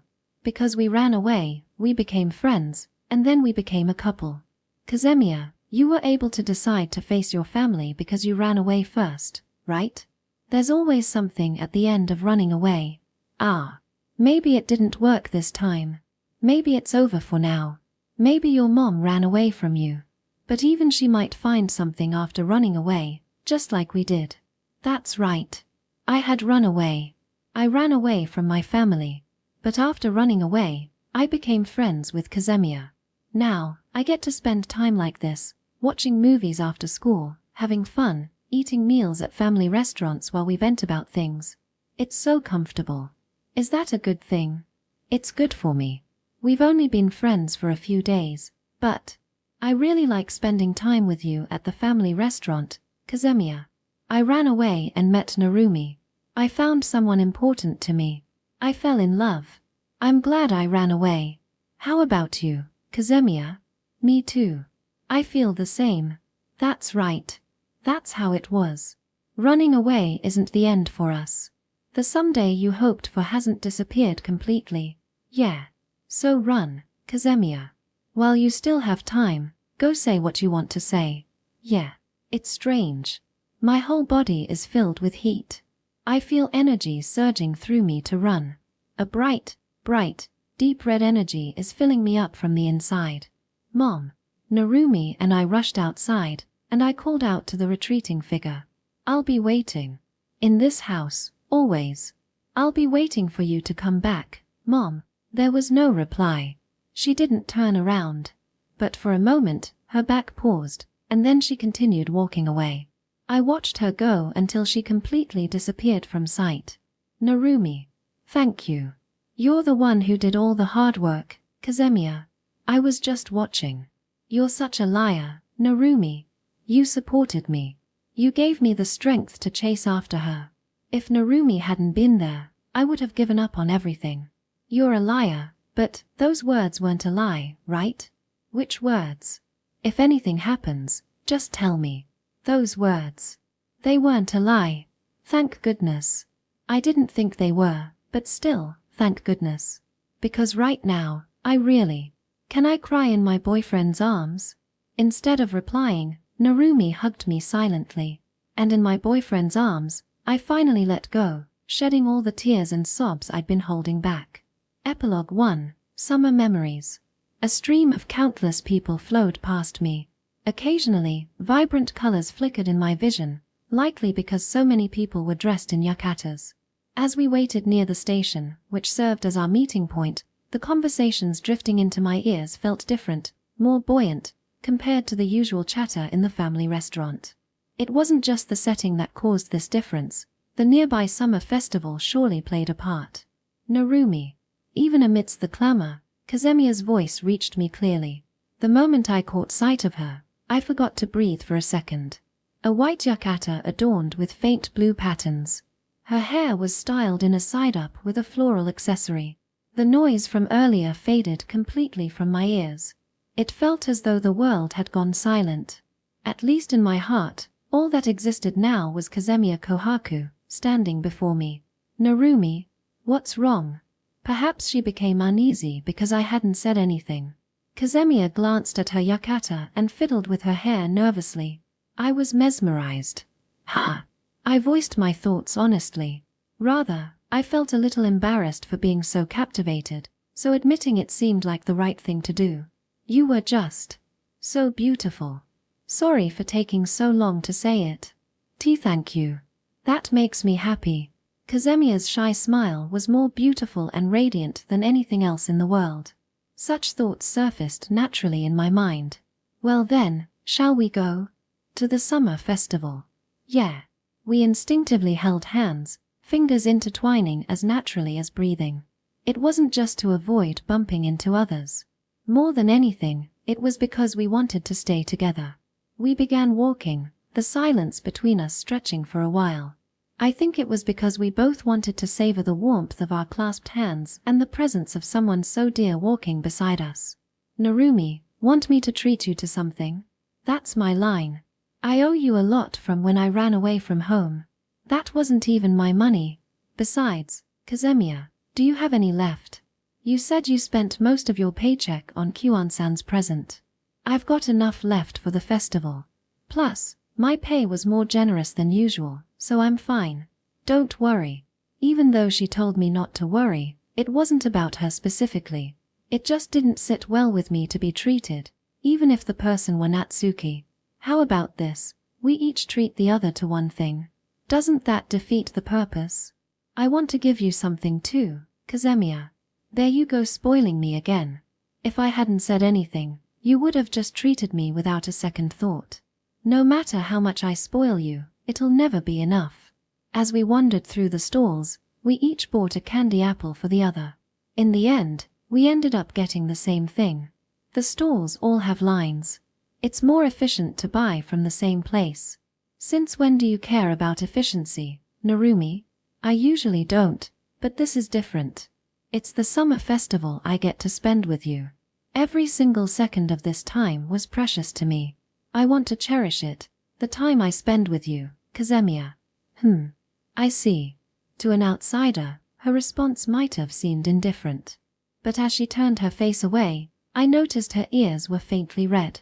Her subtle, adorable gesture took me by surprise. With her hair styled up today, her usually hidden, pale nape was fully visible from this angle. To put it mildly, it was distracting. I wanted to drape my jacket over her immediately so no one else could see her like this. Narumi, your face is red. Do you have a fever? No, I'm fine. It's just temporary. I wished she'd stop tilting her head like that with such an innocent expression. It made me want to embrace her right there, without a care for who might see. As I tried to cool the heat in my face, I muttered, "The summer festival. It feels nostalgic. Have you been here before? With Mom and my sister. The three of us as a family." As she gazed at the rows of stalls, Kazemiya reminisced about the distant past, days spent as a family of three. I wore a yukata back then too. It was one Mom got from someone at work. Today's yukata was fitted by my sister, but when I was a child, Mom used to dress me. You were loved, weren't you? Yeah. I'm sure I was loved. On that day when her mother left their home, Kazemiya cried in my arms. She was probably heartbroken because her mother had run away from her. She was devastated because she felt like an unwanted part of her mother's life, rejected. And more than anything, she was pained by the thought that she had driven her mother to leave. That time, when I talked to Mom at home, she kept blaming herself. She was convinced I resented her. Even when I said I didn't hold much of a grudge anymore, she didn't believe me. If she truly hated you, she wouldn't blame herself like that. What Kazemiya's mother harbored was guilt. Guilt arises from a sense of wrongdoing. Though her mother might be a perfectionist or have a streak of obsessiveness, she doesn't truly believe Kazemiya is some irredeemable stain on her life. She's just scared. Scared to face herself. Scared to face her daughter, her family. She knows you're irreplaceable, and that's why she's afraid to confront it. I think so too. Or at least, I want to believe that. So she ran away. She turned her eyes from what she didn't want to see. And the reason I understand that is because I'm the same. Has your mother still not come home? No, not yet. She's still working, though, so I sometimes hear about her through my sister. It had already been several days since then, but it seemed like Kazemiya's mother still hadn't returned home. Don't you want to see her? I do. But if I went to see her now, I think it would only hurt her. There was a tinge of loneliness and sadness in her words. But even so, she held on to hope and tried to move forward. That strength of hers was dazzling and unbearably endearing at the same time. Just like how I met you and changed when I ran away, maybe Mom will change after running away too. So until then, I'll keep waiting. Then we should hurry back home. So you can wait for her. Yeah. Besides, the fireworks festival will start soon. With this, I've checked off stroll through a summer festival in a yukata from my list. Even after the whole running away from home incident, most of the items on our summer reward list had been completed. But among the ones left, the desire to visit a summer festival in yukatas was mutual between Kazemiya and me, so we decided to head out together today. There was also a fireworks festival scheduled for the evening, and since the fireworks could be seen clearly from the balcony at Kazemiya's home, I'd been invited over to enjoy them after the stalls. We decided it was better than fighting through crowds for a cramped spot without a view. Since Kyuan-san helped you put on your yukata, she must be at home, right? She's off work this afternoon. She did have plans, but they got cancelled because of scheduling changes. Also, she said while coming home with about 20 new yukatas. Ah, I can picture her being all giddy. I'm surprised she didn't tag along. I was worried about that too, but my sister somehow managed to hold herself back, though she looked like she was crying tears of blood. Knowing her, it wouldn't surprise me if it wasn't just a figure of speech. But she said she'd join us to watch the fireworks later. Sorry about that. No need to apologize. It's a good thing. It means you and your sister get along well. That's the opposite of how I am. While chatting, we soon reached the apartment building where Kazemiya lived. Taking the elevator to the top floor, I entered the home she now shared with Kyuan-san. The view of the fireworks from here was bound to be spectacular. I'm home, sis. Excuse me for intruding. With the contrasting greetings of resident and guest, we stepped inside Kazemiya's home. Sis. Her. She's not here. But there was no sign of Kyuan-san in the house. Maybe she went shopping? If so, she'll probably be back soon. Yeah, maybe. She might have gone to buy drinks or something. As we tilted our heads in confusion at the empty room. Ah. A distant sound, like something being launched. A moment later, the boom of an explosion reached our ears. When Kazemiya and I stepped out onto the balcony, the night sky was ablaze with flowers of light. The fireworks have started, Kazemiya murmured softly as she gazed up at the dazzling sky. At the same moment, her phone buzzed with a notification. Is it from Kyuan-san? I asked. Looks like it. Let's see. Kazemiya began reading the message from Kyuan-san. What does she say? Is she running late? There was an issue at the venue, and her schedule got delayed. She says an urgent job came up. Her voice sounded somewhat stiff. Perhaps she had been looking forward to watching the fireworks with Kyuan-san. A work emergency? That's too bad. Kazemiya silently turned off her phone. Narumi. Tchem. My sister. Won't be back until tomorrow night. Is that so? The sound of the fireworks grew louder, more vivid, filling the air unimpeded by words. Which means, tonight, no one else will be home. The distant glow of the fireworks illuminated Kazemiya Kohaku's face. Her eyes, tinged with unease yet brimming with a kind of brave resolve, wavered as she looked at me. That gaze, directed upward, locked me in place. I couldn't look away. I reached out, but I couldn't bring myself to touch her. The presence of Kazemiya Kohaku felt overwhelmingly radiant to me at that moment. The girl standing before me, who had stopped running from her family and faced her fears head-on, shone brighter than anyone else. While I continued to run away from my own struggles, it felt like she had already gone so far ahead. So far that even if I reached out, I wouldn't be able to touch her. I'm still running. Even if I could reach her, I hesitated to touch. I was afraid that someone like me, who could only run away, might dim her light just by reaching out. That thought kept swirling in my mind over and over. You're different from the Kazemiya who ran away from her family. Until now, we had been the same. We had been running together. Two people fleeing from something. But not anymore. Kazemiya and I had become different people. And yet, is that okay? The girl who once ran away with me by my side was no longer there. Unlike me, who kept falling into the darkness, Kazemiya had become a dazzling light. Kazemiya and I were no longer equals. I understood that much. But still, I wanted to reach out for that light. To touch it. I didn't want to let go anymore. I didn't want to give her to anyone else. I wanted to keep her all to myself. Narumi, you're the one I want.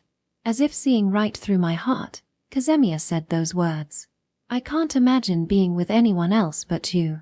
After that, we stopped watching the fireworks. Kazemiya Kohaku only wanted to look at Narumi Kuta. And Narumi Kuta only wanted to look at Kazemiya Kohaku. So I pulled her into my arms. Our eyes locked, and our lips met. From that moment on, we only saw each other. We barely saw any more of the fireworks. Her carefully worn yukata ended up disheveled. Her neatly styled hair was undone. I couldn't see anything else but Kazemiya Kohaku. I didn't want to see anything else. Even after the fireworks ended, after the festival was over, after the noise of the crowd faded, it remained the same. Her pale skin bore countless red marks, like fireworks painted across it. Our hands stayed clasped, refusing to let go. Maybe we were still afraid. Afraid of letting go, of being apart. Kohaku. I said her name, wanting, if only for now, to hold on to the light that was Kazemiya Kohaku entirely for myself. Kuta, she replied, saying my name back. It's okay. I'm here, she said in a sweet, melodic voice. Her words reassured me, but the fact that I needed reassurance frustrated me. I lost myself in her touch, her embrace, her warmth, her lips. As the night quieted and some time had passed, we lay close to each other, wrapped in the same warmth. Sorry. I pushed you too hard. It's okay. More than it hurt, it made me happy, happier than anything else. Happy. Yeah. I'm always the one leaning on you, Kuta. So, having you rely on me for a change made me happy. I feel like I already lean on you a lot, showing you plenty of my uncool side too. You still show me more of your cool side, always seeming so composed. It frustrated me. I wanted you to lean on me more, to depend on me. That's why. Yeah. I was really happy. Honestly, I felt my heart skip a beat. Seeing the unguarded, desperate Kuta from earlier, seeing how focused you were on me. Having you spell it out like that is seriously embarrassing. And after leaving so many marks, you say that now? That's mutual, isn't it? You left plenty of marks too, and you weren't exactly composed yourself. That's not true. I was totally composed. You're the one who clung to me so desperately, who asked for more. I don't know anything about that. Nope, not at all. As she said that, Kohaku pressed closer, burying her face against me. It was unbearably endearing. Oh, you put the strap on your phone case. Kohaku's gaze was on my phone, lying by the bed. The case bore a red strap, the proof of our escape, exchanged for stamps we had collected. Yeah, it felt like the perfect spot. What about you? Same here. I put mine on my phone case too. It feels like the best place for it. Kohaku picked up her phone from the bedside, showing the white floral strap swaying from her case. Kuta, let's swap straps. Swap? Sure, but let's carry each other's colors. That way, you'll feel a little less anxious, won't you? I think I finally understand how you felt when you said you were frustrated. During this summer escape, Kohaku's world had grown bigger. She'd grown so much, standing far ahead of me now. It frustrated me to no end. All I could do now was lean on her. Finally figured it out. We removed the straps from our cases and exchanged them. It felt like she already completely understood how I felt. In reality, I was the one lagging behind. And if I wanted to stay by her side, to stand as her equal, I'd need to follow her path and catch up. Kuta, you can still make it. Lying beside me on the same bed, closer than ever, Kohaku spoke those words. My family was already beyond saving. Everyone was looking in different directions, running away. It was too late to face each other. In the end, it fell apart. Kazemiya's mother had left their home. A family of 3 had become 2. But your family, Kuta, there's still time. You know that, don't you? Yeah, I know. I held her hand, interlocking our fingers, drawing close to her, letting our warmth become one. You know, Kuta, if you want to keep running, I'm okay with that. But I also think this, if your family ever falls apart, you'll end up blaming yourself. I can't deny that. If someday my family were to break apart, it would undoubtedly be my fault. My running away would be the cause. I don't want you to blame yourself, Kuta. I don't want you to go through what I did. Kohaku was blaming herself, thinking that if she had faced her family sooner, maybe things could have turned out differently. And yet, here she was, encouraging me to move forward. You're really amazing. My girlfriend is incredible. Not cute. That moment was definitely incredible. Well, I don't feel bad about that. She smiled, satisfied, and when I stroked her head, she squinted her eyes like a contented cat. I've been running from my home and my family all this time, and I thought that was fine. Ever since I met you, running away felt even more comfortable. I wanted to keep running with you forever, endlessly. I paused, pulling words from deep within my heart, little by little. But at some point, that changed. Being with you became so much more important than running away with you. This summer's escape had shown me that. It gave shape to the changes that had crept into my heart. My uncomfortable home, my family, my stepfather. All of it hurts to face. It's painful. If I run away, I don't have to get hurt. But even if it hurts, I want to be with you, Kohaku. Even now, it felt like Kohaku was so far ahead. She was right here, in my arms, yet the distance between us felt immense.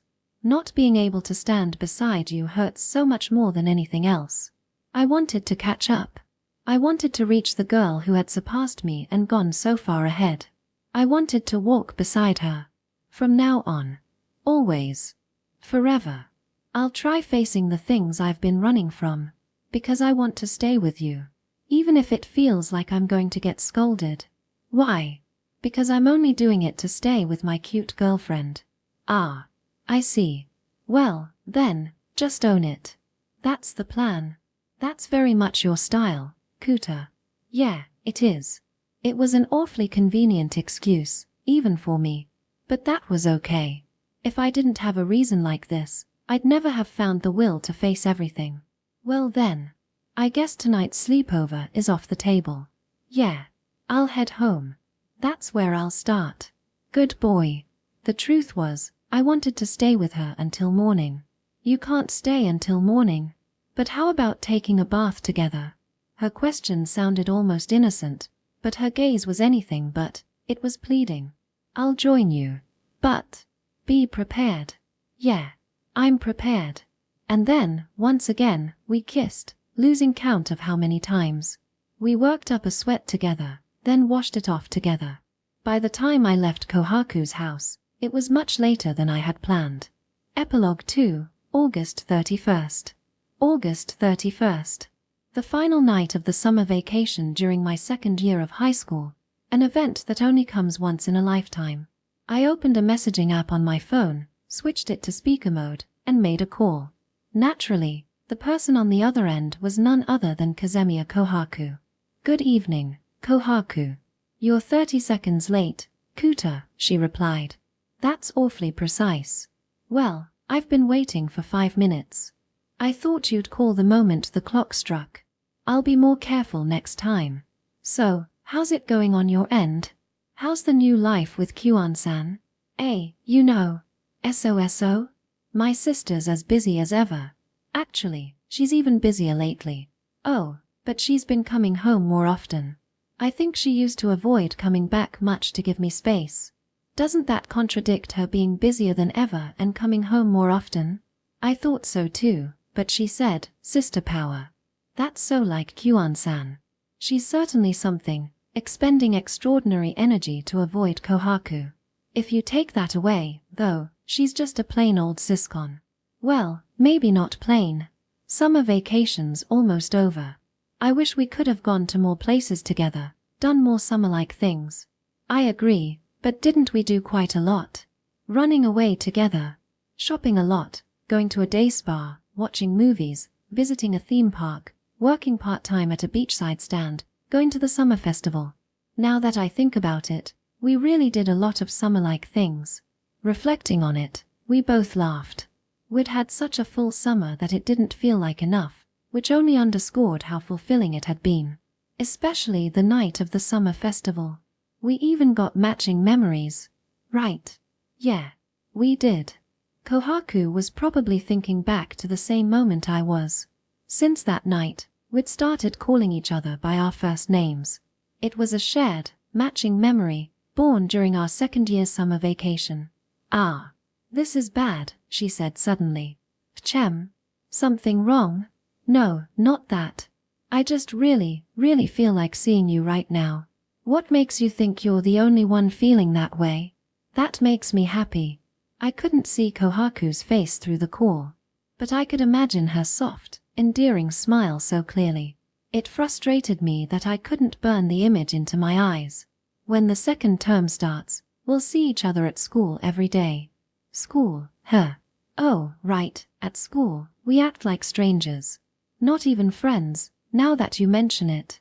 We'd spent so much time together this summer that it was easy to forget. At school, let's stay strangers, she said. Why? If people find out we're dating, it might cause trouble for you. If you're worried about your reputation, I don't mind. Even if you don't care, I do.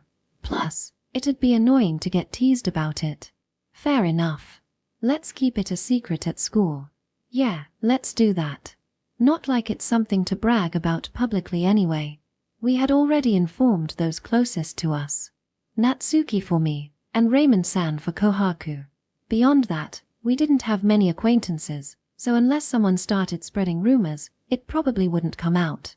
Still, if I don't keep myself in check, I might end up bragging about it, she admitted. I thought you didn't want to get teased. Can't help it. It's your fault for being such a perfect boyfriend. I want to brag about you.